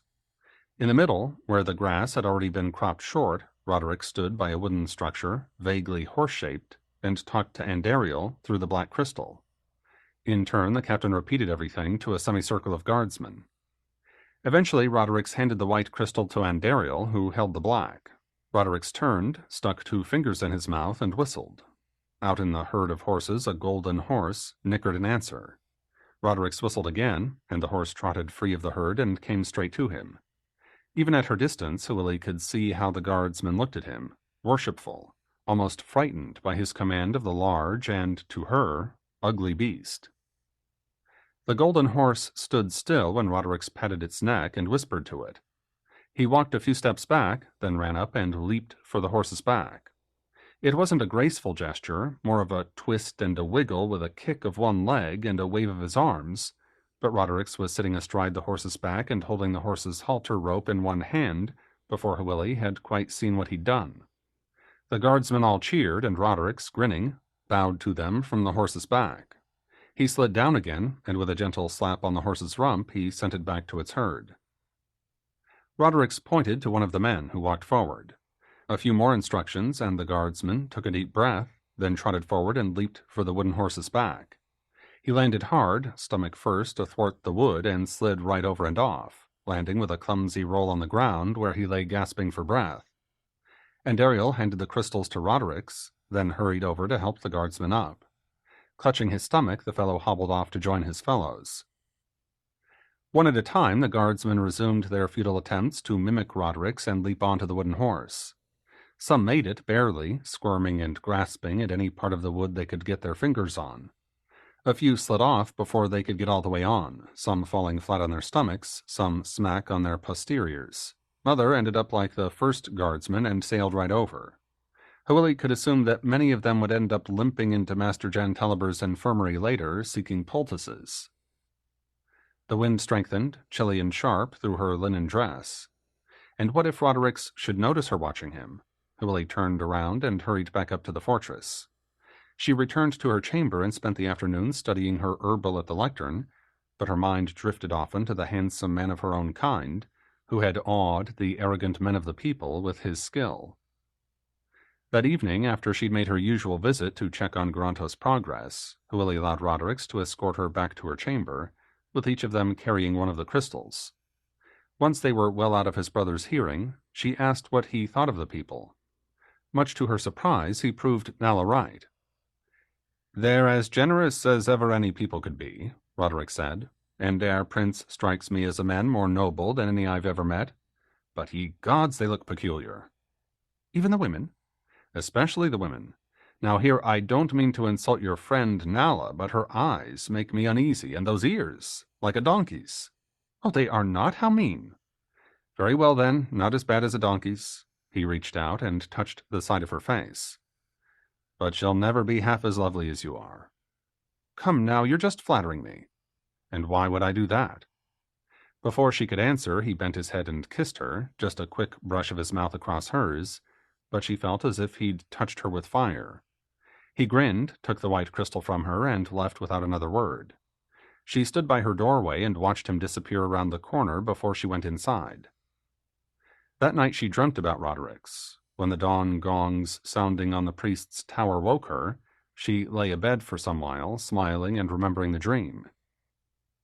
After the morning meal, Willie went to the herb room. The day before, the apprentices had cleaned several bushels of plants and set them to dry on wooden racks. They would need turning so that they'd dry evenly. When she came in, she saw Burial perching on a stool and reading from the unnamed brown book. When he looked up and saw Willie, he said nothing, just ostentatiously put the book into a cupboard and made sure that the door stayed shut. He caught her watching him and gave her a bland little smile. "You swine," Willie thought. Master Gentaliber hurried in from the corridor. "Ah, there you are, Willie, good," Gentaliber said. "If you'd finish working with those herbs, I'm afraid the prince has summoned me for some reason." The servant didn't know why, so I have no idea how long I'll be gone. "Of course, master." "Thank you. Père, come with me." Burial hesitated, turning toward the cupboard. "You can leave the book there," Gentaliber said. "Willie can look at it if she wishes." Burial opened his mouth as if he were about to protest, but Gentaliber was striding out of the room. Reluctantly, he followed the master. Willie waited until they were well and truly gone, then went to the cupboard and took out the little brown book. As soon as she opened it, she realized why the master had been so casual. Although it was written in the usual syllabary, and the language seemed the usual language of the people, she had no idea what anything meant, simply because the scattered notes, mere jottings really in Gentaliber's familiar script, contained a welter of unfamiliar words. Astral, convoluted, etheric, a long list of what seemed to be names, a variety of words marked with various verbal forms, another list of what seemed to be places, Dweomer terms, she realized suddenly, referring to things that she'd never be judged fit to know.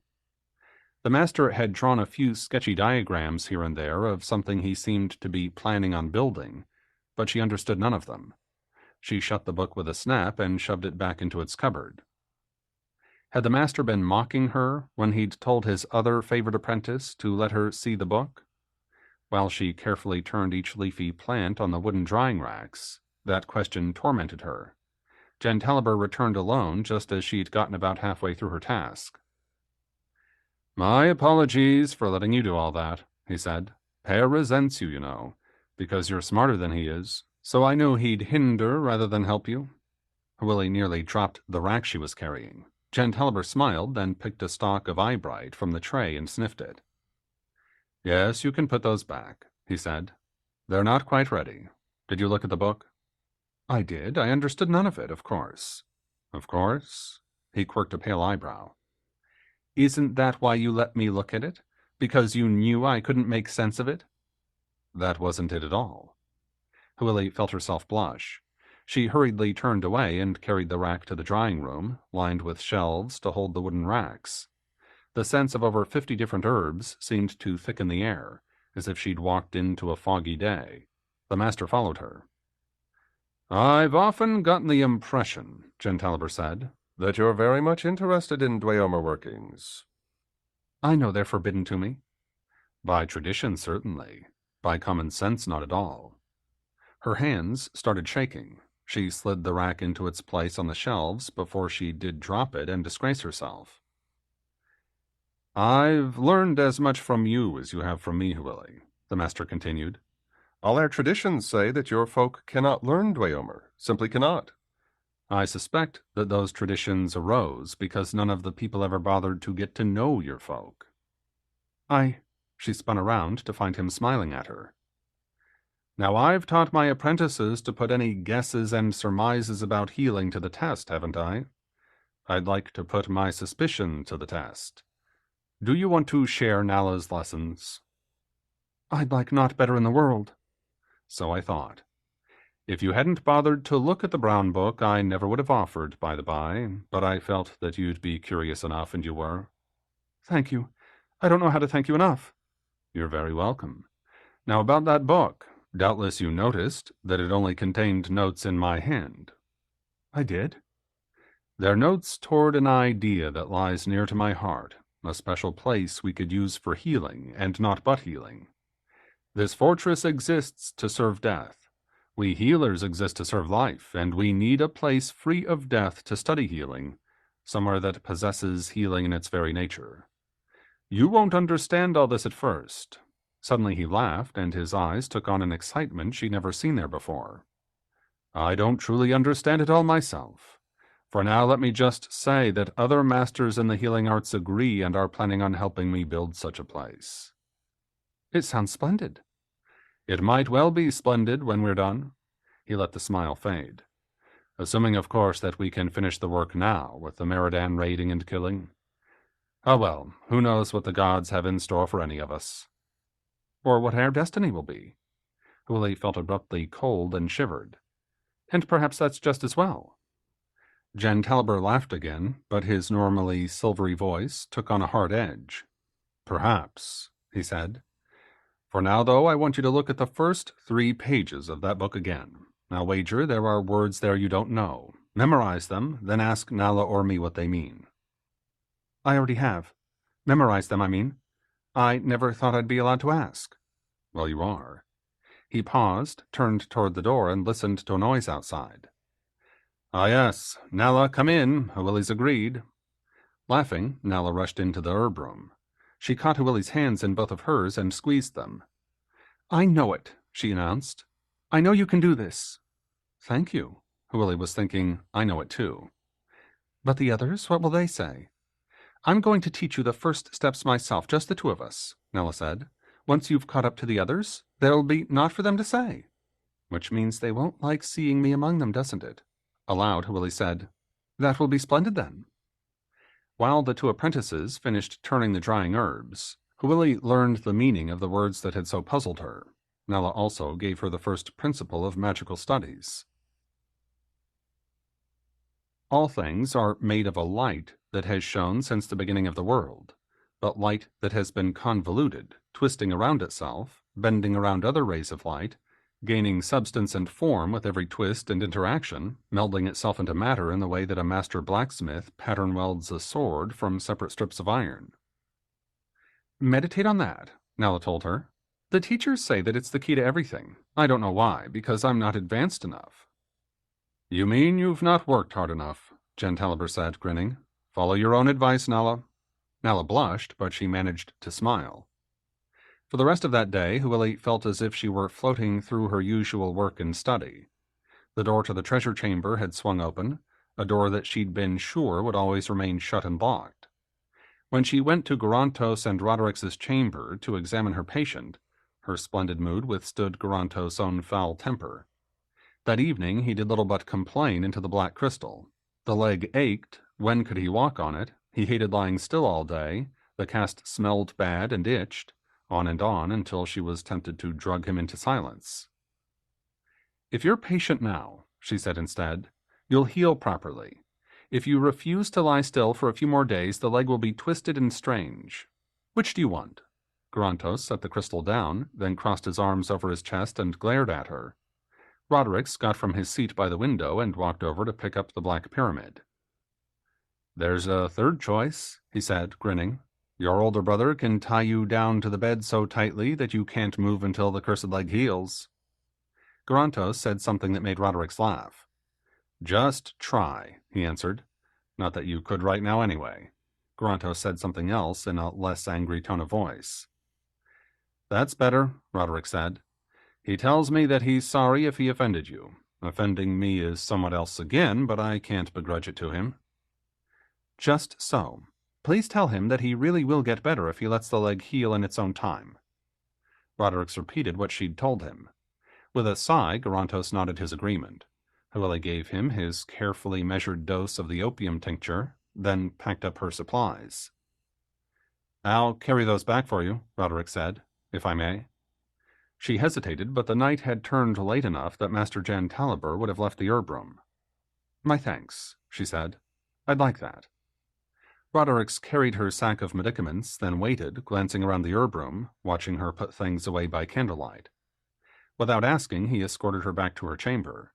Neither of them spoke on the short walk, but Willy could feel her heart pounding so hard that she wondered if he could hear it. At the door, she hesitated, clutching the white crystal in one hand, while he held up the black. You look particularly beautiful tonight, he said. Your hair's like the winter sun, it gleams so. Oh, listen to you. You should be a bard. You inspire me, that's all. He caught her chin in his free hand and kissed her, a long lingering kiss that made her gasp for breath. She leaned back against the corridor wall, and he stepped closer to kiss her again. "Could you favor me?" he murmured. "Can't you see I already do?" She regretted her bluntness the instant she'd spoken. He laughed. "I had hopes that way, but I'd not get you in trouble with your master. What will he do if he finds out you've got a man?" The question puzzled her. The women here in the fortress had always taken lovers when they wanted them, whether anyone else had approved or not. "Not," she said. "Why would he do anything? I'm only his apprentice, not his daughter or such like." "Well then," he smiled, his eyes eager, as if he were waiting for something. "Then what?" "Then will you invite me in?" Oh, she realized that despite everything he'd said and done, she'd still been doubting herself. "Of course." As they went inside, he shut the door firmly behind them. He put his crystal down on the stool by her lectern, then slipped his arms around her before she could do the same. He drew her close and kissed her with the white pyramid caught between them. When his hands slid down to her buttocks, she felt so aroused that she nearly dropped the precious crystal. He laughed, caught it in one broad hand, and turned away to put it down next to the black. Hwili pulled her dress over her head and let it fall to the floor. She lay down on her bed, so narrow that he barely fit next to her, but once his arms were around her, it became all the comfort they needed. After their love-making, she drowsed in his arms, only to wake when a pale gray light filtered through the window. He woke as well, to turn onto his side and contemplate her face. He was smiling, and with a gentle finger he traced the shape of her lips. "You're so beautiful," he said. "I'm honored that you'd favor a man like me." "Oh, don't say daft things." She kissed his fingertips. "I'm the one who's honored." "Indeed? You're a healer. You can read and write, and what am I? Just a fighting man who happens to know horsecraft?" "I'd say you know women just as well. Hwili stopped, abruptly surprised. "Wait! I'm understanding every word you say. The crystals are still over there." Roderick sat up, twisting to look at the lectern and the stool, where indeed the two crystals sat some 5 feet distant. "Ye gods!" He lay back down. "Well, that's a handy thing, then." He started to say more, but the priestly gongs began announcing the dawn in a racket of struck bronze. Roderick swore and winced, then waited till the sound died away. "Why in the name of every god do they keep making that wretched noise?" "In the name of every god, just like you said." Hwili grinned at him. "It's the priest's duty to mark the points of the passing days, and the days themselves, the cycles of the moon and the sun, the rising of some of the stars, all of the heavenly things. That's why the prince built this fortress up so high, so the priests would be closer to the stars." "I think me that the sun would rise without them making all that cursed clamor." "So do I, but the priests don't." "Ah, like the cocks that crow on the dung heap then, and the sun obeys." She laughed until he kissed her again, and neither of them had any needs of words or laughter. Yet once their love-making finished, sunlight was flooding in the window, and he needed to leave to rejoin his men out in the horse-yard. Hwili lay on her side and watched him pull on the funny, baggy legging things he called brigga. "Will you come back tonight?" she said. "If you'll have me back," Roderick said. "Of course." He paused to grin at her, honestly thankful that she would want him. "Me," she thought. "He loves me. Nella was right." "Well then, let's settle somewhat." Roderick's turned solemn. "From now on you're my woman. I don't want you looking at any other man." "Fear not. There's not a man in this fortress I'd want, not after you." She smiled again, as bright as the sunlight coming through the windows. "Let me take the crystals with me," he went on, "and at the morning meal today I'll tell the guard captain that if any other man looks at you wrong, he'll have me to answer to." "Truly?" "Truly. That way, if I get you with child, everyone will know the child's mine, so you'll not have to worry that I'll refuse to maintain it." His generosity surprised her so much that she had a hard time answering with more than a murmured, "My thanks." He sat down on the edge of the bed to pull on his boots. She cuddled against his back and tried to think of some generosity she could offer in return. "Rado?" "Mph?" "Then, from now on, your people will be my people, and if I have a child, I'll raise him that way." "Well and good then?" He turned to look at her. "That's a grand thing you're giving me." "You've done the same for me. I'll swear it on your gods, because they're my gods now. Then swear it by Belanos and Evander. Evander's not truly a god, you know. Of course he is. Our priests said so. When he saved my life, I promised him I'd swear all my vows on his name. If it pleases him, she thought, why does it matter? Belanos she knew nothing of, but if Rodericks considered him a god, then she would honor him too. I swear by Belanos and Evander, she said. So do I, that you're my woman now. They both smiled, yet deep in her heart she felt somber, as if a cold wind had touched her. Somehow she knew they'd sealed some sort of bargain, one that resonated far beyond the first days of a love affair. The guardsmen ate in Prince Ranadar's great hall, a long narrow room with tables enough for several hundred men. At one end stood a narrow dais, where the prince dined with his intimates. Frescoes covered the walls with pictures that reminded Rodericks of those in Romani villas, though these were far more magnificent. Painted roses bloomed in a vast garden that wrapped around the entire room. In the landscape behind the garden, one wall sported a view of rolling hills and forest, the other a distant city on the far side of a river. A spiral made of bits of white glass covered half the ceiling. At night, this spiral glowed with an eerie blue light, but during the day it merely glittered in the sun streaming through the windows. Since Rodericks sat next to Andariel at the warband's head table, an honor, he realized, to a stranger who knew so many useful things, he could talk with the captain through the crystals. When he told Andariel that he considered Hawili his property and his alone, Andariel relayed the warning to the guardsmen, who mostly laughed and saluted him with their wine cups. "She's always been a standoffish sort," Andariel remarked. "Cold as ice, we all thought. I'm impressed that you could warm her up, and so are the rest of the lads." As the days went by, the warning had the desired effect. From time to time, Hawili came down to the terrace to watch the riding lessons. The other men made a great show of looking elsewhere whenever she did, and if for some reason they needed to speak to her, they made the encounter as brief as possible. "They're afraid of you," Andariel said, "if you've not noticed."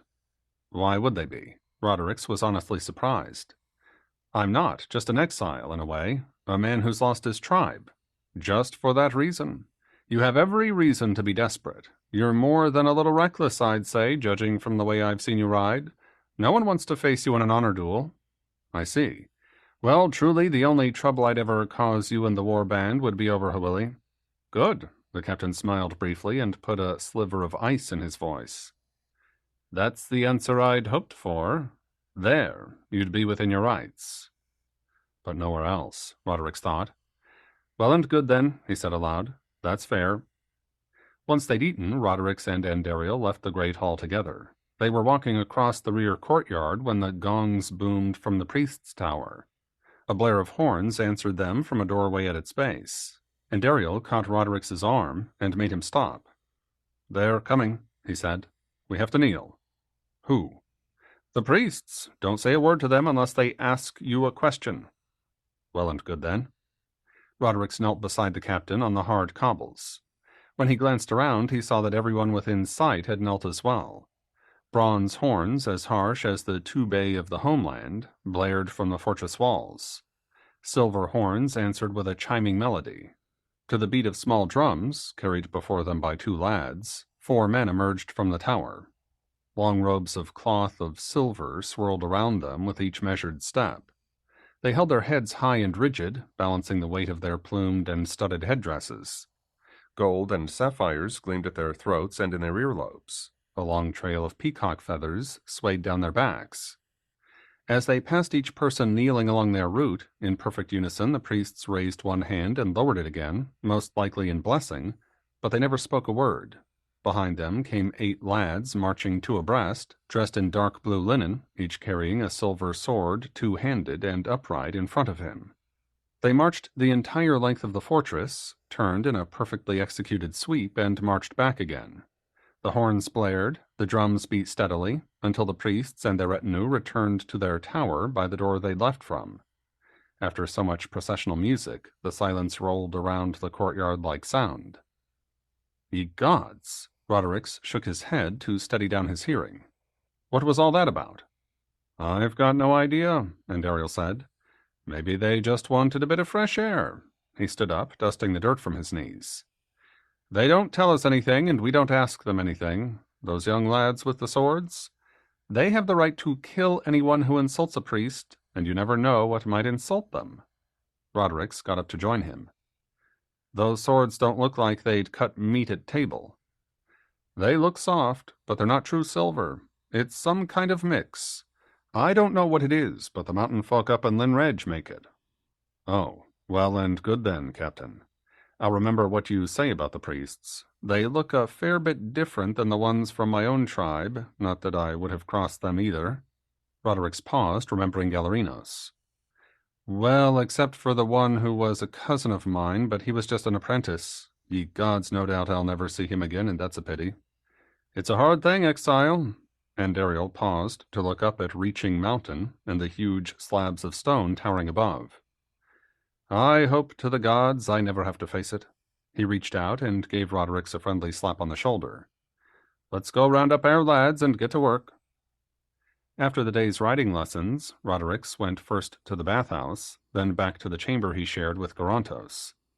His brother was sitting in a chair by the window and eating bread and fruit from a tray on the table. What's this? Roderick said. Does Hawili know you're out of bed? She does. I'm not to walk any farther than this, but it's time, she said, to see if the leg can bear weight. Garantos gestured at the tray of food. There's more there than I can eat. Roderick sat down across from him and picked up a chunk of bread and a knife to butter it. I've been meaning to ask you, Garantos said. Does Hawili have a sister or a friend who might— He let the words trail off. Roderick grinned at him. She doesn't, not one who's our kind of people. He let the smile fade. But she's mine, Garrow. I know we've shared women before, but not this time. Well and good then, I just asked. Not wrong with asking. Rodericks bit off a mouthful of bread and ate it while he thought. She has a friend named Nala, though, who's a bit of a spark in tinder, if you ask me. She might find a different sort of man interesting like, if you can ignore the ears. I'll ask Hawili if I can meet her then. It'll let her know that it's not her I want to bed. Very gallant of you. He grinned again and reached for an apple. How is the leg, by the by? Healing, she says, and fairly fast as these things go. Good. You'll be riding again by winter, or so I hope. Eventually, Garantos managed, with the aid of a crutch and with Hawili's help as well, to hobble out down to the terrace to teach beside his brother, though generally Rodericks and one of the men carried him back up again. The 40 men under their instruction learned to handle the captured mounts in a much shorter time than Rodericks had been expecting, not that any of them turned into splendid riders in a fortnight's work. The difficulties lay in the mount and dismount. Eventually, the guardsmen all learned how to leap onto the wooden horse, but their nervousness communicated itself to the real horses, who usually refused to stand and hold for the practice. Until they could mount, the men would never learn anything else about riding, so Rodericks reluctantly agreed to a set of wooden steps, such as the kitchen servants used to reach the nets of onions and apples, the smoked pork and other such preserved foods that hung from the kitchen's high ceilings. Rodericks made his men pay for the device with jests and shaming remarks that made them struggle all the harder to learn. On a sunny day turned cool by a crisp wind, Prince Ranadar himself and his retinue came down to watch the riding practice. Skipping along beside him was his little son, Baron Aladar, or Ren, as he was usually called. Through Andariel and the crystals, Ranadar asked Rodericks to show him what this riding thing is. Rodericks whistled for Our, the name he'd given his chosen horse, who trotted out of the herd at the command and joined him. His previous Meridani owner had trained Our well. Rodericks had spent many a morning learning what his new mount could do. When Rodericks surreptitiously tapped the gelding on his off-fore, Our bent the leg and seemed to bow to the prince. Ranadar smiled, and Ren clapped his hands with a laugh. I want one of those, Sta, the child said. You shall have one when you're older, Ranadar said. Now hush. Begging the Cadverdoc's pardon, Roderick said, but he's of an age when he should be learning to ride. The younger the better, honored one. Ranadar considered him with a twisted smile, then shrugged. Very well, perhaps we'll both come to have some lessons with you. Show me what this all entails. Rodericks saddled and bridled Our, then leaped into the seat and caught the reins. He walked the horse down to the end of the terrace to let it warm its muscles, then trotted back. He dismounted, made Prince Ranadar a bow, and turned to the guardsmen. "Saddle up, lads," Roderick said. The men rushed off to fetch their horses, since none had yet trained them to come when called. When they struggled with the tack under Andariel's supervision, Roderick lifted young Wren to Aur's saddle and told him how to sit properly. The boy's cat-slit eyes, lavender like his father's, widened with delight at the sensation of being up so high on horseback. He followed every instruction Roderick gave him, then repeated every move on his own. If we live long enough to teach the lads, Roderick thought, the people will be as good as we are with horses. The presence of their ricks and cadverdock made the guardsmen even more nervous than usual. Several of them refused to use the wooden steps, but the first man to try the leap put too much spring into his jump, overbalanced on the saddle pad, and slid off to fall in a heap. His horse snorted, danced, and very nearly kicked him. He got to his feet, his face as red as a sunset, and stared at the grass to avoid looking the prince's way until Roderick sent him and his mount back to their respective herds. A second man and a third tried and failed. The entire guard unit turned hangdog, standing heads down with humiliation. "Ye gods, that looks difficult," Ranadar said. "Here, let me try." Andariel protested in a flood of words that Roderick couldn't follow, not even with the crystal, but the prince laughed and insisted. Roderick brought Wren down from Aur's saddle. "This is the best trained horse in the lot, honored one," Roderick said. "He'll stand still for you." On his first try, the prince very nearly managed the leaping mount. In fact, Roderick suspected that if he'd wanted to, Ranadar could have gotten himself onto the saddle, albeit in an ugly flurry of arms and legs and clutching hands. Instead, the prince made a great show of sliding off and falling into the grass. He laughed and picked himself up before anyone could rush forward to help him. "Very difficult," Ranadar announced. "Don't feel dishonored on my account, men." The guardsmen cheered him. Roderick felt utterly stunned. He'd never seen a man of authority, not Divetianos or Romanos, voluntarily shame himself for the sake of the men who served him. On a wave of good feeling all round, Ranadar collected his retinue and his son and left the guardsmen to their practicing. Roderick watched them as they walked uphill. He'd finally found a leader worth dying for, he realized, someone with 10 times the honor of a Vindex or even a Brenos. At the end of the day, when they returned to the fortress to let the men care for their mounts in the newly built stable, Roderick and Andariel discussed the various problems that the lesson had shown them. "If we ride to battle, then dismount," Andariel said, "how are they going to get them mounted again after the fighting's over?" "It'll be worse yet if they're unhorsed during a retreat," Roderick said. "You'll have to leave them behind. They'll never manage to remount a panicked horse." "We don't have enough men to leave anyone behind." "Well, then I don't know what to tell you. It's all very well to provide a set of wooden steps here in the fortress, but we can't carry those with us to battle." Andariel sighed and considered the line of saddles perched on a railing. Crystals in hand, the two men were standing in an improvised tack room, part of a storehouse that the prince's servants had roughly converted to a stable. The saddles were much like those Roderick knew from the homeland, simple leather pads with a cinch that went over a heavy saddle blanket. "Carry the steps with us?" Andariel said eventually. "That gives me an idea. What if we hung a step of sorts from the saddle itself?" "What?" "I'm thinking of the rope ladders that lead up to the catwalks on the walls. What if we put straps down on each side of the saddle with loops for a man's foot to go into?" Roderick grinned in sheer admiration. "That just might work splendidly once we got the horses used to the device. Stick your foot in the loop and swing your free leg over." "Just so. I'll go to the armory and ask." The people knew their craftwork. One of the prince's armorers delivered a saddle with the new idea attached the very next morning. Roderick's first accustomed Aur to having straps dangle against its sides, then tried out the new way of mounting while the armorer stood watching. Although the footloop certainly made getting onto the horse's back easier, the simple saddle twisted to one side under the pull of his weight. Roderick dismounted and led the horse over to Andariel and the armorer. "We need to work on the saddle," the armorer said through the crystals. "Give it back to me, I think I see what's wrong." Back and forth the saddle went over the next 8 night, between the armory and the horse yard. Each time it returned, it was heavier and stiffer until finally the leather ended up stretched over a wooden frame.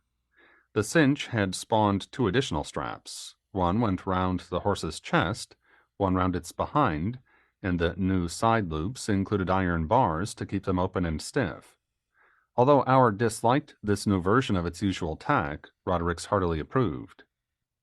With the armorer and Andariel in tow, he rode down to the first terrace, then galloped along its length once. As he walked the horse back to the waiting men of the people, he tried standing with his weight on the new reinforced loops, then sat back down and howled with laughter. He walked the snorting, dancing horse over to Andariel, who was watching from the side of the courtyard. Still grinning, Roderick leaned down to retrieve the black crystal from the captain. "A man could swing a sword from horseback like this," Roderick said. "It'll take some practice, but I think we can put the fear of our gods into the Meridan with these." He leaned forward and patted Auer's neck. "Whist, you'll get used to it in a bit, lad." He straightened up again and looked at the grinning armorer. "A splendid job. Captain, can he make us more of these things?"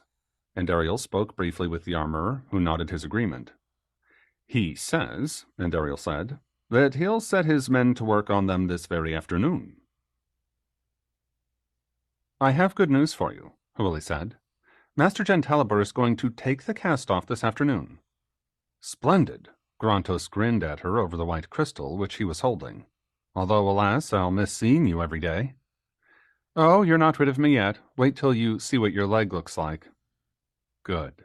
His smile turned soft. Hwili set the black crystal down on the table beside the bed. She felt uneasy enough to gather up her supplies and hurry out of the sick room.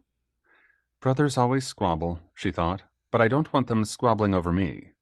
When she returned to the herb room, Nala was standing at the table studying a row of freshly pulled plants.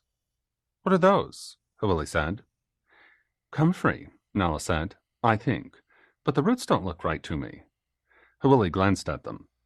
"They've grown in very poor soil, I'd say. The rest of the plant certainly looks like comfrey."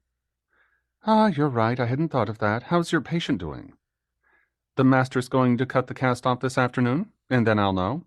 I hope he's healing well. He's been terribly bored, and it worries me." Nala looked up with a grin. "What's this? He's interested in you too?" Hwili felt her face burn. "My heart belongs to Roderick's," she said, "and only him." "It's not your heart that's the problem, but a very different portion of his anatomy," Nala grinned again.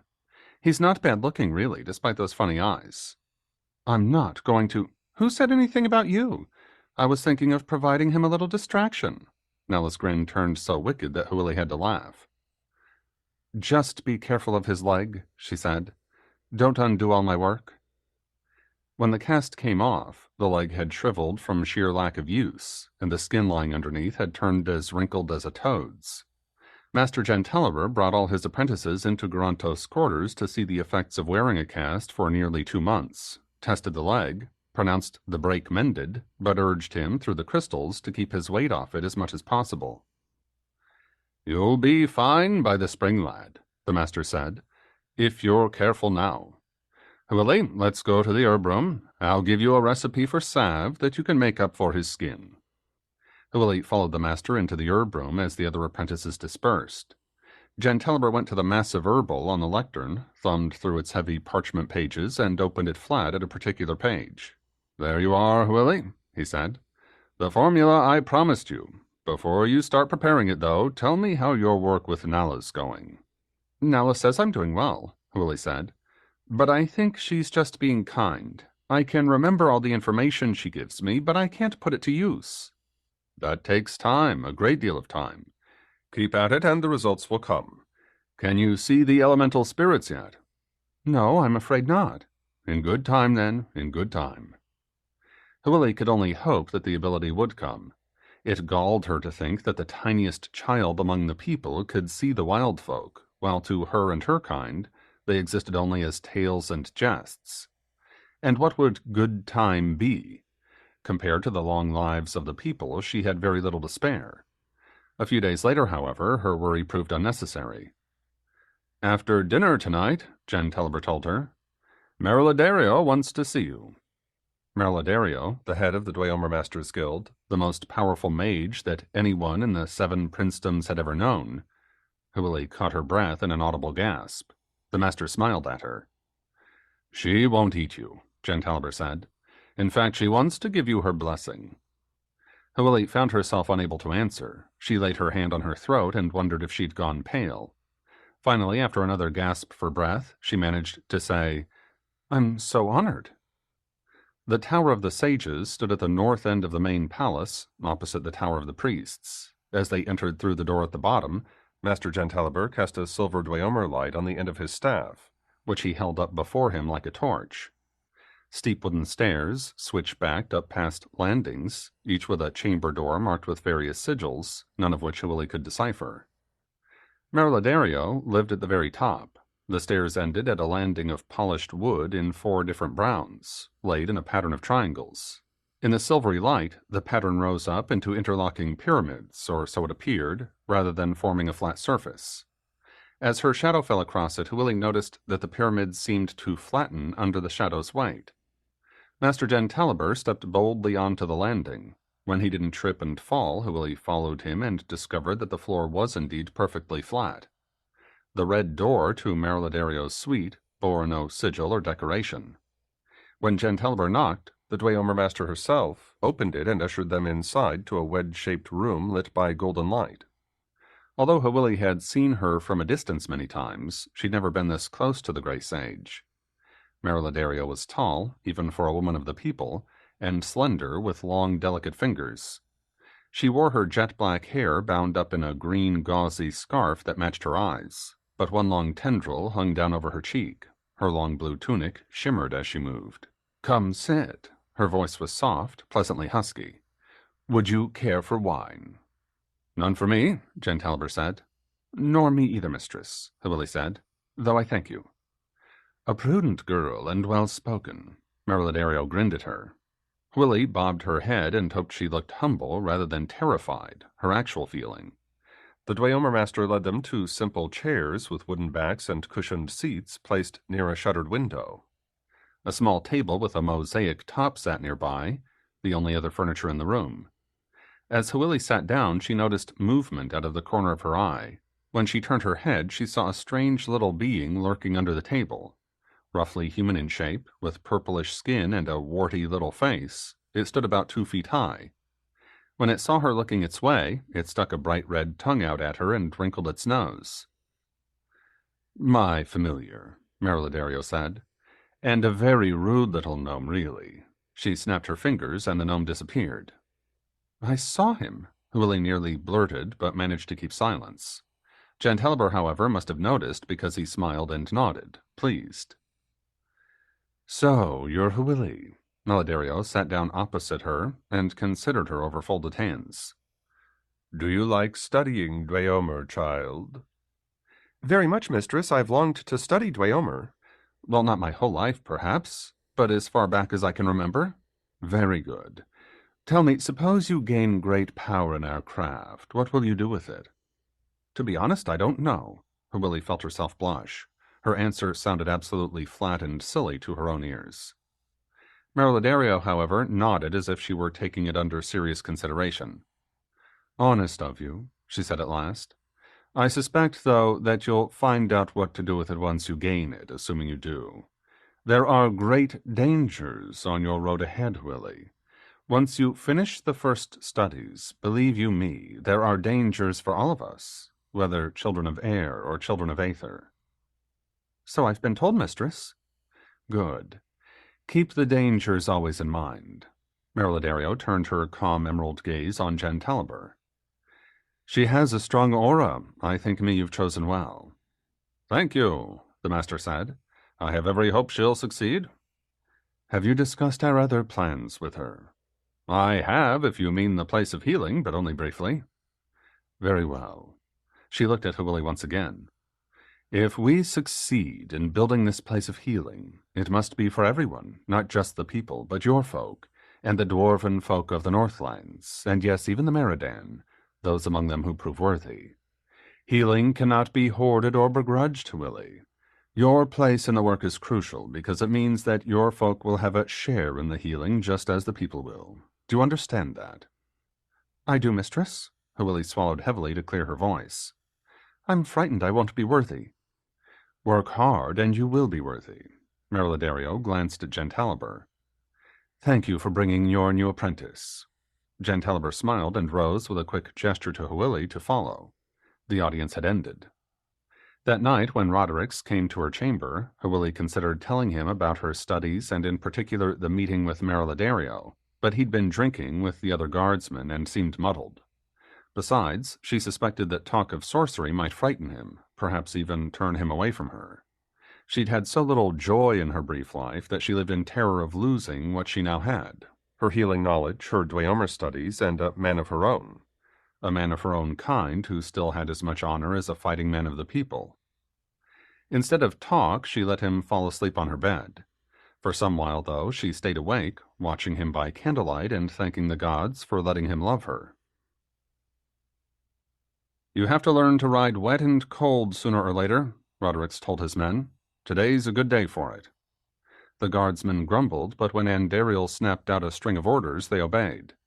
Rodericks had judged it time to take his new troop of mounted soldiers off the terrace and into the real terrain beyond.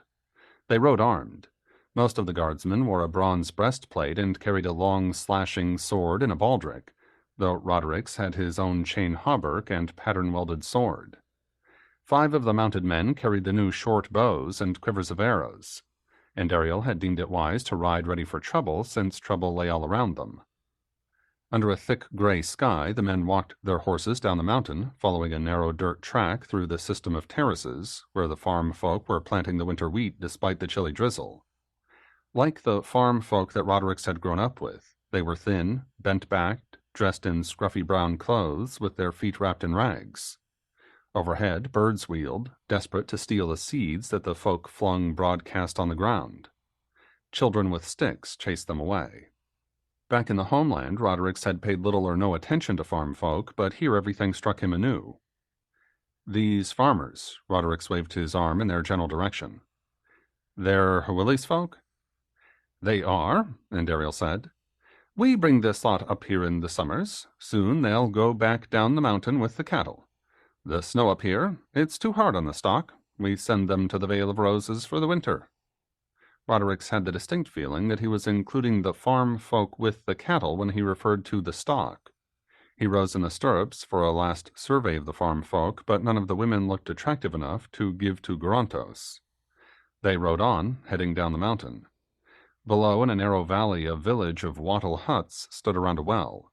More fields spread out to either side. A wider road ran the length of the valley, leading to the foothills at either end. This isn't the Vale of Roses, is it? Roderick said. And Ariel tossed his head back and laughed aloud. No, in the spring we'll ride back there, and you'll see how splendid it is. His face suddenly darkened. Well, with luck. And if the gods are willing, are the farmers down there Hawili's folk too? No, not at all. In the Southlands around Rinbaladellan, the farmers and herders all come from the people themselves. Ah, I'd wondered. Which meant, he supposed, that he wouldn't find another woman for his brother there either. It's a hard life they have, Andariel continued. The priests say that they did somewhat in their last lives to deserve it, just like we earned our place as warriors. Our priests always told me the same thing. Rodericks touched the hilt of his sword to ward off any evil that might appear at the mention of such arcane matters. Which way shall we go now? South, Andariel said. The prince told me that some bands of Meridan are raiding to the south. They must have stayed down on the flat and just bypassed us. Have messengers come in? I haven't seen any. The prince doesn't need messengers. He has farseers. Has what? Mages who can see things from afar. Andariel was watching him with a slight smile, as if he expected the stranger to argue. While Rodericks had never known men with true magic, he'd heard about them back in the homeland. What about Galerinos and that blue fire? He told himself. That must have been magic. Well and good then, Roderick said. South it is. Although they saw no raiders that first day, after a few more days of riding patrols, the mounted guardsmen had their first battle test. They had ridden a little farther than usual, once again to the south, some 10 miles from the fortress. When they crested a grassy hill, they saw below them some 15 Meridan, riding along as easily and openly as if they owned the road. "Here's a chance to try those new bows," Roderick said. "But tell the lads to try to spare the horses. We need every mount we can get." And Ariel turned in the saddle and called back the orders. The archers looped their reins around the saddle peaks and brought their bows from their backs. Down below, the Meridan had seen them. They paused their horses, then called out and waved to the guardsmen, who must have appeared from their vantage point as small figures silhouetted against the sky. "Ye gods," Andariel said. "They think we're some of them." "Of course," Roderick grinned at him. "We're on horseback." Andariel shouted more orders. The archers lowered their bows, but held them ready, hiding them as best they could behind their horses' heads. Rather than charge, Roderick led the squad downhill at a steady walk, just as if they were planning on joining up with allies. They had reached the flat before the Meridan realized their mistake. The 5 archers whipped up their bows and loosed the first volley. Arrows whistled, then sank into targets as the Meridan yelled war cries, then screamed. 3 of their men pitched over their horses' necks into the road. More arrows, more screams, but over the shrill rage and fear, Andariel yelled for the charge. Roderick followed the captain as the mounted swordsmen left the archers and charged straight for the remaining Meridan. The Meridani horses that had lost their riders bolted, galloping back south down the road. The others were milling and rearing, bucking and trying to grab their bits. Their riders could barely control them, much less fight. Roderick saw one savage whose black hair bristled like a boar's, tied as it was with a plethora of charms and beads. He urged Aur straight for him. Foolishly, the Meridan tried to turn his horse to run. Roderick swung straight for his spine at the neck. His sword slashed through the man's pitiful leather hauberk with a spurt of blood. With a last scream, the rider fell just as Aur slammed into the rear of his horse. The Meridani pair went down, and Roderick nearly followed. Only a lifetime spent on horseback saved his balance and his life. He managed to stay on Aur's back and balance his weight at the same time, so that the golden gelding kept his feet. Aur tossed his head, foaming in panic. Roderick threw his weight forward and kept him from rearing while he stroked the horse's neck. "Whist, whist, lad, it's all over." The swordsman had cut to pieces the few Meridan that the archers had missed. When Roderick turned his horse back to the battle, he had a moment of nausea at the sight. Severed limbs, hacked torsos, heads rolling under hooves, and still the swordsman cut and slashed until every single enemy had been reduced to so much butchered meat. Battle fury he knew, but he had never seen so much hatred on the field of war. "The horses!" Andariel was calling out in what amounted to bad Gaulish, words he'd learned from Roderick's. "Round up the horses!" Blood-spattered and grim, the swordsman followed orders. Andariel urged his foaming, dancing horse up to Roderick's mount. "Well, that's a few less Meridan in the world," the captain said through the crystal. "Once we catch these horses, let's head back to the fortress." "What about the bodies?" Roderick said. "Leave them for the ravens and foxes. They don't deserve anything better." With the captured horses came an equally valuable prize, a leather saddlebag with painted insignia upon it, the ship crest of the Prince of Rin-Baladellan. One of the guardsmen handed it to the captain, who opened it and peered inside. "Messages," Andariel hissed. "What happened to the messengers, then?" "What do you think?" Roderick said. "They must be dead." "I don't understand. Why didn't the Farseers tell us about the messengers? We might have saved their lives." "Good question," Roderick said.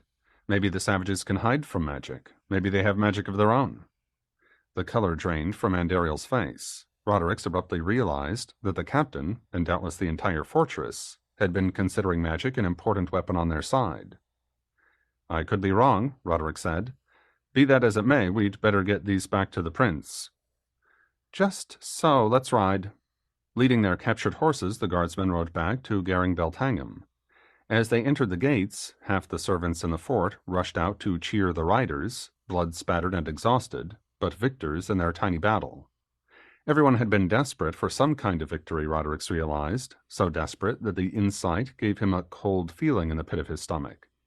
Maybe they could find and kill a few bands of raiders, but what would happen if his pitiful handful of mounted guardsmen had to face an army?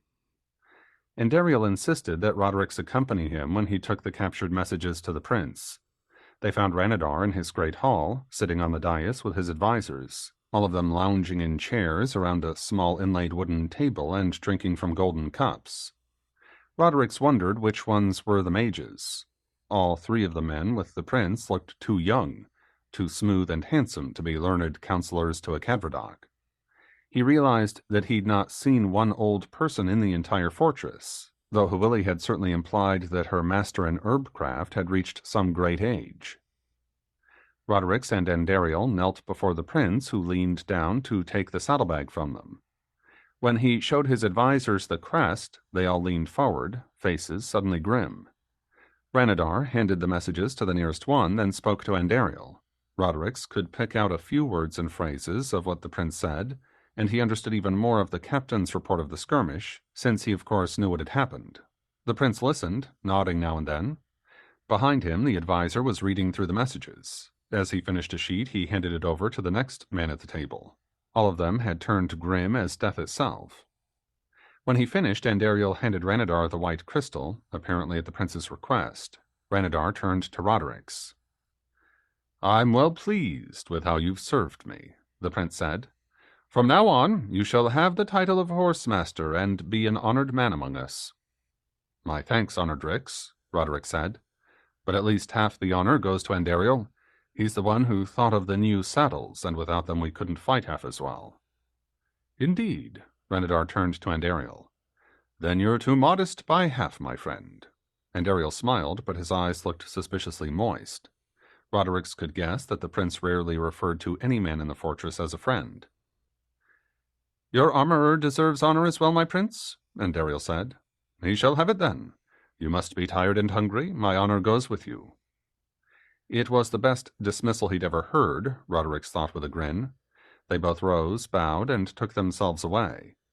At the door, Roderick looked back to see the advisors standing up to huddle around the prince, each of them waving one of the pieces of parchment that held the messages. Roderick followed his usual routine, bathhouse first, then back to his chamber. As he came up to the door, he heard Garrow's voice and a woman giggling in answer. Suspicion flared in his blood like fever. He flung open the door to find Garrow lying half-naked on the bed and Hwili's friend Nala sitting beside him. She held a pot of some sort of salve in one hand, but judging from the disarray of her hair, and from the fact that her tunic was hiked up around her waist, she'd been doing more for Garrow than treating his withered leg. "You might have knocked," Nala said. She handed the salve to Garantos and grabbed her tunic to pull it down. "My apologies." Roderick knew his face must have turned scarlet. "I'll, just go find Hwili." He turned and beat a hasty retreat, slamming the door behind him. Yet, despite the blush, he felt gratified that his younger brother had found a woman of his own, partly because he liked seeing Garantos happy. And he won't be sniffing around mine this way, he thought. All too soon, however, things changed. "Hwili, Nala, all of you." Master Jantalaber appeared in the door of the refectory. "I have something important to tell you." At their long table, the apprentices, male and female both, fell silent as he walked into the room. Jantalaber looked weary that night, his hair uncombed, his eyes heavy-lidded and sad as he looked over his students. "The prince has made a decision," the master said. "I don't agree with it, but he's the prince. Today, the guardsmen brought back messages from Rinbaladellan, begging his aid. Ranadar sending all but 2 of you to Rinbaladellan. Refugees are pouring into the city. Many are wounded. They need healers badly and supplies as well." Everyone went tense, glancing at each other. "Hwili, you'll stay with me," Jantalaber said. "I'll keep Parabarial here too, because he's been helping me with, well, our project. The rest of you, once you've finished your meal, go to your chambers and begin to collect your belongings. In the morning we'll load up a wagon with supplies, and you'll set out with an escort of archers and some of the new horse soldiers." Hwili caught her breath. Would the prince send Roderick away? Jantalaber looked at her and smiled, just briefly. When he spoke, he used her own language, that of the old ones. Since he was the only person among the people who had ever bothered to learn it, they both knew that no one else would understand. "Your friend will stay here with you," Jantalber said. Hwili let out a sigh of sheer relief. "I decided to keep you here for 2 reasons beyond our project," he continued. "You're the best of my students, and the healers at Rin Baladellan might not treat you as you deserve." "My thanks, master," Hwili said, and in this instance nothing poisoned her gratitude. Jantalber returned to speaking the language of the people. "Kerr, you've advanced far enough to teach others. It will be your duty to instruct the archers in binding wounds. Hwili will show them which herbs are vulneraries and how to prepare them. They need to be capable of healing themselves if something happens to the 3 of us." "As you wish, master," Paraburial said. "I won't lie to you all," Jantalber continued. "Things are looking very grim. Apparently the Meridan have wits, after all. They've simply bypassed Renadar's realm and are striking at the heart of the 7 princedoms." Nella's face turned white, and she caught the edge of the table so hard that the blood drained from her knuckles as well. Hwili laid a gentle hand on her friend's arm. "The prince is beginning to think that the best we can hope for is to fall back to Rin Baladellan eventually," Jantalber continued speaking, "and help defend the city, but no one's ready for that move yet. Still, who knows? With luck and the favor of the gods, I may see you all again in Rin Baladellan one fine day." No one spoke. Only a few of the apprentices so much as moved in their chairs or glanced around. Hwili felt as if a north wind had swept into the refectory and laid a coating of dirty gray frost over everything in it. When they finished eating, Hwili helped Nalla fold her clothing and place it into 2 leather sacks for the travel ahead. Her few other possessions, combs, a silver brooch, a pair of blue ribbons, Nalla tucked into a small pouch that she'd carry on her belt. Neither of them spoke until they'd finished. "Hwili, this is horrible," Nalla said. "The prince believes he'll lose the war, doesn't he?" Hwili tried to speak, but tears clogged her voice. "You see it too," Nalla continued. "And your family. Aye, they live outside the walls." The tears spilled and ran. Nalla threw her arms around Hwili and held her just for a moment before drawing back. Hwili tried to speak, then hurried to the door before she wept again. "I'll pray I see you in the spring," Nalla called after her. Hwili ran down the corridor and took refuge in her chamber. The last of the sunlight gleamed through the window, a distant gold. She flung herself onto her bed and fought down her tears. "This is no time for weeping," she told herself. "We all have to be strong." Perhaps if she pleaded with Master Jantalber, he could convince the prince to allow her mother to come into the relative safety of the fortress. Perhaps. "Beloved," Roderick opened the door and stepped into the chamber. "Have you heard the news?" "That the healers are leaving?" Hwili sat up and turned on the bed to sit facing him. "Not just the healers." He paused to shut the door. "The prince is sending all the farm folk with them. The Vale of Roses isn't a safe haven anymore, the captain told me. Tomorrow our warband's going to strip every bit of food they don't need for the journey south." "I hadn't heard that. How like a man of the people, even Master Jantalber, to forget to tell me. What does he care about the slaves outside?" Roderick sat down next to her and caught her hand between both of his. "Do your bloodkin still live out there?" he said. "Only my mother. She'll be safe then for a little while.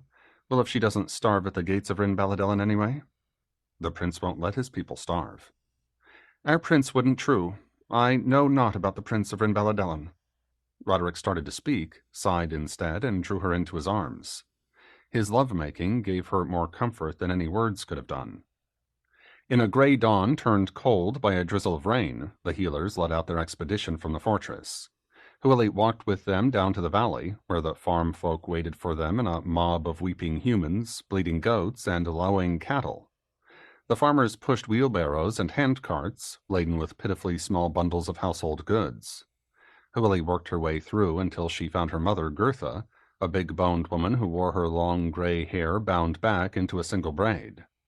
In one hand she held the halter ropes of 2 milk goats, who were complaining softly and rubbing up against their humans' hips. "Mama," Hwili threw an arm around her shoulders. "I've brought you a cloak and some extra food." "Well, thank you." Gertha's smile displayed the few brown, cracked teeth left to her. "I was thinking I was going to have a cold walk of it."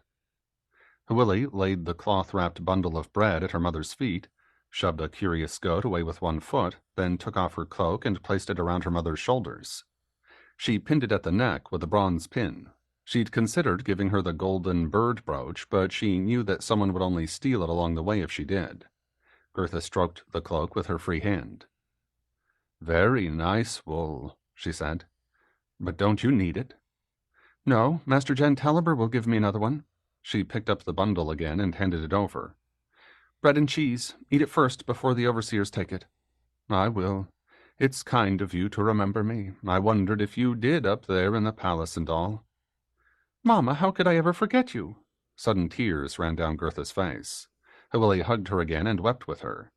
The horse soldiers were riding up and down the line, yelling at everyone to get ready to move. Whips cracked, the horses tossed their heads and snorted. Willie gave her mother one last embrace, then turned away, half blind with tears.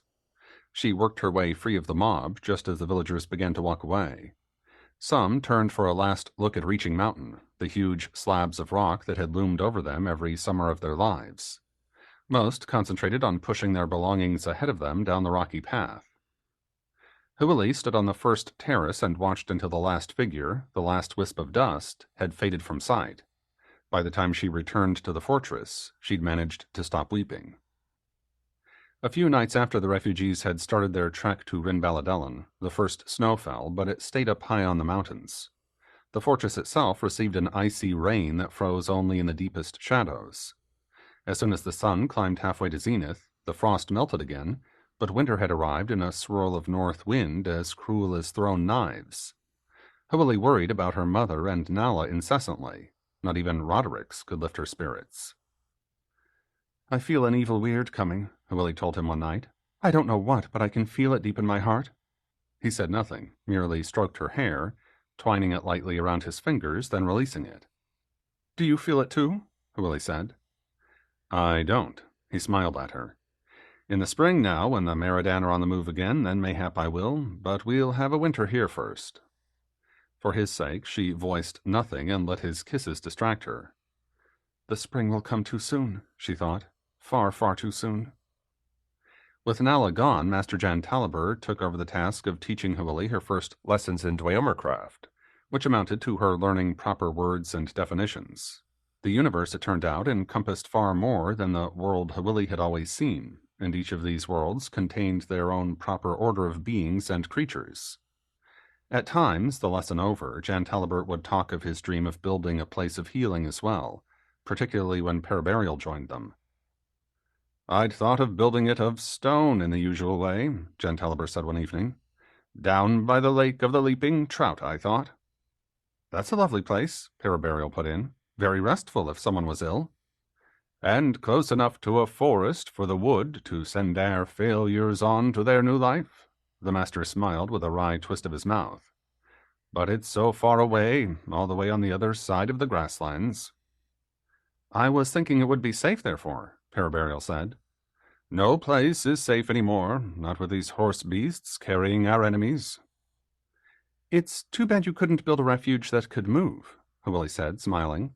"We could use the horses to pull big sledges or some such thing." The men both laughed at her jest. Then Jantaliber fell silent, looking away from his two apprentices at a pair of sprites hovering in the air. Pear seemed unaware of them. Both apprentices waited, unspeaking, until the master remembered their presence. "My apologies," Jantaliber said. "But, Willie, you've given me an idea. Not sledges, no, but I wonder—" He got up from his chair. "I need to go consult with Merrill. I wonder—" Murmuring to himself, he hurried out of the room. Willie felt a cold shudder of awe that the master could just go to Merrill without sending a message first. Even Paraburial seemed surprised into better manners than usual. "I'll help you finish hanging those bundles of herbs," he said. "My thanks," Willie said. "There's a lot of them." Although the work took them most of the evening, Jantaliber never returned. She could imagine that the two Dweomer masters talked deep into the night about arcane matters indeed, far beyond her understanding. From that night on, Merrill took to coming to the herb room in the evenings. She would sit on the high stool and idly watch the two apprentices work while she chatted with Jantaliber about their proposed place of healing. Willie understood very little of what they were saying, and while Paraburial pretended he understood, he never could explain it to her when she asked. Now and then she did recognize phrases, but others, such as forced convolution of the astral light, ensouling the egregore, and sigils of evocation, slipped through her mind like fingerlings through a wide-meshed fishnet. Gradually, however, she began to build up an understanding of the general scheme. The two Dweomer masters planned to build up an illusion of a place with so much Dweomer energy behind it that in ordinary times it would look and feel and behave exactly like a real place. Yet it would have some extraordinary properties, since it would be only an illusion. As a nod to the troubled times, Merrill wanted to give the site the power to move itself away from threatening danger. That mysterious egregore, it turned out, meant a body of knowledge about healing that would exist in a sort of bubble out on the astral plane. Any Dweomer worker with the necessary skills would be able to learn the knowledge without the intermediary of a teacher. Someone extraordinarily talented, Merrill remarked one evening, could even get to it from the gatelands of sleep. Mistress? Paraburial asked. Does that mean in dreams? Dreams of a sort? A very special sort. Merrill frowned at the far wall. I wish Nella hadn't been sent away. She showed promise in that area of the work. Could she perhaps come back, mistress? Willie said. In the spring, if it's safe? Perhaps so. I'll speak to the prince about it. I'd like to have her join us too, Gentaliber said. Well, we'll see. Now I think your idea of placing our site on an island is a good one. The ocean's too violent, but a lake, a good-sized lake like the Lake of the Leaping Trout, that would be ideal. He turned and looked at Willie. Why a lake? Willie gulped and forced her scattered thoughts calm. The vibrations of the water veil? She said at last. They'd be like sticks and stones to build with. Very good. Merrill raised a surprised eyebrow. You have an affinity for this working, Willie? Excellent. Willie ducked her head and forced out a modest smile, but she felt like shouting in glee that Merrill had praised her. One evening, Gentaliber took his two apprentices to visit Merrill in her chambers. He made a silver Dweomer light to float ahead of them as they crossed a courtyard glittering with hard frost. Dark clouds hung low in the sky, and the very air itself breathed out cold. The stairway in the Tower of the Sages seemed almost warm by contrast, as did Merrill's chambers when they reached them. As the head of the Dweomer masters, Merrill had a brazier in her reception room and the charcoal to fuel it. Spirits of the air hovered round to whisk any fumes away through a tiny vent in a nearby window. Merrill, however, had draped herself in two cloaks. As the servant ushered them in, through an open doorway they could see her pacing back and forth in an inner chamber. She feels the cold badly, her servant murmured. Master Gentaliber, do you think she's ill? No, Gentaliber said. At her age we all feel the cold. At the sound of his voice, Merrill came hurrying to greet them. Once they'd all sat down and wine had been offered and refused, the servant bowed and took his leave.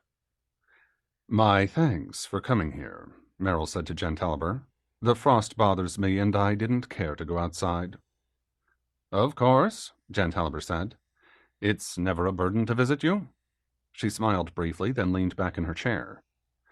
I've heard from the southern mages, she said. Now you children, she glanced at Pear and to Willie, don't know the beginning of this tale. Some days ago, your master and I decided to contact the mages of Rinbaladellan and ask them to join our project of forming a place of healing. We've been waiting for an answer. It finally came, Gentaliber broke in. Oh, yes, but you won't like it. The head of their guild told me they simply couldn't expend any Dweomer force on our project because they had their immensely important secret work on hand. He did wish us luck with it. How kind of him. Gentaliber seemed to be about to say more, then set his lips tightly together. Their secret work, mistress? Pear said. It's a puzzle they've been working on for hundreds of years, Merrill said. I'm truly tempted to tell you what it is, too. I never swore any vow not to tell. Oh, go ahead, Gentaliber suddenly grinned. It will serve them right. No bruiting this about, mind. Merrill paused to return his smile. They're trying to discover what language was spoken in the Blessed Lands, the earthly paradise where the gods created the people. What? That's daft, Willie blurted without thinking. My apologies, mistress. That was my reaction too, actually, Merrill said. No need to apologize. The guild head was not pleased with me for it either. I can well imagine, Gentelber said. With the northern princedoms crumbling around us, how can they justify— They say that if they can learn the language, then they can ask the gods to intervene. Merrill suddenly laughed, an unpleasant, nervous chuckle. They have their reasons, actually. If they could talk to the gods, they could circumvent the priests and their stargazing and their silly sacrifices. Gentelber gave Hwili and Pear each a look as sharp as a dagger point. Never ever breathe a word of this outside this chamber, he said. Do you understand? It could cost a great many people their lives. Both of them murmured their agreement. Hwili could barely speak, thinking of such an impiety. It's not just daft, Gentelber turned back to Merrill. It's extremely dangerous. Dangerous? Merrill said. Indeed. The guild in Rinbaladellan lives for itself alone, and I think the isolation has really and truly driven them mad. For a moment, Hwili wondered if she might be sick and disgrace herself. She took several deep breaths and fought her fear under control. They won't be helping us with anything then, she thought, no matter how bad things get here in the north.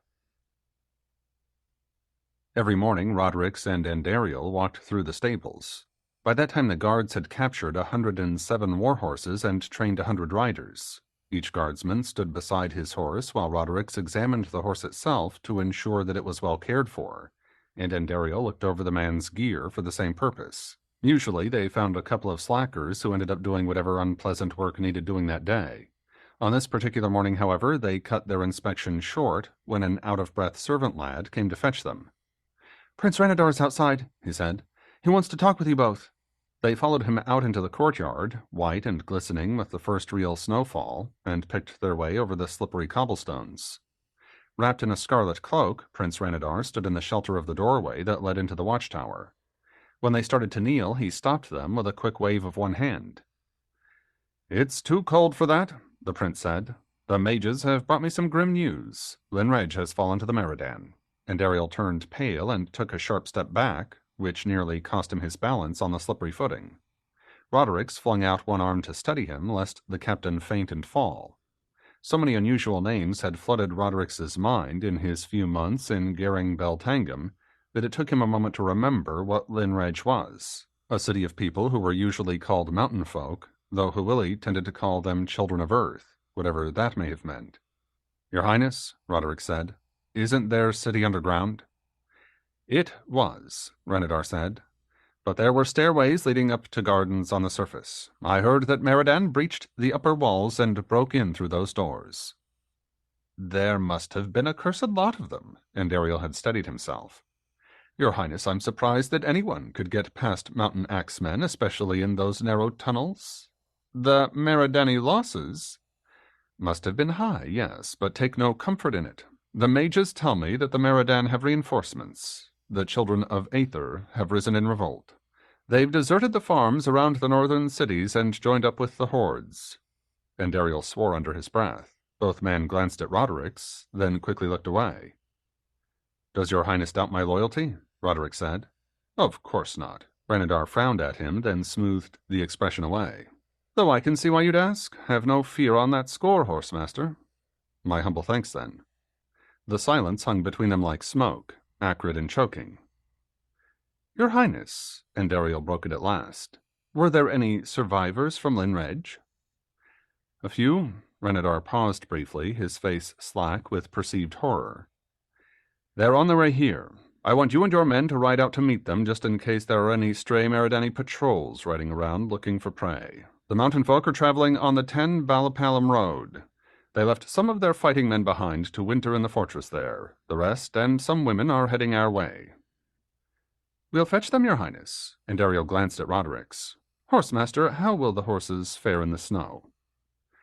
"Well enough, unless there's a blizzard," Roderick said. "Their winter coats are good and shaggy, and we'll take blankets for them at night." "Yes, we may have to camp on the road," and Ariel said. "Snow or no snow?" "I don't think the mountain folk are all that far away," Renadar put in, "but it's hard for the mages to scry in this weather." "Of course," and Ariel said. "Understood, your Highness." Rodericks understood nothing of this talk of scrying, but he was willing to take sorcery on faith, since both his prince and his woman believed in it. It took some time for the horse guards to ready themselves and their supplies for the road. Rodericks used a bit of it to find Hwili and tell her where and why he'd be gone.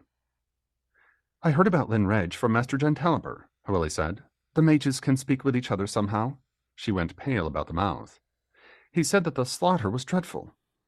"No doubt." The prince looked shaken himself. Rodericks let out his breath in a sharp sigh.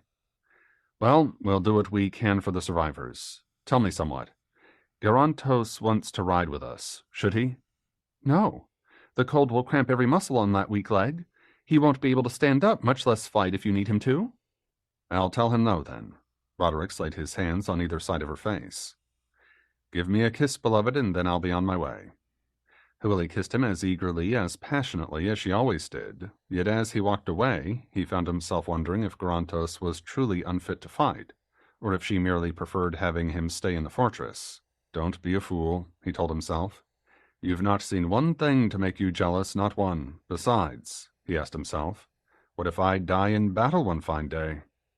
He decided that he'd rather have Gerontos take Hwili than any other man and put the matter out of his mind. Hwili hated seeing Rodericks ride out on patrol simply because she was terrified that he'd be killed. Not an unreasonable fear given the times.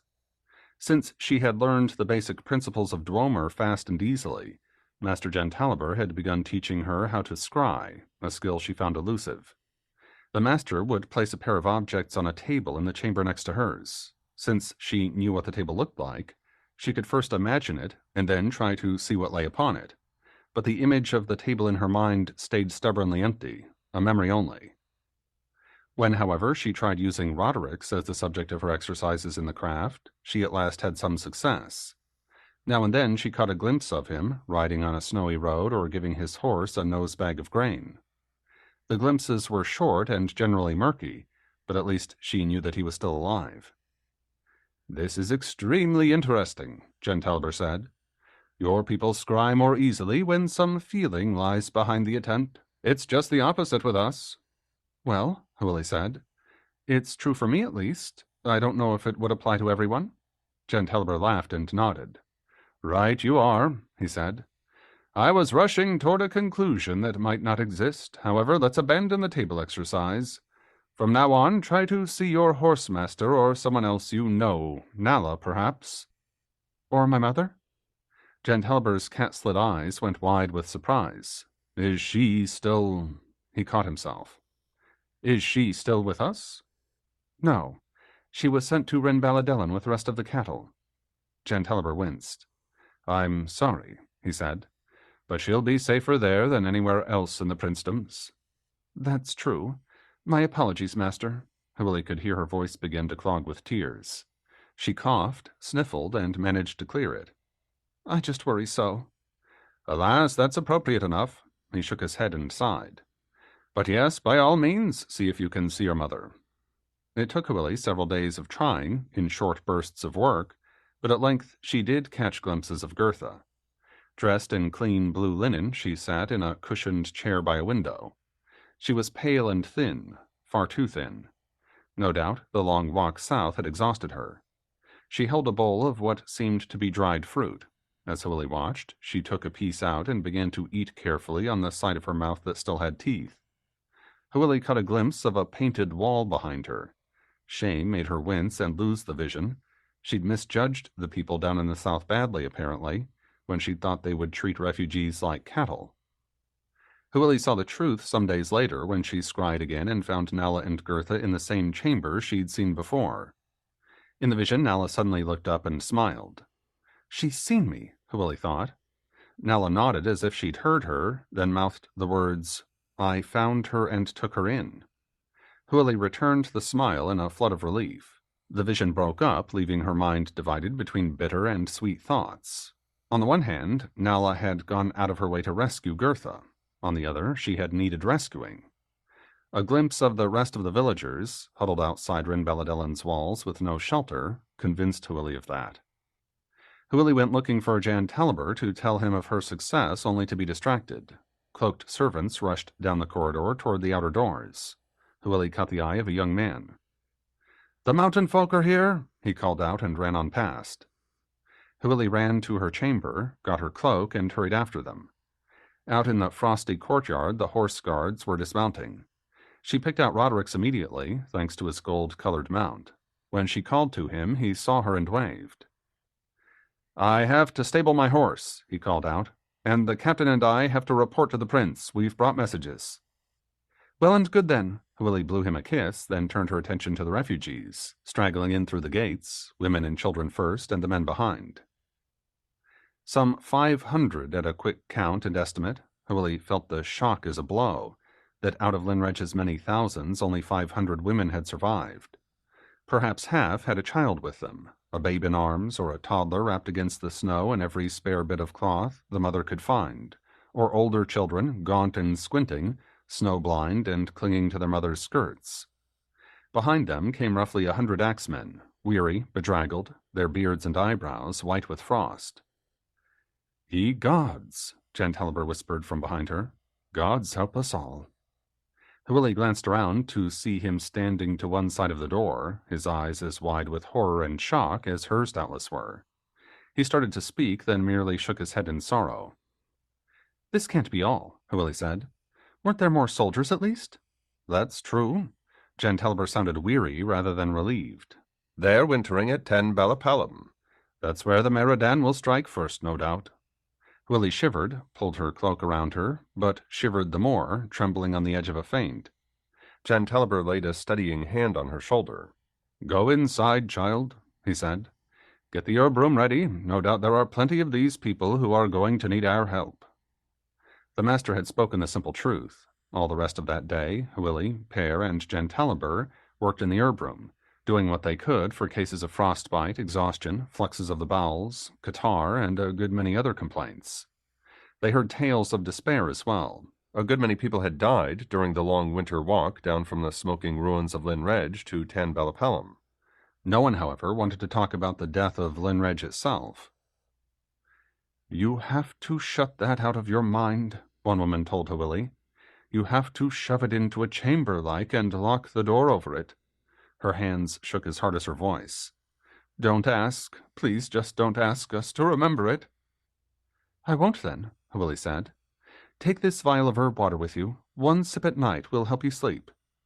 The woman looked up at her with tear-filled eyes, whispered a thanks, and walked off, clutching the glass vial in both hands as if she feared it would leap out of them. Yet a few words here, a mumbled oath there, a sentence framed in tears, a few precious scraps of information did come out during that long day, some of it to the good. Another group of mountain folk might well have escaped the slaughter. There was reason to hope that the Meridan had never found an escape tunnel that led from one quarter of the city to a bolt hole some miles east. A few of the axemen had tried to reach that tunnel. Although Meridan had blocked the way, the soldiers had found that area of the city deserted. Its inhabitants must have gone somewhere, and there were no corpses in sight. "So we think they'd already escaped," a woman said, "before the Meridan got there." "Not just Meridan," an axeman with a broken wrist put in. "The halls were crawling with a different kind of lice. He stopped, glancing at Hwili, then away.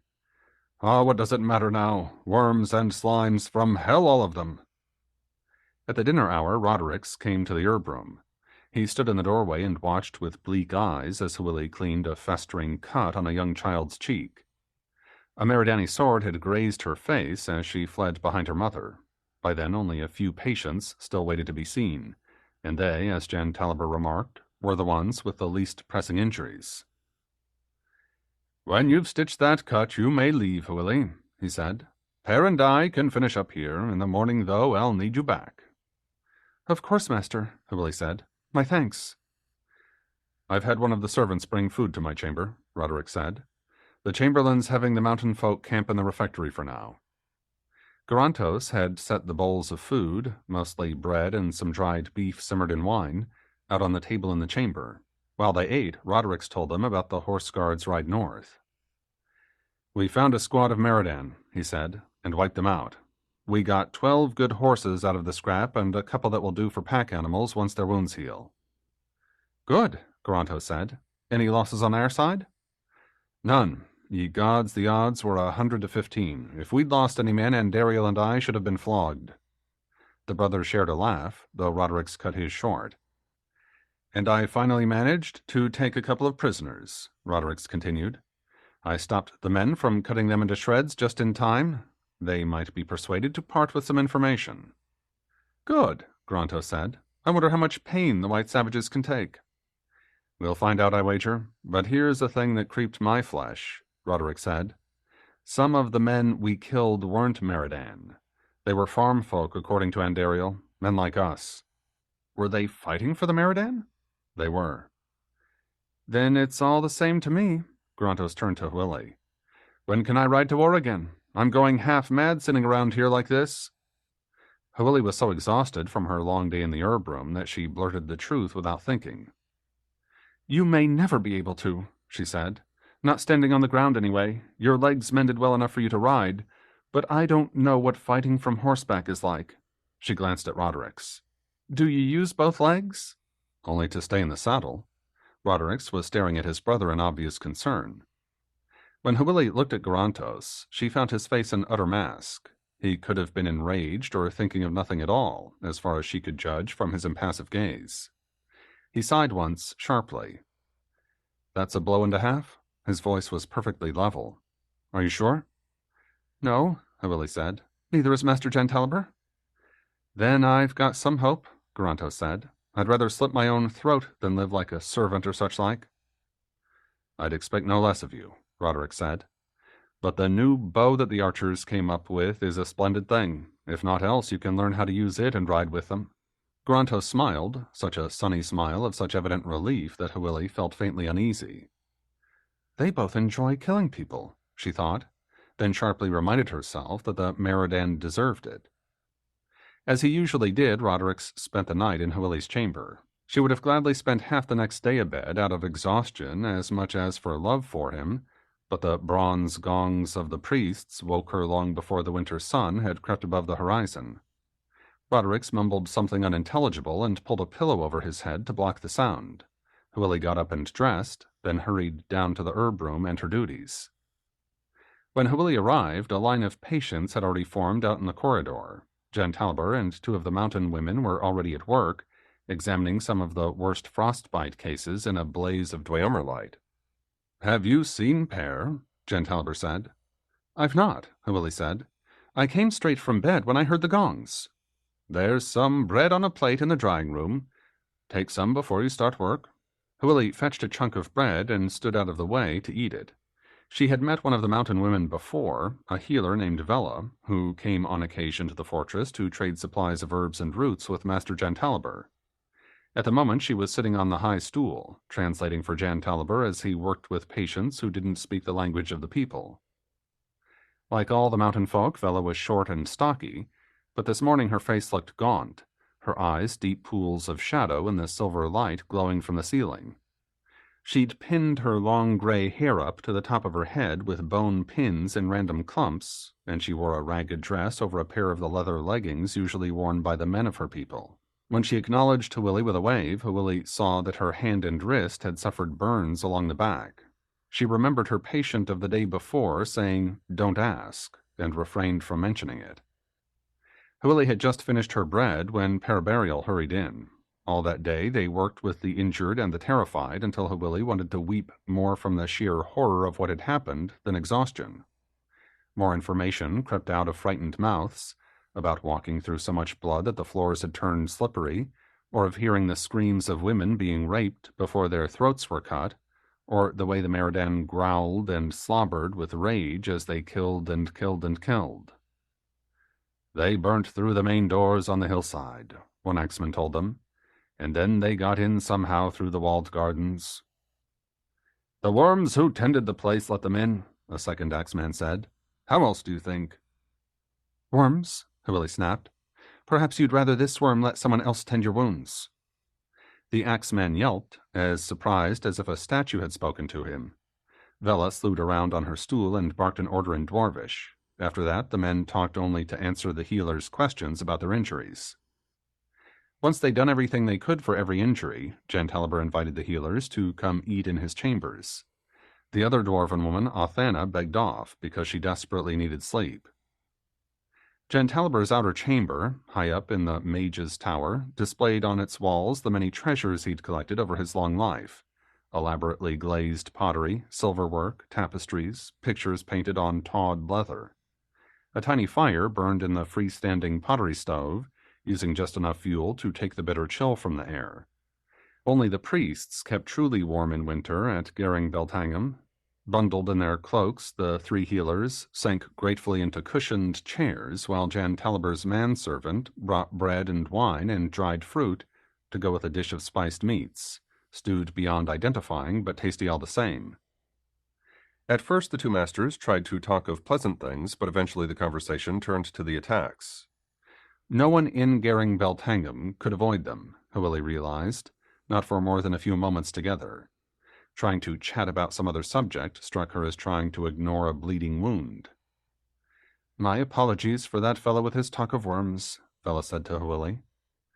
"My apologies for snarling at him," Hwili said. "If they let Meridan into your city, they were worms no matter what tribe they belonged to." "I suppose," Vela stared across the chamber with exhausted eyes.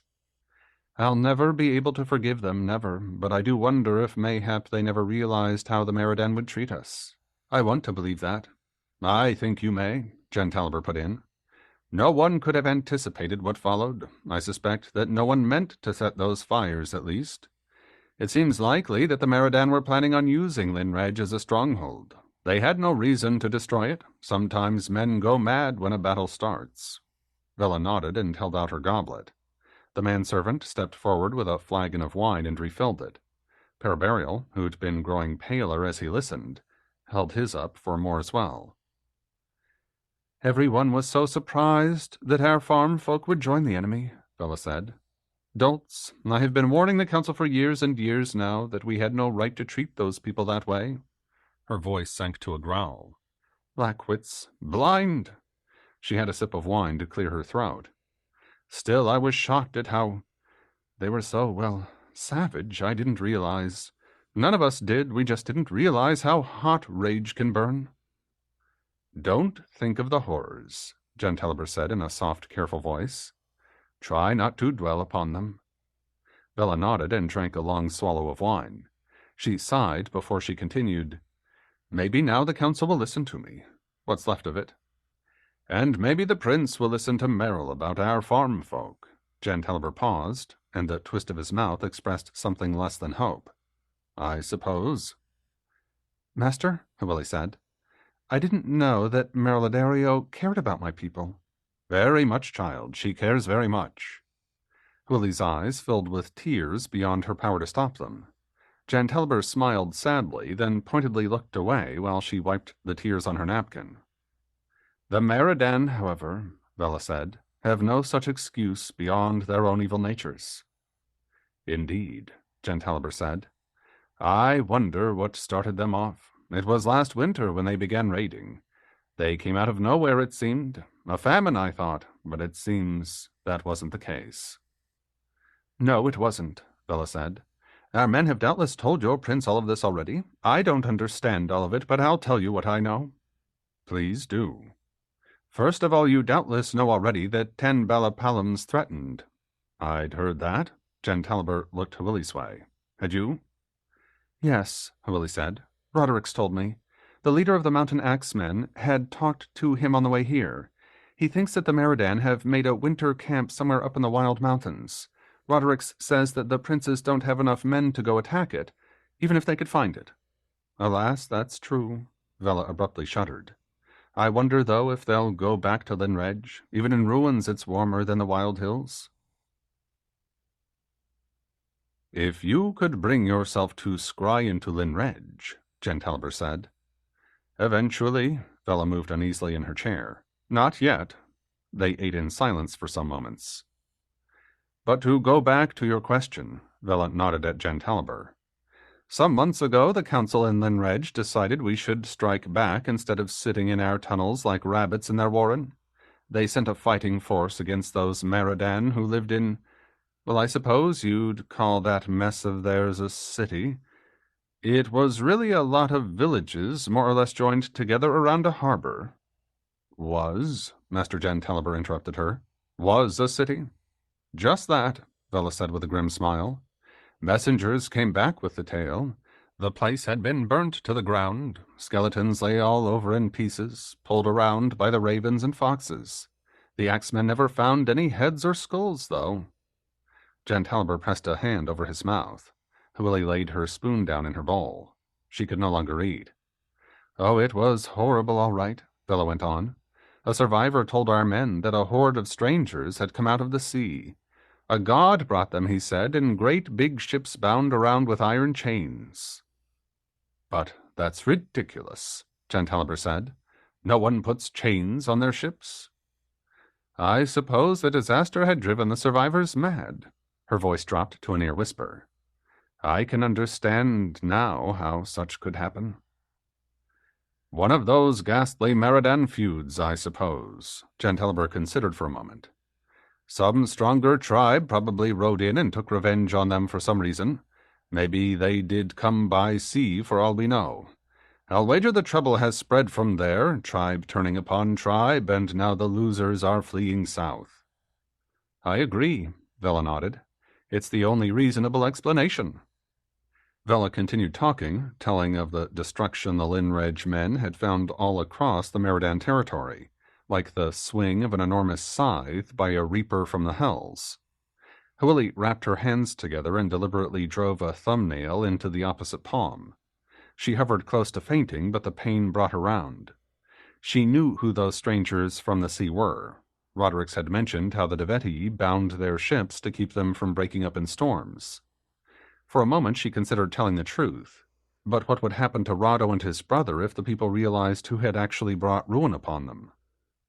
Hwili, Gentaliber said, you don't need to listen to all of this, if you'd like to leave us. You look quite pale, poor child. My thanks, Master, Hwili said. It's just all so horrible. It is that, Vela said. Get yourself a little spiced wine, it should help. Thank you, I will. Hwili hurried out and closed the door behind her.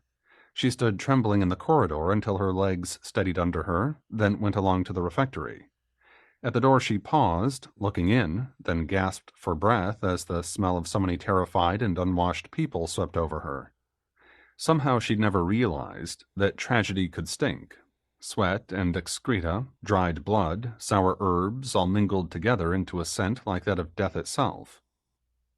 The mountain folk had moved the tables over by the walls and piled the chairs on them as well, hiding the beautiful frescoes. On the elaborately tiled floors they'd spread out their blankets and little heaps of rags and trinkets, whatever they'd managed to save as the hordes rushed down the tunnel streets of Linreg. Babies wailed, children wept or screamed in nightmare, women chattered at them to sleep, please sleep, as if the words were some sort of spell. Hwili turned away and hurried to her chamber. She wanted to shut the world and the truth out, but Rodericks was waiting for her, lying on her bed. A candle burned in a lantern sitting on her lectern. What's wrong? He said. You look ill. Roddo the Meridan. Your people slaughtered their city. Why? He sat up, cocking his head to one side as if he were puzzled. The one on the seacoast? How do you know? I just heard the story. That one, yes. Well, our ships came into their harbor.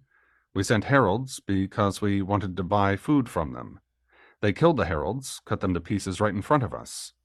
Our men had been shut up in the ships for a long time, and they went berserk, truly. He grinned at her. The savages didn't put up much of a fight.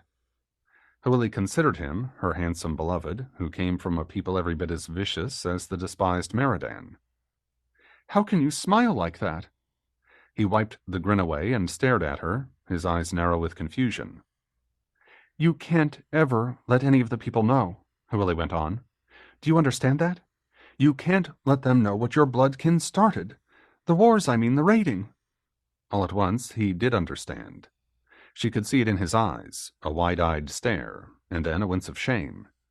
He twisted half away from her and swore under his breath. She waited, terrified, watching him weep. At last he looked at her with his face still wet with tears. It's fitting, he said, that I die for your people. The sooner and more painfully the better. I didn't mean that. Hwili flung herself down next to him on the bed. Rado, please, she said. Promise me you won't tell them. They'll kill you and me too, probably, because I knew and didn't say. Please, please don't. He grabbed her by the shoulders and pulled her close. She could feel herself shaking as if she were half frozen in a winter snow. I won't, he whispered. Hush, hush now. I won't do anything of the sort. He kissed her, stroked her hair, until at last she could stop trembling. Put it out of your mind, beloved. I'd never let them hurt you. In his arms, Hwili could calm herself. As long as they were together, safe and warm in her chamber, she felt safe, she realized, even though she knew how temporary the safety was. Never stop holding me, she thought. If only we could hold each other forever. As the days went on, the snow piled up outside, and the winds from the north blew as sharp as a Meridani axe. No one could leave the shelter of the fortress. Crossing the courtyard became a battle with the gods of snow and ice. Every morning the servants of the priests had to shovel the snow from the top of the priest's tower before the gongs could ring out, oddly sour and muffled in the icy air. No one ever saw the priests themselves, who stayed snug in their heated chambers, preparing for the midwinter ceremony to come. Thanks to the weather, Merlidario stopped coming to the herb room of an evening, though at times Gentaliber would take his 2 apprentices and visit her. At other times, he told them, when the air was free of snow and its etheric vibrations, he and Merrill spoke mind to mind. "We're continuing with our scheme, of course," Gentaliber said one morning. "We've settled on the Lake of the Leaping Trout, over on the east side of the grasslands for the site. That's just north of Elbetinia, and there's a convenient bridge over the River Delendariel." He sighed heavily. "The project gives us something to think about, I suppose, more pleasant than, well, everything." "The situation's getting pretty bad, isn't it?" Paraburial said. "Here in the fortress, I mean. It seems like every day there are half a dozen fights between the mountain axemen and our men." "There are too many people here. I just hope none of these squabbles end with someone swinging their sword or axe." Gentaliber smiled thinly. "Or we'll have even more work to do." "Could you ask the prince to take away their weapons?" Kerr said. "I could, and he could try, but I suspect that none of the men would hand them over. It's a horrible thing, when men that need each other so badly begin to fight among themselves. Well, when this blizzard stops, they can go out on patrol. Tire them out in the snow, and they'll be more peaceful." Paraburial and Hwili dutifully smiled at the jest, which reminded Hwili of a problem of her own. "Per, I meant to ask you," she said. "Could you take over my patient, Garantos? His leg's nearly healed, but someone should look in on him fairly regularly. If the master agrees, of course." "I could certainly," Per said. "What's all this?" The master turned to Hwili. "He looks forward too much to my visits. When Nella was still here, it didn't matter, but now I hate to be alone with him." "Oh," Gentaliber nodded in understanding. "Very well, Per. He's your patient from now on." He paused for a sigh.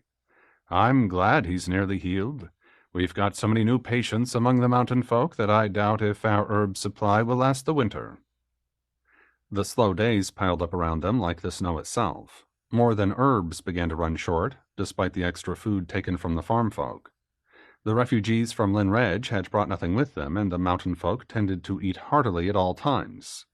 Prince Ranadar spent much of his time answering complaints and accusations that the people were hoarding, that the mountain folk were greedy, that the fortress was far too cold.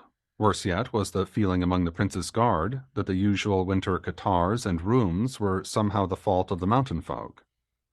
Hwili and the other healers explained over and over again that no, the refugees had not somehow brought disease into the fortress, that those minor ills struck every year.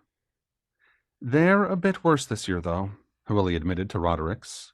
"But then everyone's on edge and frightened, so maybe they just seem worse." "I'll accept that," Roderick said. "I keep telling my men to worry about themselves and their horses, and let the prince worry about the men from Linredge." "That's probably all you can do. At least the days are getting longer now." "That last snow seemed light, too. Let's hope that spring comes soon." Hwili felt as if her heart stopped, just for a few moments, then started again with a wrench that left her trembling. Spring means the war starts up again, she said. Perhaps, if it's true that the Meridan have been camping up in the mountains, there may not be a lot of them left by spring. Didn't the prince tell you about the scrying? No, Roderick looked puzzled. What scrying? Mistress Vella's fairly sure the horde went back into Linredge. She's been scrying, and she can see someone moving around in there. It's in ruins, but it would still be better than the shelter they'd find in the wild mountains. Roderick swore under his breath. If the prince didn't tell me and Andariel, he said, it means he didn't want any of the guards to know. Not a word to anyone else about this, beloved. It could send the axemen into a blind rage, and it could sink the fighting spirits of our men. Do you understand? I do truly. Good. Roderick said nothing more for a long moment. We'll deal with them when spring comes. There's naught we can do about it now. That he was so obviously right wrung her heart, but she smiled and put on a brave face just to ease his worry. Yet not 2 days later she received news that left her helpless against tears. Nala contacted her during a scrying practice. I'm so sorry, Nala said, but you have to know. Your mother caught a fever. She died last night in her sleep. Hawili tried to speak, but the only sound she could make turned into a sob. I know, Nala said. I'm so sorry. Hawili, I'm leaving Rinbaladellan in the spring. I'm being sent to meet Mariladerio at the Lake of the Leaping Trout. I'll tell you more then. Hawili nodded to show she'd heard, then dropped her face into her hands and wept. The vision disappeared and left her to her grief. The shortest day of the year came icy cold but clear. The gongs woke the fortress to a night darkness that hid what would have been late morning in summer.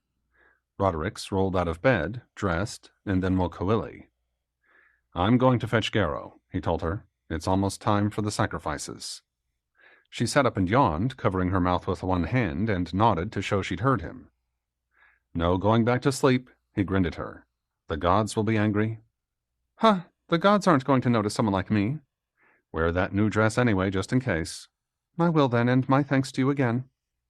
Roderick had asked for cloth as part of his guardsman's pay in order to give it to Hawili. Much to his surprise, he'd been able to get her a dress already sewn up by the prince's wife's women, a further mark of the Rix's favor toward him.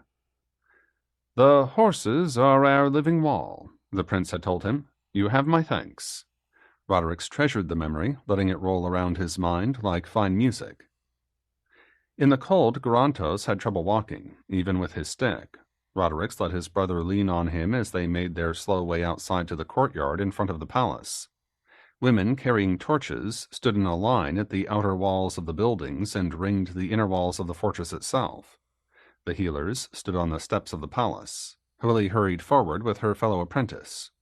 We'll help Garrow, she said. You'd best take your place. Remember, don't say a word until the priests say it's finished. Well and good then, Roderick said. I won't.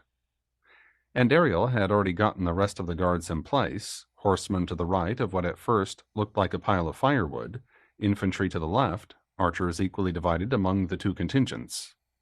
As horsemaster, Roderick joined the captain up in the front rank. From that position he could see that the firewood had been carefully stacked into a temporary altar, square in shape, some 12 feet on a side, though only about 5 feet high. When he glanced up, he saw men on the holy tower beside the gleaming brass gongs, but as yet neither the priests nor the white cows had made an appearance in the courtyard. They were, he surmised, waiting for the prince to arrive. Soon, Roderick hoped. Even in their heavy cloaks, the men were shivering in place.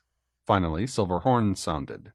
The healers on the palace steps moved aside to let Ranadar through. He took a torch from one of the women and stalked up to the altar. In the flickering light, he looked furious, his preternaturally handsome face drawn tight and grim under the hood of his cloak. With the prince in place, other horns shrieked, the sour bronze cry of the priestly instruments. Marching in lockstep, their gold and sapphire decorations glittering, the priests were coming with their usual bodyguards around them, the silver alloy swords gleaming like the teeth of wolves. At the rear, 2 of them led sacrifices, but not the cows. Roderick choked back a curse just in time. The 2 Meridan prisoners of war shuffled along, draped in drab cloaks, their hands bound, their heads shaved. Had they been back in the homeland, Roderick could have stepped forward and demanded his prisoners back. They might have chosen to live as his slaves, or to face the altar and go free of him forever. As it was, he could do nothing but watch as the priests led them to the firewood structure. They stood heads down and hopeless as the priestly contingent gathered around them.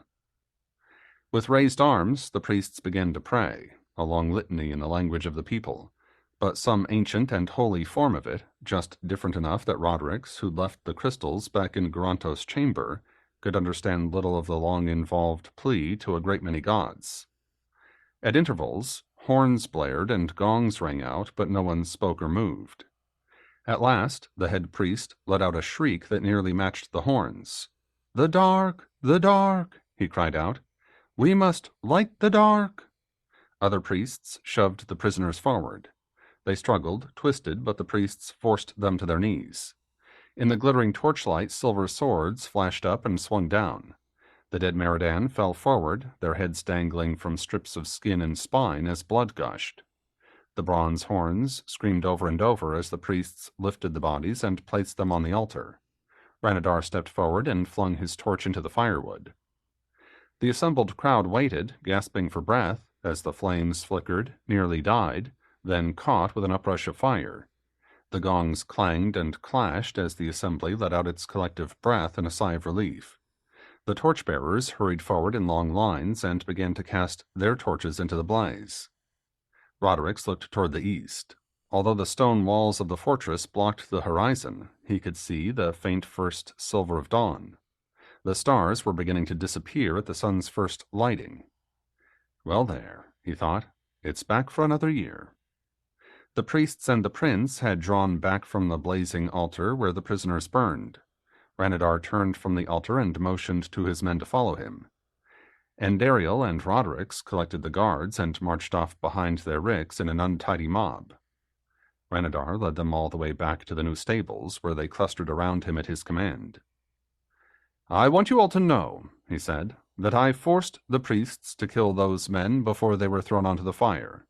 They wanted to lay them alive on the altar." Roderick's stomach twisted in disgust, and Ariel shook his head and shuddered. Several of the guardsmen swore.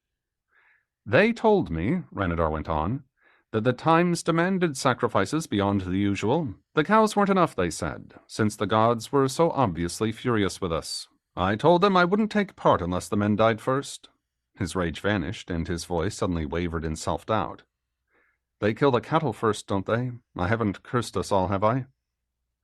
"They do, my prince," Andariel said. "I think you've saved us all from a worse bane than any priest could lay upon you." "My thanks." Ranadar paused, gathering his breath. "And the sun is rising. Well, it's done, no matter what the outcome may be." Rodericks had been hoping, along with Garantos, that his brother's leg would heal up straight and sound. As the winter days wore on, each a little longer than the last, his hope vanished. A month or so after the solstice rites, Garrow started walking without leaning on a stick, but he limped with a sideways roll from a frozen knee. Though neither wanted to voice it, both men knew he'd never fight on foot again at his former level of skill. Eventually, however, when the snows turned soft during somewhat warmer days, though they still froze again at night, Rodericks brought the subject up. "About that leg." "I know, I'm worried too," Granto said. "Parabarial suggested I go talk with his master in the craft." "I'll go with you. You'd best take that walking stick." Grantos turned on him, his face bright with rage, but he caught himself. For a moment he stared at the ground. "True spoken," he said at last. "Hand it to me, will you?" Rodericks gave him the stick, then picked up the basket with the 2 crystals. While he himself could understand much of what the people said, Garantos still knew only a few words. They walked slowly down the long corridors leading to the herb room, where the door stood partway open. Rodericks could hear talk inside. When he peered around the open door, he saw Hawili, her master, and the mountain woman Vela. They were discussing building something they had in mind. "As if any of us can build anything," he thought. "As if any of us will live that long." "Hola," he called out. "Hawili, may we come in?" "Of course." It was Jantaliber who answered him. "Have you brought us your brother?" "I have. Come on, Garrow." Jantaliber helped Garantos hoist himself up onto a marble-topped table, then knelt in front of him. He ran his hands along the withered leg, shook his head, tapped it here and there with a thoughtful forefinger, and finally prodded the muscles along the calf. He stood up with another shake of his head. "This doesn't look good," the healer said into the white crystal. "I'm sorry, lad, but the bone was smashed, not broken cleanly. The muscles aren't adhering properly, and the long bone has healed just ever so slightly off-center." "I see," Garanto said emotionlessly. "Well, my thanks anyway, for everything you've done for me." He glanced Roderick's way. "Will you help me get back to our chamber?" "Of course." Roderick made his voice as cheerful as he could manage. "Looks like you're marked for an archer now." Garanto shrugged. From his mask of an expression, it was impossible to tell what he might be thinking. "Willie," Gentaliber said, "you may go back with them if you'd like. You should tell your man your good news." "What's this?" Roderick turned to her, but her smile told him before she could speak. "You're with child?" "Yes, I am." She was holding her head high, on the edge of defiance even in her happiness. "Are you glad of it?" "Very glad." Roderick held out his hand to her. She took it and smiled at him sideways, abruptly shy. He gave her a chaste kiss on the forehead in deference to the presence of her master. A man needs to know that something of him will live after him, Roderick thought, but that's a bit gloomy to be telling her. Some days later, the last of the mountain axemen arrived at Gering-Beltangam. They'd taken advantage of the slight warming and temporary thaw to leave the northern city and head south to join up with their kinfolk. Wrapped in his scarlet cloak, Prince Ranadar met them out in the snowy courtyard. Roderick and Andariel stood nearby, ready to find the men somewhere to sleep and eat in the overcrowded fortress. "We would have stayed to the end in Tanbalapalam," their Avro, Tarl, told the prince. "But Prince Salamander told us it would be a waste of our lives. Go guard your women, he said. Live and remember us." The hardened war leader leaned on the haft of his axe and wept. As if to drown the sound of his grief, the bronze gongs in the priest's tower began to clang and clatter out the passing hour. The winter snows melted early that year. When Hwili looked up to the high peaks, she saw them still white and gleaming, but down near Gering-Beltangam only dirty streaks and heaps of snow lay in spots with deep shade. Everywhere else, brown mud lay over the land like filthy blankets. "The winter wheat will be sprouting soon," Hwili told Gentaliber, "and the farm folk won't be returning to keep the deer and wild goats away from it." "Very true," the master said. "I'll have a word with our prince tonight." Ranadar listened to the word, apparently, because he ordered a contingent of those guardsmen who had no horses to patrol the wheat fields. They grumbled, but they went down to the village. Hwili went with them that first day to tell them how to repair the huts. They needed rebuilding every spring, as did the fences that marked out the fields. Master Gentaliber was waiting for her at the gates when she returned. "Do you think they'll be able to do the work?" he asked her. "I doubt it, not without someone to tell them how," Hwili said. "Will I have to teach them?" "No, I've already spoken to Paraburial. I don't want you down there, the only woman in a village full of soldiers. Per comes from a farm family too, you know. I'm sending him down on the morrow." "Thank you. I can't tell you how grateful—" "Most welcome, I'm sure. Now the two terraces just below us are a different matter. If you could lend your knowledge there, the mounted men will be sowing hay for their horses." "I'll be glad to do that, yes. I'm starting to think that Roderick is right. The horses are the only safety we'll have as things go on." Gentaliber looked away, suddenly weary. "If things go on," he said. "Ah, well, the gods will send us what they will, and there's naught we can do about that." Once the last of the snow had melted and the days were noticeably warmer, though the nights still froze, Hwili took to spending her mornings down on the terraces with Roderick and his men. They complained, as soldiers have always complained, about undignified work, but they learned to clear ground and plow, to plant and to fend off hungry birds instead of Meridan. Those few days seemed so peaceful, so unseasonably warm and soft, that Hwili could let herself pretend that the summer would stretch out the same, with the Meridan somehow kept far away. But of course news of the Meridan came early that spring as well, some days before the equinox. The sprouting hay had dusted the first terrace with pale green, and she stood at the edge of the field talking with Roderick when one of the guardsmen called out in surprise. "Runners coming up!" He was pointing to the road. "But only two of them." The royal runners, the messengers whose speed and stamina helped the mages keep the scattered princedoms together, generally traveled in groups of 4. Hwili felt her heart thud in her chest as the 2 men jogged, stumbling weary, across the second terrace. "Go down and meet them," Roderick's designated men with a sweep of his arm. "Carry them up here, or they'll never reach us alive." The men ran off to follow his orders. When they brought the messengers back, cradled on their joined arms, Hwili realized that both runners were wounded. Old blood crusted one man's face and neck. The other had wrapped a clumsy bandage around his thigh. "Get them to Master Gentaliber." It was her turn to give the orders. "I'll come with you." The man with the wounded leg gasped out a few words. "Meridan, 10 Balapalams fallen," before he fainted. Hwili wanted to scream aloud, but she concentrated only on the work ahead of her, saving the runners' lives. The guardsmen carried them up to the infirmary and laid them onto plank beds. Gentaliber took over caring for the man with the head wound, whilst she cleaned, treated, and stitched the other runner's slashed leg. It was a miracle, she thought to herself, that he'd not bled to death. Once he was bandaged, she helped him drink water for his thirst and a healing infusion for his wound. She'd barely gotten him comfortable, and Gentaliber was still tending the second runner, when Prince Ranadar himself strode into the chamber. Behind him clustered frightened advisors like sheep behind a ram. "Can he speak?" Ranadar said to her. "Some, your highness," Hwili said.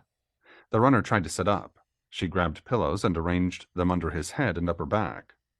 "Lie still," she said. "The prince doesn't expect you to bow to him." "Quite so," Ranadar said. "When did 10 Balapalam fall?"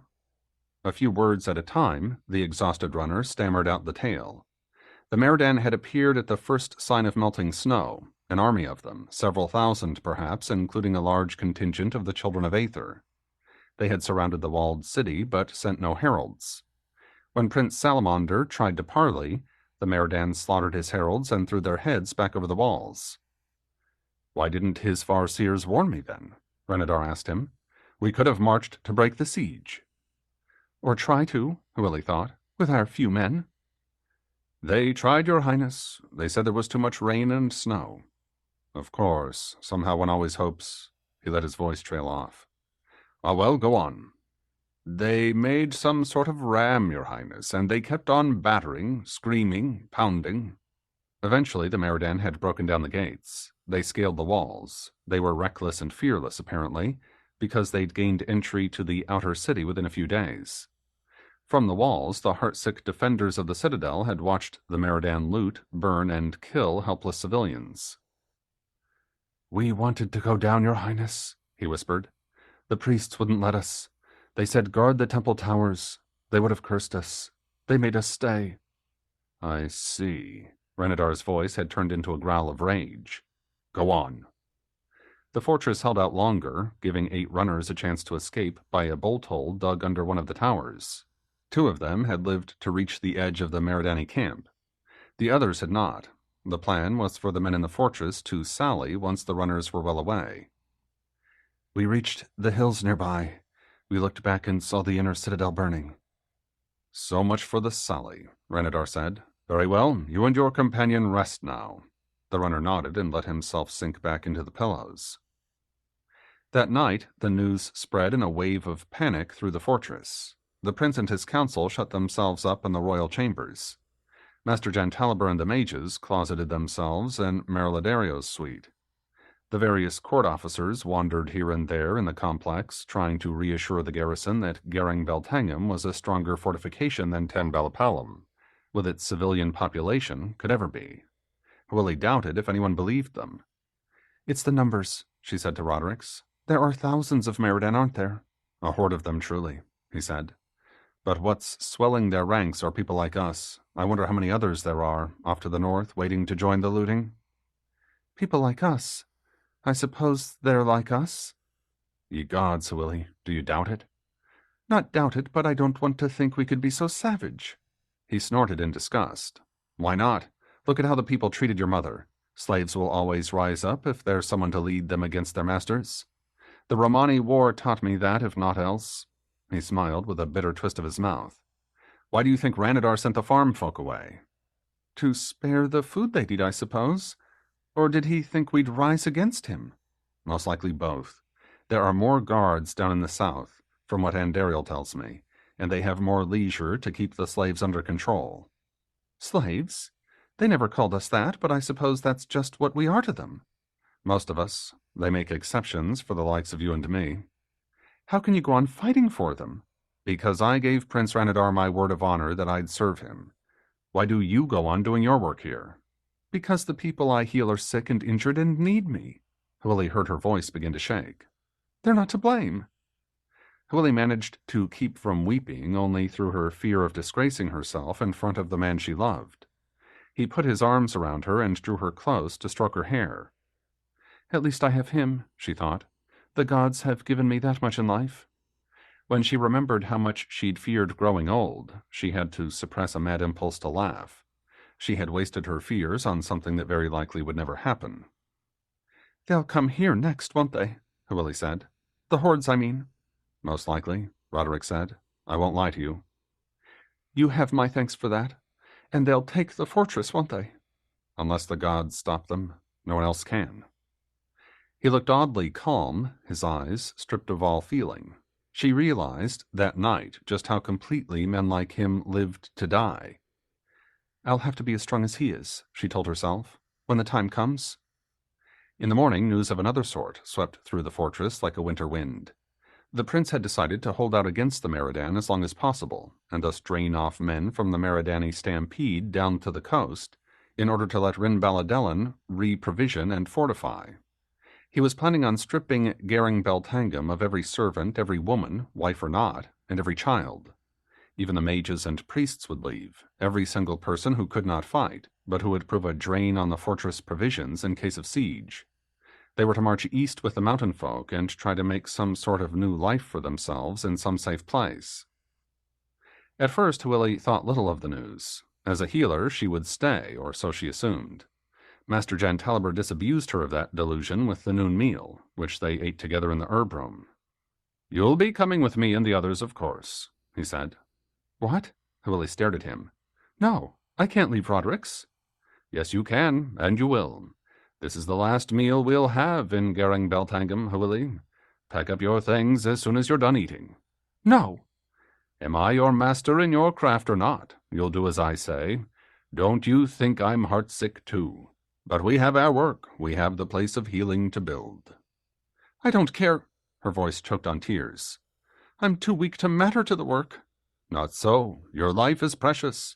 The first person of your kind to study magic and succeed. Cold, icy cold, despite the sun falling through the tall windows, despite the warmth of the stove in the herb room, Willie could hardly breathe from the cold that had gripped her entire body. You'll be coming with me, Jantaliber went on. Come now, Willie, think about this. Nala will be joining us when we reach the Lake of the Leaping Trout. You'll see your friend again at least. Willie pushed back her chair and stood up. Jantaliber rose as well and held out one hand. Willie, please think of the work. I know you love your man, but once the Meridan have been beaten off, we can return. And then, after the wars are over, won't our people, both our peoples, need the place of healing more than ever? She could only shake her head and stare at him. Go pack up your belongings, he said. Say farewell to your beloved. I know it won't be easy, but... No! She screamed out the word. No! Once we leave, we'll never come back here. Can't you see that?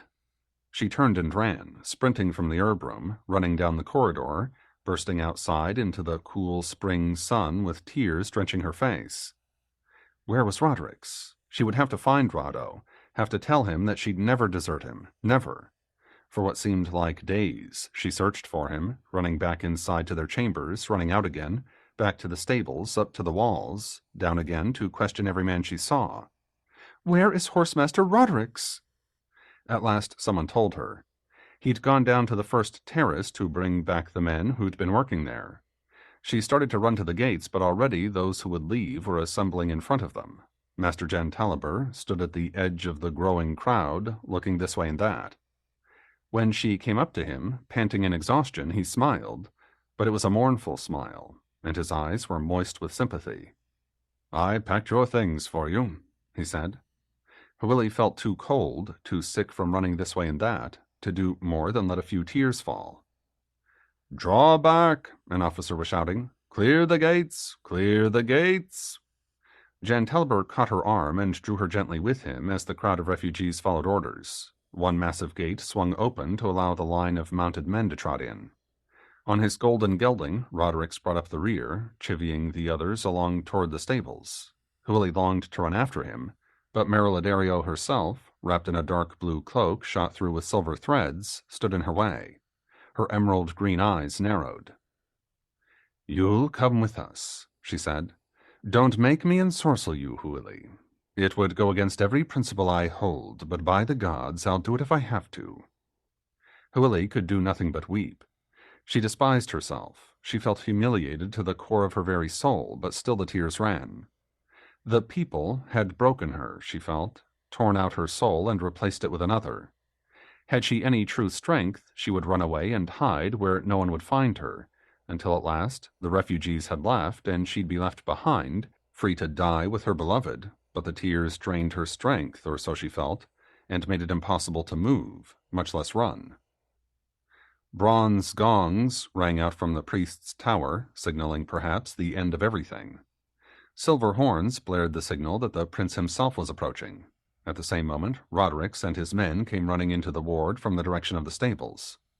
They flung themselves down to kneel just as the doors of the palace opened and Ranadar, followed by his retinue, stepped out.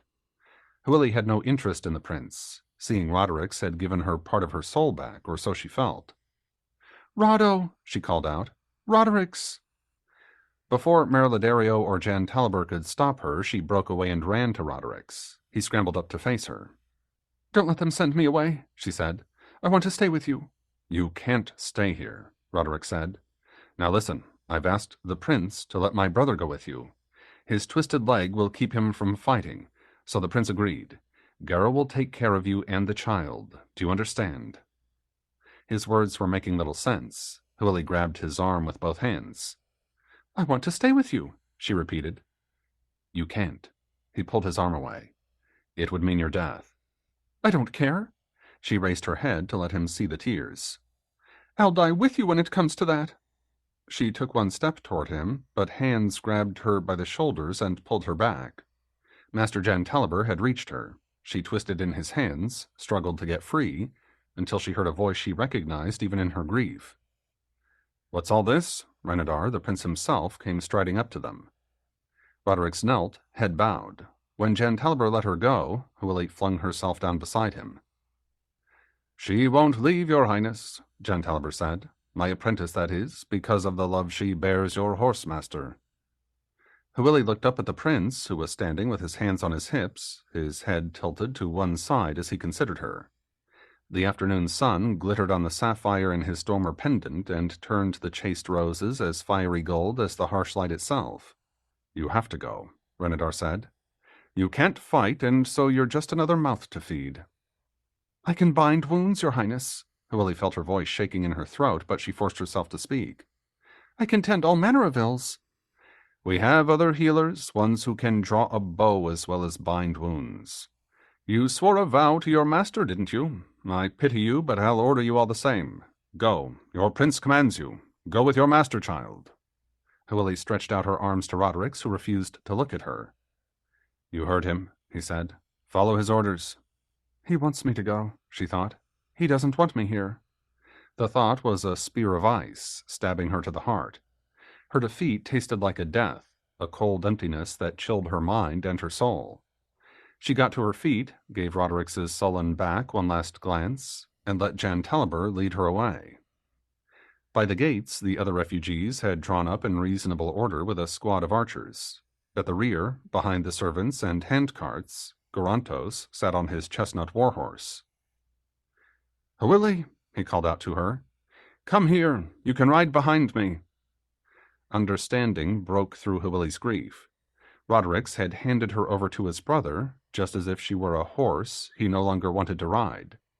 For a moment, the courtyard seemed to move under her feet. Master Jan Talbot caught her by the shoulder and steadied her. "Go ride with him," he said. "The child you're carrying could suffer if you're forced to walk the entire way." For the sake of Roderick's child, Willie went to Garantos. He dismounted, helped her climb up behind the saddle, then mounted again. As they rode off, she glanced back to see Roderick still kneeling before the prince. "Very well," she thought. "I'll do as you say, but I'll always be faithful to you in my heart and soul." With a sigh that was more a gasp of surrender, she slipped her arms around Grantos' waist to steady herself as the column began to move. He turned his head to glance her way. Despite the awkward angle, she caught a glimpse of a well-pleased smile. Rodericks kept silent by iron self-control as Hwili and Garantos rode off to catch up with the refugees, most of whom had already filed through the gates. He listened to the sound of the chains grinding through the winches as the gates closed with a rumble like thunder. Under the cover of that sound, he allowed himself one long keen. Tears ran down his face. He wiped them roughly away on the back of his hand. The prince, with his hands on his hips, watched him. "So," Renadar said, "you did love that woman. Did you want her to stay?" "I wanted her to go, your highness, but only for her sake. For mine, I wish she could have stayed, but I'll hope and pray that she lives a long life and finds a little joy in it as well." "The thought becomes you. I doubt me if you and I will do either." "The only joy I can see myself finding, your highness, is dying before you do." "That's a boon the gods will probably grant you." Renadar paused, looking up at the cloud-strewn sky. "One way or the other?" Part 2. The Northlands. Summer, 1160. The reflection in the mirror is not your actual face. No more is the world you see the world. The Secret Book of Cadwell and the Druid. I got my wish. I died long before the prince did. The silver dragon spread his wings, contemplated flight, then closed them again.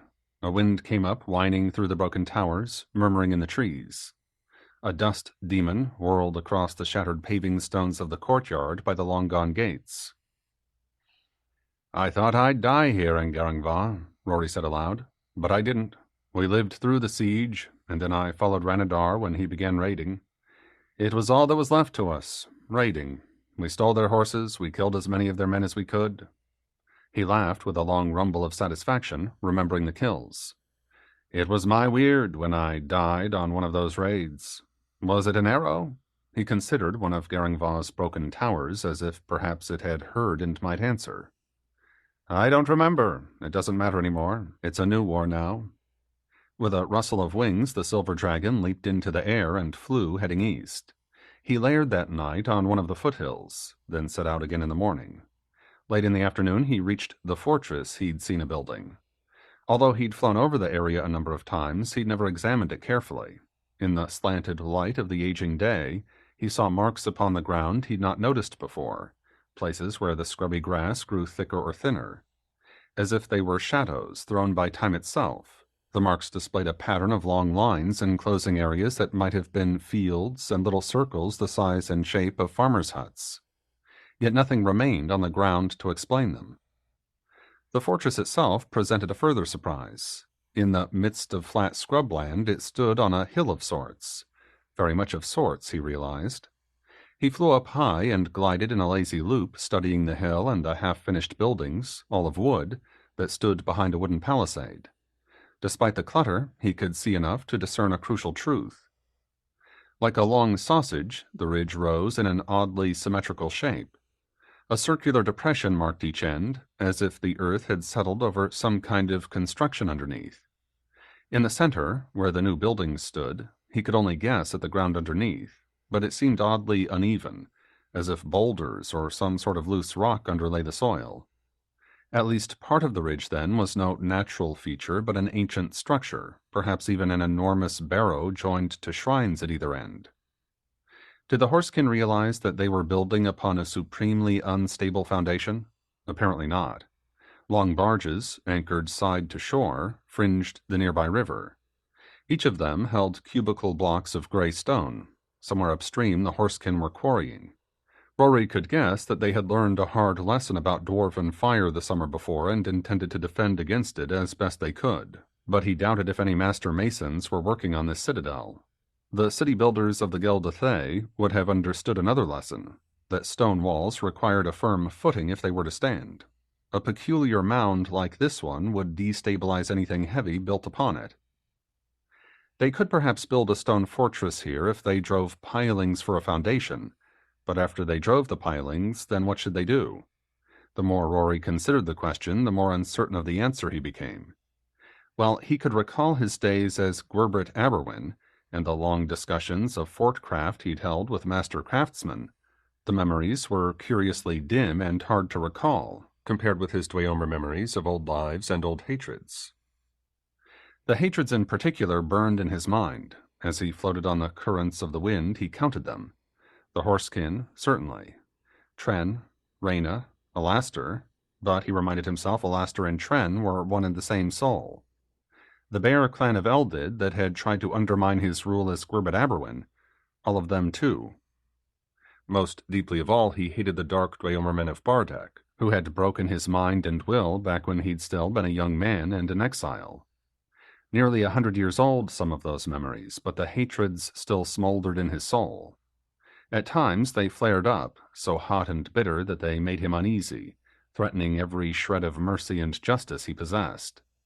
The years that he'd passed in dragon form were divesting him of everything that had made him a good ruler, a decent lord, a human being. Dalla was right, he thought. I can't what? Keep living like this? He shuddered with a vast shiver of extended wings and tried to put the rage out of his mind. His one reliable refuge from his thoughts beckoned. Flight. His wings beat the air as he gained height, until the fortress looked like a smear on the earth and not more. The cool wind soothed his hatreds and blew them among the thin streaks of clouds. Rory made a wide turn to the north and spotted on the distant horizon the pluming dust that meant the approach of a large number of something. He dropped down and flew in that direction until he soared over a long column of marching spearmen, followed by a ragtag collection of horsekin on foot. Behind them trundled loaded wagons drawn by horses, and ox carts as well, piled high with lumpy, uneven cargo held down by hides and ropes. A bevy of mounted riders drove herds of horses and cattle, while behind them marched another tidy column of spearmen. Riders brought up the rear. These, some hundreds of them, rode in a straggly column, bunching up, thinning out, as they traveled slowly along. Horsekin, then, not Geldathay cavalry. Rory risked swooping down lower, circling the line of march for a better look. Although he saw chained slaves among those who walked behind the leading contingent of uniformed spearmen, the others in the line of march seemed to be traveling freely enough. Mostly women drove the wagons. Children perched on top of bulky, ill-stowed loads or sat beside the women on the wagon boxes. The rear-guard horsemen wore heavy tunics of leather, painted with designs that from his height Rory couldn't read. Painted shields hung from their saddle peaks. A migration, all right, a full migration of horsekin tribes. Probably they were planning on settling around the new fortress to raise food and mounts for whatever plans Alshandra's Raxanir had underway. As Rory headed south again, he realized that he wasn't far, not far as dragons reckoned distance at any rate, from the strange village and the wooden bridge that Berwinna had described to him. Any army planning on extending itself through the Northlands would want that bridge. He decided to take a look at it and headed east again. Soon he was soaring high above the Druvar. He turned downriver, spotted the village and the rickety bridge that Berwinna had described, then circled lower for a better look. Near the village, a strip of sandy beach sloped down toward water reeds and what appeared to be shallow water shaded by a cluster of willows. In deeper water, a pair of enormous otters swam back and forth. Rory dropped down 100 yards or so and circled to confirm that indeed 2 otters, roughly 6 feet long from whiskered snout to graceful tail, were exactly what they were. As he watched, one of them swam to the beach and clambered out. It started chasing its tail like a dog. In a swirl of bluish light, the otter disappeared, and a human being, dripping wet and naked, stood in its stead. The other creature paddled toward the bank, flipped onto its back, and, still in otter form, bobbed in the current. The naked man pointed at the sky and called out. From his height, Rory could just hear his voice without understanding the words. Another man stepped out of the trees, a short, stocky fellow clad in a loin wrap. He tipped his head back to look up. They'd spotted the dragon, perhaps, though Rory could assume that he looked like some sort of large bird at his distance. He banked one wing and headed back southwest. Those otters, or shape-changers, or whatever they were, the sooner Delandra heard about them the better. The strange white bird circled overhead, then flew off, heading southwest. Cobb watched it, a silver glint against blue sky, until it passed out of sight. He ached with envy of its wings. Behind him, his swimming teacher clambered out of the water. The were-otter turned, spun fast around, and in a swirl of blue light, changed back into man form. "Was that a crane, do you think?" Cobb asked him. "It were not," Jemjek said. "I know not what it may be, but the seeing of it did trouble my heart somehow." "Just so," Grelag said. "We best be going back inside."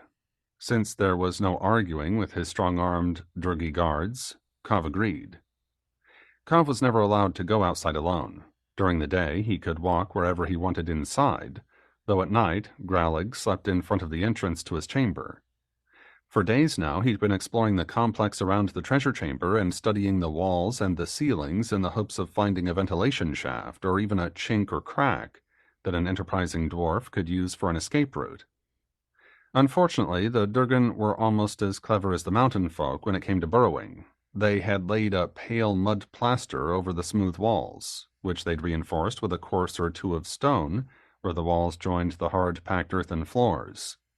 Stout beams supported the ceilings and kept the doorways of the various rooms trim and true. All the ventilation shafts had bronze grids embedded into the ceilings over their openings. Cobb admired their skill even as he cursed it.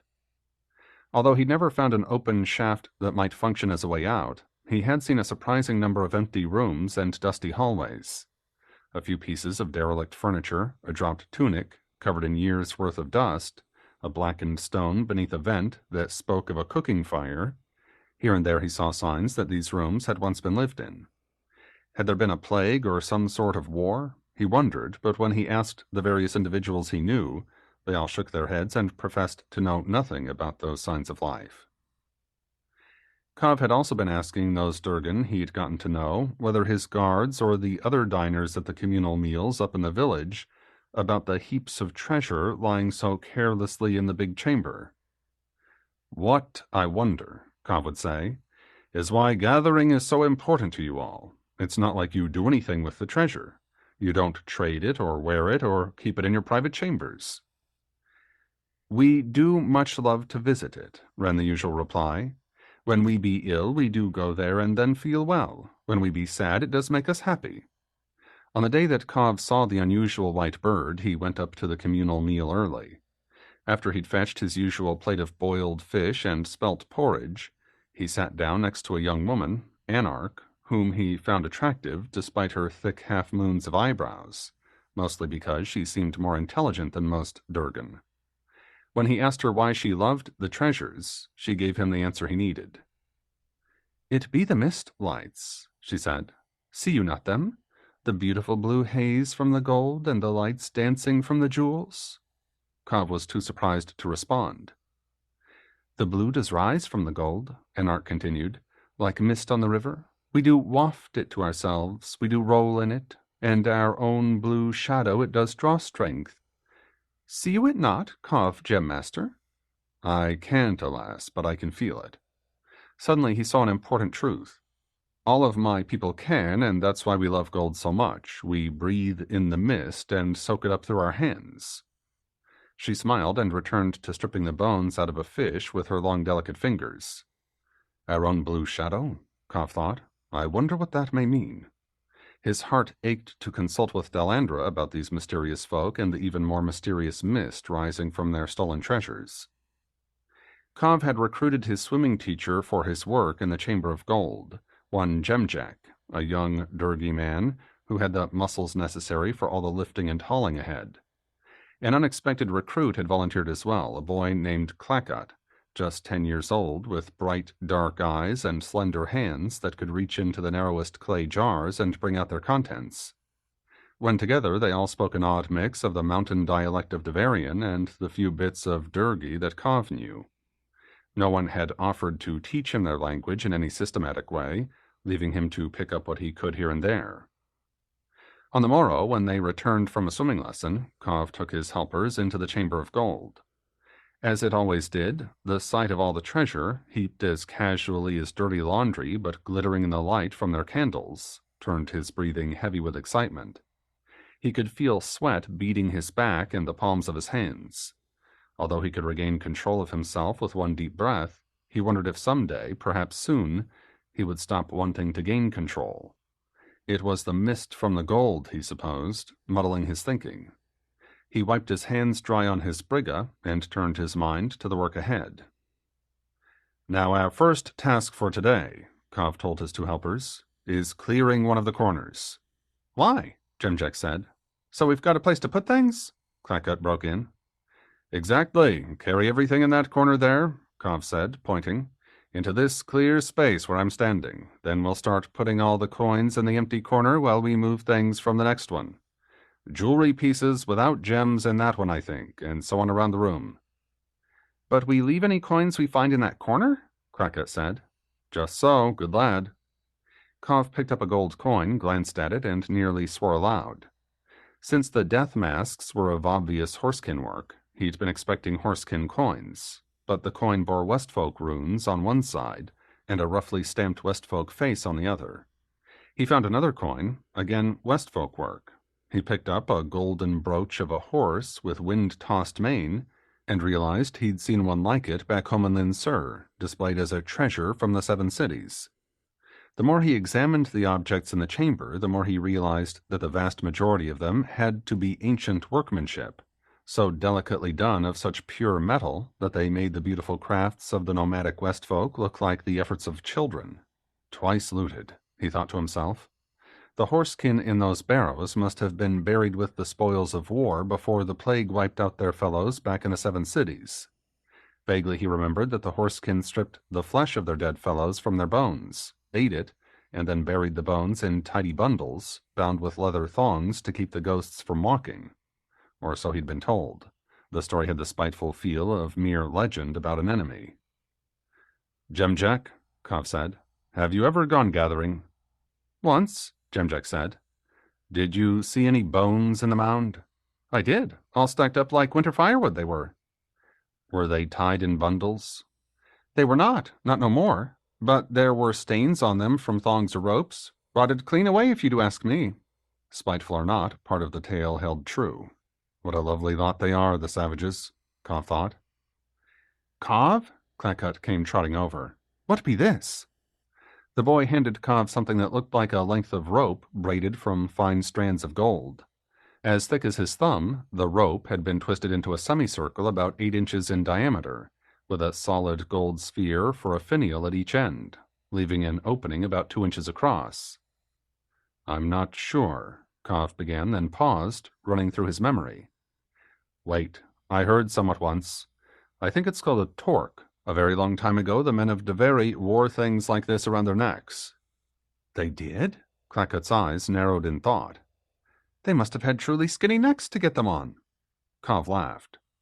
"When the jeweler finished braiding this rope, it would have been a straight piece. He must have bent it very carefully around the person's neck. Then they'd never take it off." "But how did it get off, then, to get here?" "Well, I suppose you could bend it one more time without breaking it." Another detail rose in his memory. Or an enemy might have cut the person's head off and pulled the torque free. Clackgut wrinkled his nose and growled in disgust, a throaty sound so animal that it startled Kov. He'd started thinking of the Durgan as just a different variety of mountain folk, he realized. A mistake, he told himself. Don't fall into it again. At the end of the workday, the crone Marmag, who'd once been Kov's captor, came to fetch Clackgut her grandson. For the boy's sake, Kov decided to be polite to her, even though he'd not forgotten the kicks and insults she'd given him during the night he'd spent tied up and helpless in her hut. When Clackgut launched into an excited recital of the day's work, she laid one bony hand on the boy's shoulder and scowled at Kov. "You know," Kov said, "your grandson's unusually intelligent. I'm truly pleased he wants to help." At that her look softened, though not so far as a smile. Over the next few days, every time Cov saw Marmeg, he made a point of praising Clackett and his mental abilities, which quite truthfully stood far above most of the Durgan he'd met. Finally, when she came to fetch him, Marmeg brought Cov a flat basket laden with oatcakes. He'd won her over, but even as he thanked her profusely, he wondered why he'd cared to change her low opinion of him. I may be stuck here for the rest of my life, he thought. No use in keeping old enemies or making new ones. His success came in handy the very next day. In the middle of the afternoon, Cov discovered, carelessly wrapped in a twist of half-rotted linen, a pair of fire opals and a palm-sized brooch of obviously dwarven workmanship, displaying a silver hound, couchant, wound round with bands of interlace. He could place it as a style popular for trade goods some 40 or 50 years past. "This is a very different-looking thing," Cov said. "It be so," Clackett said. "It be not gold." "Very good. This was made by my people, the mountain folk." Clackett's lips formed an O, and he nodded in wonder. When Marmeg came to fetch the boy, Cov asked her on a whim if she knew anything about this unusual piece, mostly because she was the oldest Durgie he'd ever seen. To his surprise, she remembered it. "It did come from a trader from the far west," she told him. "Vark or Ferric or some such name he had." "Verark," Cov broke in. "I met him once when I was but a child. He came from Sir Conan. They all do what traders we do see. But truly, Verark was his name. My man did take this bit of work and them there moonstones in trade for an old book he had. A nasty-looking thing, all beaten and torn, but Verark, he were fair taken with it." "A book?" Cov said. "Do you remember what it was?" "Just some book," she shrugged in profound indifference. "None of us kenned what its marks did mean." "I see. Does anyone else have any old books around here?" "They may well. There used to be a fair number of books around here before the—" She stopped speaking and looked away, her toothless mouth working. Before the what?" Cov said. "I forget what I did mean to say." She gave an elaborate shrug. "I be old, I do forget things." "Before the great scour, you mean?" Clackett said. Jemjack, who'd been idly listening, caught his breath with a gasp. Marmeg turned to Clackett and hissed, then let go with an angry flood of Durgic words. Clackett crossed his slender arms over his chest and glared up at her. "But he be one of us now," the boy said in mountain dialect. "The Dweomer did make him so." Marmeg hesitated in mid-tirade, then spoke normally, still in Durgic. Clackett nodded and looked at Cov. "She says you might be asking Lady what we do mean by the scour. If Lady does tell you, then all be right and proper." "Very well, then." Cov gave Marmeg a conciliatory smile. "I'll do that. I want to talk with her about another matter as well. She told me that we'd have a scribe for the work, and I've not seen hide nor hair of one." "Scribe?" Clackett quirked an eyebrow. "What be that?" "A person who can read and write." "I know not of such a thing among us." Then why, Cov thought to himself, did she promise me one? Just like the wretched woman, her and her grand ideas. Cov hadn't seen Lady in some days. That evening, at the communal meal up in the village, he asked various people where she might be, but no one seemed to know or care. "Down some tunnel or other," was the usual answer to his questions. "She does come and go as she wills." He reminded himself that life among the Durgan was, well, fluid, he thought. Their minds run this way and that like water, too. He wasn't truly surprised that few, if any, of them could read. Yet apparently Lady heard that he wanted to see her. The very next morning she came to the treasure chamber and stood just inside the door to watch them work. That particular day she went barefoot. Her long gray hair fell to the shoulders of her simple cloth tunic, fastened with brass pins, such as all her folk normally wore. Humble clothes or not, she was still lady and the lady of this peculiar underground city. Cov, Clackett, and Jemjack all bowed to her. She acknowledged them with a wave of her hand, but said nothing. Finally, after some little while of watching, she motioned to Cov to follow, then stepped into the tunnel just beyond the door. "I did hear that you wished to ask me a question," she said. "I did, my lady." Cov decided that it would be safer not to mention Clackett by name. I don't mean to give offense in any way, mind, but I overheard one of the children mentioning this, and I'm curious. What's the Great Scour? A painful but necessary thing that did happen some years ago now. She looked down, and with one long toe began to make a little groove in the dirt floor. There were some among us who had to be turned out. Turned out? Sent away. Some among us were folk like the very men or the first ones. For years my own folk had lived with them and next to them in their villages. Some of us had made households with them and even borne children, impure children with both kinds of blood in their veins. Some could become Durgan in the water, but most couldn't. She frowned, hesitating. It was very peculiar. Most times some children in a litter could change in the water like normal folk, but not the rest. So we banished all those who couldn't change. She looked up, her dark eyes cold under their fan-shaped gray brows. I lived among the very people. I know what evils they can work when they've a mind to. Once I became lady here, I couldn't allow my folk to have such as they living in air tunnels. So you made them leave. What if they refused to go? Then we killed them. They didn't give us any choice. For a moment, Kov could find no words. She was looking at him calmly, openly, her eyes wide, her mouth unsmiling but far from grimly set. I see, he said at last. I'm surprised you'll let me live here. Oh, you're a man of the mountain folk. She smiled and patted him on the arm. Earth and water blend well enough. The smile disappeared. It was those others we couldn't allow. I see. He repeated it for want of anything better to say. Well, my thanks for telling me. She smiled again, turned, and trotted off down the tunnel. Kov went back to the Chamber of Gold, where Clackut was waiting for him. She told you, the boy said. I heard her. She did, Kov said. What do you think of all that? Clackut shrugged, looked away, his face twisted in sorrow. My gran, she did tell me it had to happen. His voice wavered badly. He shrugged again and picked up a pottery jar from the floor. Be it that I look inside this? Good idea. Kov had no desire to force him to say his opinion of the scour aloud. No doubt it would be dangerous to do so if Lady heard of it. Lay it down on its side first and bang on the bottom. That'll scare out any spiders or such like. As they continued working, Kov found himself thinking over Lady's remark about earth and water blending. Apparently, the Durgan knew about the abstract elements and their relationships. As a boy, Kov had been taught such things under the rubric of natural philosophy, an important study among the mountain folk. Fire and water were the pure forms of the elements. Fire begat air, and water earth, with earth and air being mixed or impure forms. So what did that mean that the West folk and the mountain folk were impure peoples, somehow? They both lived far longer than Horsekin, or he suspected the Durgan, who were in theory at least pure peoples. Could it be that purity was more a drawback than a boon?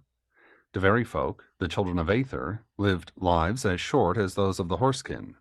Was Aether a pure or impure element? In all his studies, Kov had rarely heard Aether mentioned, much less its properties. Kov wished he could consult with his old teacher, Lore Master Gworn, an impossibility at the moment, of course. With a sigh, he turned his mind back to the work at hand.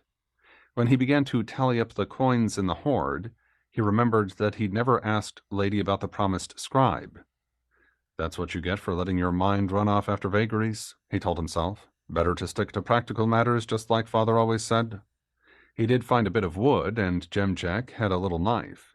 They counted up the coins in 12s and notched the wood for each lot. Because of the scribe, at dinner that night, Kov mentioned how much he wanted to talk with Lady again. When the next day one of her servants summoned him, he assumed she'd gotten his roundabout message. She's in the council chamber, the young Durgi lass said. I'll take you there. Kov followed her through winding tunnels that led down, deep into the complex to a big chamber, where the only light came from baskets of bluish-green fungi much like those of Lin Sur. Dressed in plain pale linen, Lady sat on a high-backed chair placed between two large light baskets. Beside her stood a tall Durgi with gray hair at his temples and a bristly mustache that covered his entire upper lip. Around his waist, a leather belt with a gold buckle clasped his brown tunic. Kov noticed a long knife in a sheath dangling from the belt, which he took to be a mark of some sort of position or rank. He was proved right when Lady introduced him. "Our spear leader," Lady said. "His name is Jack." Kov made Jack a bow, which the spear leader returned. "We've had troubling news from our gatherers in the north," Lady continued. "The Horsekin are building a fortress." "Troubling indeed," Kov said. "How close is it?" Lady shot Jack a sideways glance. "Far away, I think," she said. "Huh, not far enough," Jack said. "Maybe 10 days by tunnel. We do have tunnels that lead that way, you see. This fortress, it be south of the barrows where we do gather." "That's not much of a distance for men who ride horses above ground." Cobb decided that giving Jack an honorific would sweeten their relationship. "Does my lord agree with me?" "So our spear leader told me," Lady broke in. "Now they do build it in a place we call the Long Barrow, or on top of it, I should say." "It's a gravesite, then?" "I think so. We've not gone gathering there because it lies on the wrong side of the river. Besides a mound that large, it could well be haunted or such like." "They be putting stone walls on top of the barrow," Jack said. "We did call you here because your people do ken much about building with stone. How long think you it takes them for the finishing of the fortress?" "Without seeing it, I can't possibly tell." Kov made his voice as casual as he could, but thoughts of escape were filling his mind. "I'd have to go there and take a look at it, but normally it takes a long time to build solid stone walls and the like, if that's what they're doing." "I'm told," Lady said, "that they have many slaves working upon it." "Then it could rise much faster, of course. If you and the spear leader want to prevent them from settling there, we'd need to act quickly. If I could just be taken there for a look." Jack cleared his throat with an angry growl and crossed his arms over his chest. Lady glanced at the spear leader with a nervous toss of her head.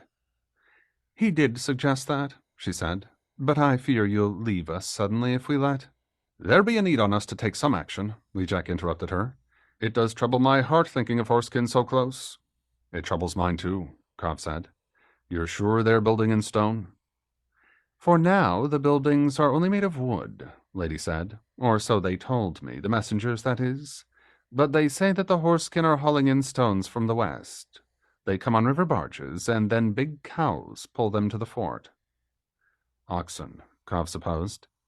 "If they finish building stone walls around this fort," he said aloud, "there'll be precious little we can do about it, even if it turns out that we should do somewhat." She winced, then glanced at her hands, where rings glinted in the bluish light. "As long as our people are safe in their tunnels," she said, "I'd rather merely post watchers up at Long Barrow." "Not enough," Jack glared at her. "What say you, Kov?" "I agree," Kov said. "Last summer I was part of an army fighting Horsekin. They're ruthless, and we'd best not take chances." Lady moaned under her breath and tipped her head to rest it against the back of her chair. "I'm so afraid."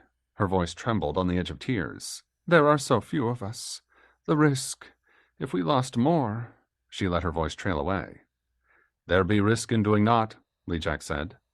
"But what can we do?" Kov thought. Frail Durgic spears would never pierce Horsekin armor. Jack cleared his throat as if he were about to speak again, but Lady sat up straight and with a wave of one hand forestalled him. "We'll do naught till I know more." Her voice turned firm. "There are so few of us we can't risk losing anyone in some rash way." Jack shrugged, rolled his eyes, but said nothing. Kov bowed to them both and left the chamber with the spear leader close behind. Out on the corridor, the servant lass waited with a pair of light baskets. Jack took one from her. "Go sleep," he said. "I walk him back." With a bob of her head and a smile, the Durgi lass hurried off down the corridor. Kov and Jack strolled after, silent until the blue glow from her basket turned a corner and disappeared.